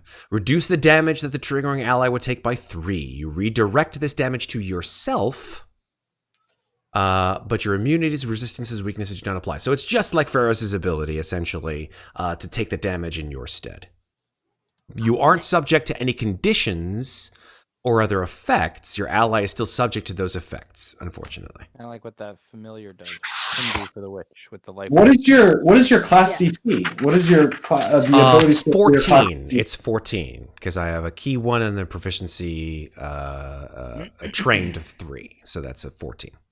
But wait, I thought your charisma was supposed to be super high. I don't think so. I think I might have picked. My charisma is a 12. Yeah, I picked a strength and con. So Okay. I wasn't going to go spelly. I decided to go more strengthy. Okay. But good question. Yeah, so that's Protector Sacrifice. And then, of course, Lay on Hands is the good old paladin ability that every fucking person has and everybody who's ever played a paladin, which is like, heal me! Touch me, heal me! You get hit. You give a living target 6 hit points. If the target is one of your allies, they get a +2 to their AC for a round as well. Oh, nice. Against an undead target, this is where Lay on Hands works really well. You deal 1d6 damage, and it has to do a fort save. And if it fails, it takes a -2 to AC for a round. So you can lay on hands on a friend, or you can touch a bad guy and have him go. And that's a focus spell. That's how that works. It is indeed a focus spell. That is correct. Okay, cool. Yeah. So I think that's it. That's my character in a nutshell. He's a lawful good Galdiator. I spelled that wrong too. God, what the fuck is wrong with me? Matt, were you drunk when you made this? Maybe Probably. a little bit. No, we might have been going fast because we spent like 3 hours doing it. We did. And then But my deity's name is Torag, who's the dwarven god of beating the shit out of your enemies. That's why Finbald Ramfist is just the champion of Torag. And I'm proud to be a weapon of his guidance. And that's it for Finbald. Flip it over to the last gentleman of the evening, whose name is... What up? What up? Let's talk about your character. let's Hi, go. everybody. Yeah, pull up my. I did. sheet. I did. Except you spelled your own name wrong, Chris. You spelled your name as Chris Passier. Good job, dude. I didn't actually put that in there. Good job, Alex. Pacework. There you go. All right, let's go. Oh, it's pacework. Actually, Oh. noted from chat, you're missing the shield block. I am missing the shield block feat. It's free with my class lets me block an attack with my shield. It then takes damage reduced by hardness. So let me take that feat. Thank you, sir. I will do Thanks, so Jet. Cool. right now. Thank you, Galen. So yeah, let's look at this sheet here. I'll So put that this in is- after, but thank you. Go ahead. This character, I will not lie, is 100% based on Aang from Avatar. Nice. I thought of it. I was like, well, we know in the storyline that he like goes on to the city and does a bunch of stuff. If you've seen Korra, right? Mhm, So what mhm. happens like before he gets to the city? So maybe this is something like that. So he's a young man. His name is Qonit Sonra. He is a monk to the deity of Desna, and Desna is pretty dope. I'll give you a description here. Desna, the kindly song of the spheres, presides over dreams, luck, stars, and travelers. An ancient goddess, Desna delights in freedom and mystery, and she encourages her to do this. I mean, and since your guy's been traveling from the, I don't know if it can be called the The far other side of the world. Yeah. Yeah. So Qonit is from I'm sorry, he is Tien. So he is from like way across the other side. It was like the Golden Horde or something like that. Right. The Golden Road, isn't it? I don't remember. Something like that. Oh, he was born in Katapesh. That's right. Yeah. Which is like the other side of the world. And he's a monk. He has martial discipline as his background. He has skilled heritage as his heritage, and he's a human. What did you pick for your skilled heritage? I Skills, do you remember? I think think you went general training and then think it was general training. yeah. And then let's see what else. He's medium of size. He's neutral good. So he just kind of, he'll go with the flow a bit. He's pretty strong. He's very fast, and he's pretty hardy. He's a little wise. His His AC is ridiculous. He is 19. And you have a shield too, right? Oh no, you don't have a shield. That's right. Your AC is. I am a shield. You are a shield. I am a shield. That's My great. arms So are when a mine shield. breaks, I'll just like strap you to my arm, and that'll Yeah, I'll be the just end. be of like this. There you go. My perception's ridiculous. So I took Uncanny Acumen as one of my feats. Or Canny Acumen, excuse me, which gives me proficiency. I'm an expert in perception Nice. at level 1, which is I was just like, yeah, of course. Why not? I speak Common, Tien, and Sylvan. So if there's any we do have an elf, right? In that group. Yep. Septur. So. Septur's the elf. Yep. So we can Talaron, you and I can talk Sylvan to each other. Does he speak Sylvan? I do. I have lots of languages. Oh, nice, sweet. Septur, you're muted, buddy. You're muted. We can't hear you. Am I supposed to speak Sylvan? Yes. As an elf, you should. Yeah. You're an elf. It's part of your. Yeah, I think it comes with your. So, race. yeah, you speak. You speak Common, Sylvan, and then we're from your region, right? Hang on, that doesn't sound right. And you also had to pick a third language, right? We talked about that Mhm. too. Well, No, he speaks Common and Elven, not Oh, Sylvan. Elven. Oh, Sylvan is not Elven. That's correct. Yeah. Sylvan No, is it's like not. Elven is the language Yeah. of the Fae. Yeah. Sylvan is Fae. not.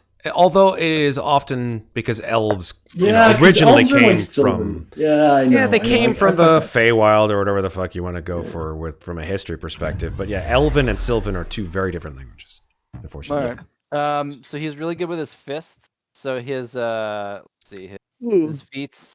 I have Catfall, so I can basically like catch myself. Hey, Elliot, thanks for the raid, buddy. Oh, hey, thanks, Elliot. Hey. Nice. Thanks, Elliot. Let's see what else I got here. I can do Powerful Fist, so it's like super hard. And then Mhm. there's Flurry. I always say Furry. Furry Flurry of blows. Whoa, Furry, that's a different. furry of blows. Flurry of That's blows right, watch is, out for is those someone's flurry of porn blows. name. Why don't you click on Flurry of Blows and show us what Flurry of Blows does, man? Yeah, to see how different I it can is from attack rapidly with 5e. my fists, feet, elbows, knees, and other unarmed attacks. And I gain Flurry of Blows action. I can make 2 unarmed strikes if both of them hit the same creature.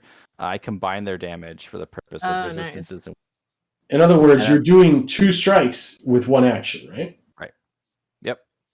You do Is still that- apply the multiple attack penalty to the strikes, though.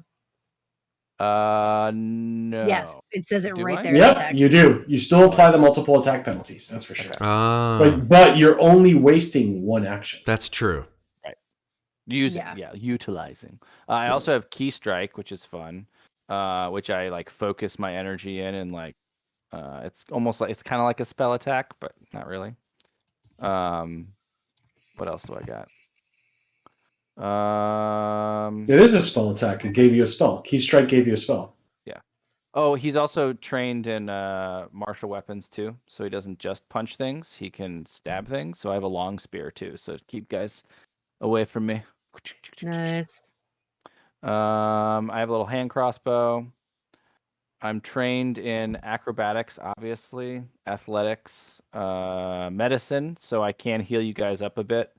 Nature, religion, survival, and warfare lore. So Ooh.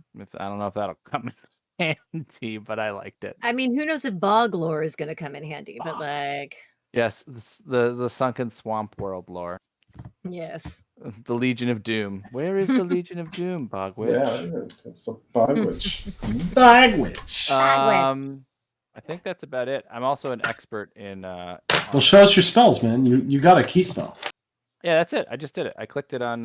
It's Key Strike. That's your key spell. Yeah, it's right here. Oh, no, that's Key Strike. Go to your spells. Oh. He's got the it. fuck? Key Strike. What Focus. the fuck does Key Strike do? Well, click it. Let's find out. There you go. There we go. Key Strike. Whoosh. Oh, I guess the first one didn't click the actual. Yeah, macro. it didn't Yeah. give you the background. Oh, that's the actual feat. Oh, okay, this is like the actual action. So the Okay. feat Yeah. gives you the spell, it seems like. Right. So yeah, I focus my Oh, key into nice. magical attacks, and I make an unarmed strike. Oh, I can attach this to flurry of blows too. Yeah. That's dope. I gain +1 status bonus on my attack with the strikes, and a deal 1d6 extra. That's great.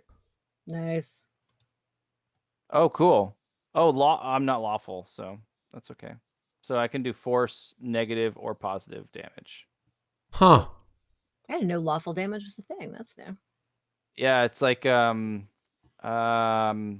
paladins with like divine smite, right? That's kind of That's like a radiant kind of deal. Negative being Gotcha. necrotic and Yeah. or positive. I guess I don't know. Yeah, except radiant damage here is positive damage, and negative damage is necrotic. negative Lawful damage is like, necrotic. hey, I am the law. Damage. So there you go. My bullets can heal from negative damage. Oh. Your balls can heal from negative damage. Bullets. I thought I heard that too, Alex. Oh, My balls can hear you from negative damage. I'm tired as fuck. That's okay? fine, dude. It's fine. It's fine. Hey, We're all a little dude. loopy. Hey, yeah. listen, I knew this was going to be a long session, and that's exactly why I wanted to run it. No, it's good. I'm glad we didn't have to do all 5 of us. All right, Yeah. 3 is enough. 5 is 2 sessions. You guys worth. want to hear my crazy long spells? My crazy long spell list. Yes. All right. You have to do it, so- but you have to do it in song form, Sarah. Well, you have to also show us your character sheet. That's the thing. Show us your character sheet. You gotta post the spells out. You gotta roll them. All out. right. So for my focus spells, I've got Evil Eye. Oh God, I have to go through and say yes. It's going to be a public roll on every single one, which imposes a malevolent hex, so I can basically frighten people and impose a frighten. To let condition. everybody know, Evil Eye. Sorry to interrupt. I mean, with her, Evil Eye is really a fucking evil eye. Yeah. You've seen her eyes. Her eyes are- Yeah.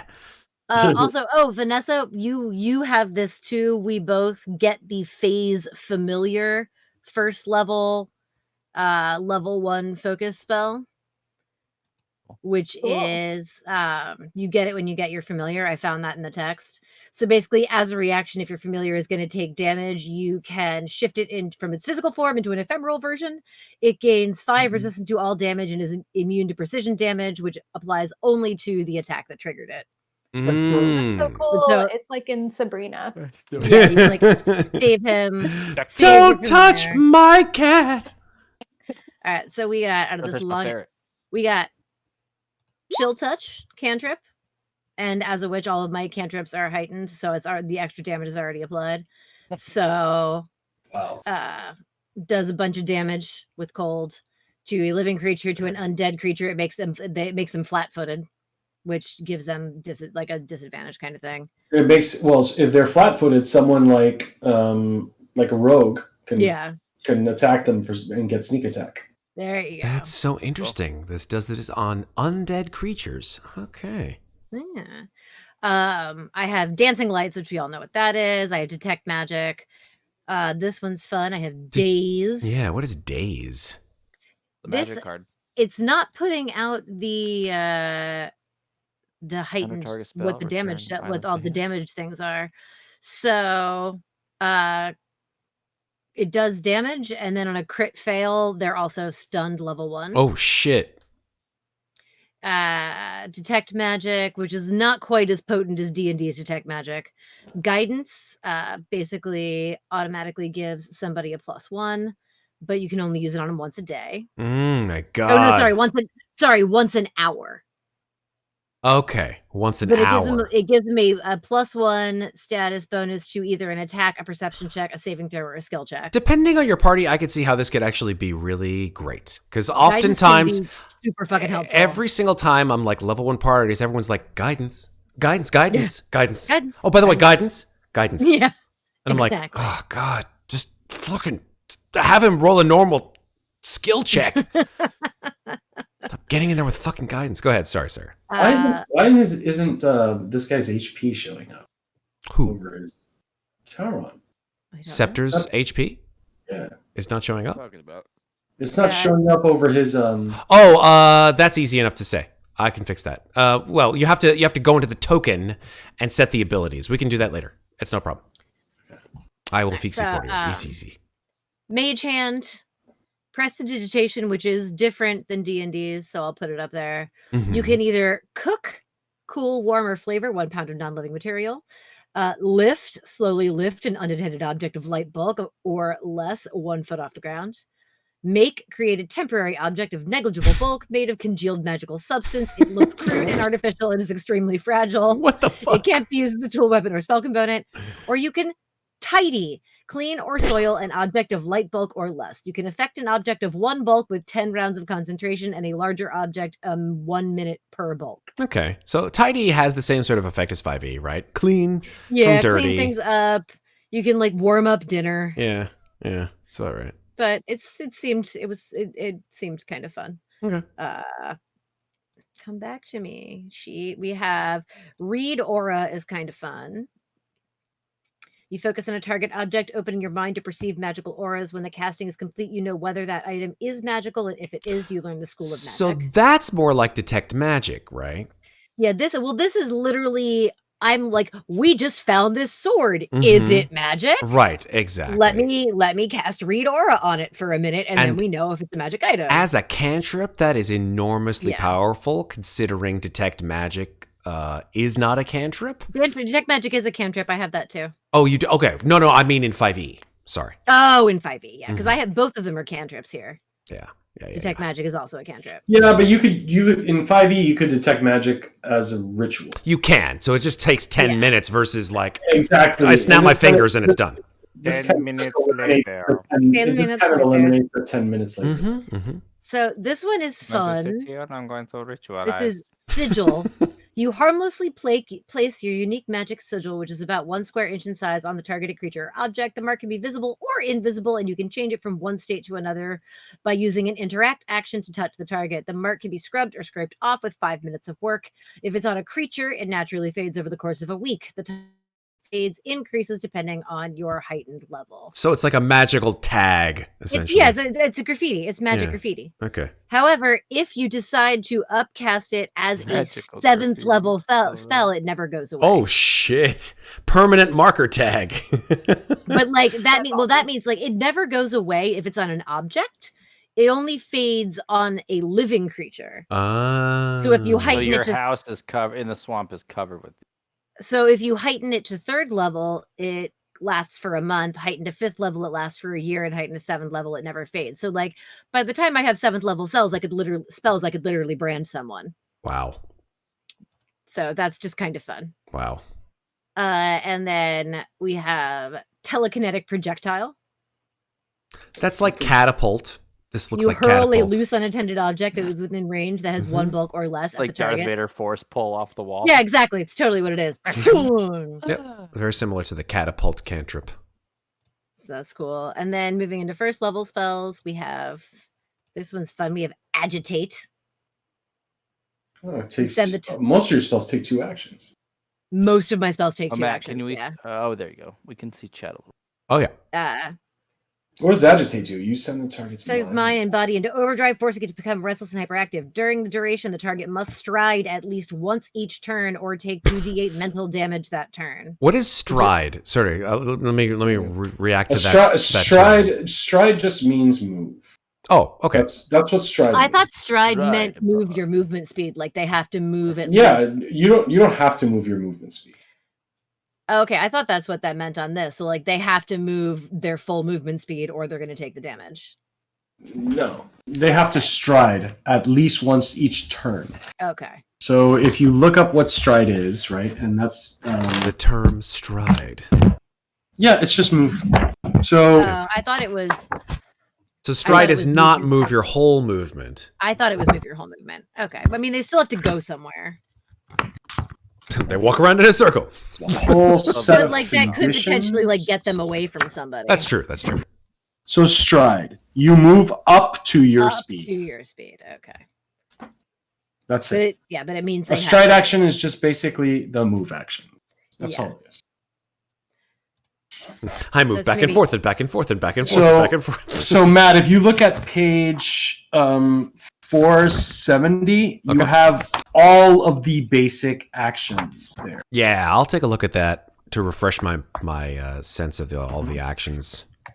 later. And remember that interact is an action. Oh yeah, interact, absolutely. Yes. You know what that means, right? If your weapons aren't drawn. Yeah.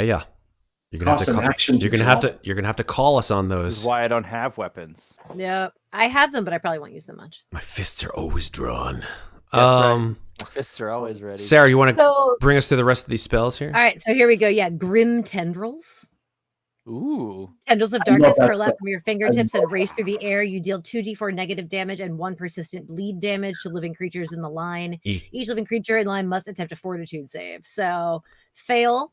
So success, they're unaffected. Success, they take half damage and no bleed damage. Uh-huh. So they have to crit succeed to not get hurt, basically. Man. Failure, they take full damage. Crit fail, they take double the negative damage and double the persistent bleed damage. Ugh. Yeah. I don't like that spell at all. Sarah, do you know how critical successes and critical failures work? Yes. Can you explain to the street? It's I don't remember the exact number, but like if you are 10.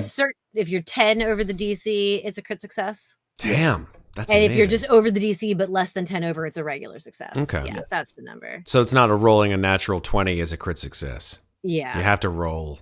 Well, You I have mean, to it roll technically 10 would be potentially if you roll a depending on what the natural 20. DC is Depending and on what the your DC. mod Yeah, is, exactly. Yeah, yeah. exactly. I got you. So yeah. A 20 is always a critical success. Oh, really? Oh, Okay. okay. So if you roll a natural 20, it's a crit success. But if you rolled a 19 and your mod was an 8, that would be 10 over the saving throw DC, If which it would be a was- if it- critical success. That would also be a critical I success. gotcha. That's cool. I gotcha. All right. So ill omen. Target is struck with misfortune, which throws it off balance. Success unaffected. Failure the first time during the duration that the target attempts an attack roll or skill check, it must roll twice and use the worst result. Nice. I like that. That's Crit like fail. Every time during the duration that the target attempts an attack roll or skill check, it must roll twice and take the lower roll. Gah. So if you crit fail, you're fucked for a whole round, Jesus. basically. Illusory disguise, create an illusion that causes you to appear as another creature of the same body shape and with roughly similar height within 6 inches and weight within Disguise 50 self. pounds as yourself. So good enough to hide your identity, but not to impersonate a specific individual. Doesn't change your voice, scent, or mannerisms. Mhm. It does change your That's clothing and worn interesting. items.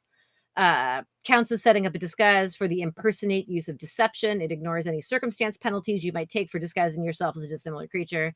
It gives you a +4 status bonus to deception checks to prevent others from seeing through your disguise, and you add your level even if you're untrained. You can dismiss the spell. If you heighten it to second, it also disguises your voice and scent. If you heighten it to third, you can be a creature of the same any creature of the same size, even a specific individual. You must have seen the individual take on their appearance. The spell also disguises your voice and scent. So it basically it becomes more convincing the So higher you cast that's it. really interesting compared to disguise self as the 5e spell, because it doesn't specifically state in disguise self that your voice doesn't change. But if you went with just the text of the speech of disguise self, you as a DM would probably say, well, you're only physically changing the outward look of your person. It's not like you're changing your voice. So technically it's sort of the same in a way.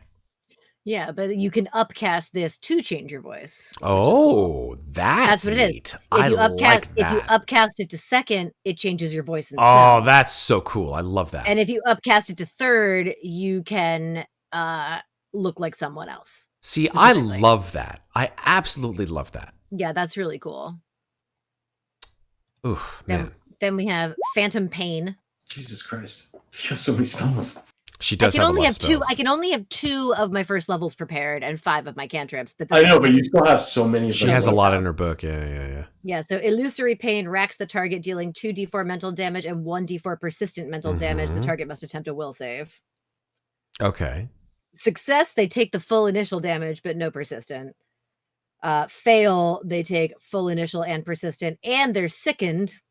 If the target Mm. recovers from being sickened, the persistent damage ends and the spell ends. Crit fail as fail, but they're sickened too. The second condition is kind of like the poison condition, I'm assuming.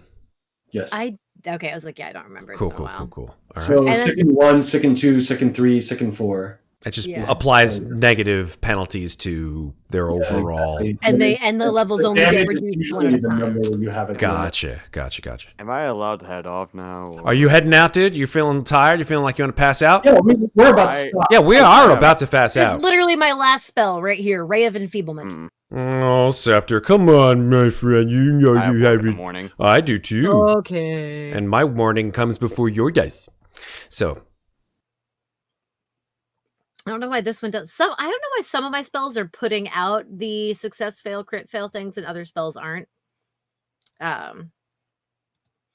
But this one, oh, maybe because I forgot to put the save on it. Fortitude. It's a fortitude save. Sap strength flashes a temper range spell attack against the target. If you succeed, the creature attempts a fortitude save. So I have to hit him with the attack first. mhm. And then if the attack hits, they do a fortitude save in order to determine the spell's effect. If you crit succeed on your attack roll, use the outcome for 1 degree of success worse than the result of its save. So even if I crit on it, even if they have a crit success, it would become a success. And it's a crit success to be unaffected, success enfeebled 1, failure enfeebled 2, crit fail enfeebled 3. Jeez. Super. Yeah, that was my patron spell. Thanks, guy.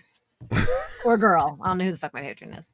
We'll find out more And about that. that's my crazy ass long spell list, y'all. All right. That's why it took me so long. No, to do. that's why we're definitely not going to do that again. Thank you very much, Sarah. Awesome. All right, so here's what we're gonna do. Number one, we are definitely gonna say thank you to Alex who helped put this shit together. Because Thank you, Matt. holy shit, Yeah. we've got 5 characters now, and we've got a potential for an adventure in Pathfinder. Thank you, Chris Paysor, whose name I did spell right. I'm looking at it.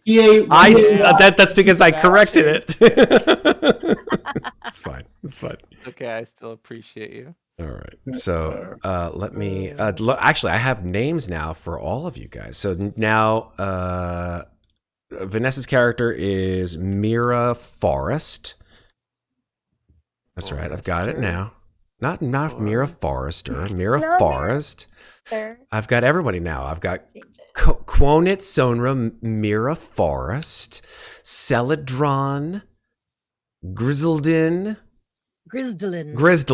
and then Finbald. Oh my god, this is crazy. All right. So we will see these characters again. We're going to set up our first session 0 for the Pathfinder This was adventure. session 0. Well, yeah, well, session 1 for the Fall of Plaguestone, which is going to be our little Pathfinder mini adventure, which Alex will help run us through. So we'll play that sort of in between Dungeon of the Mad Mage.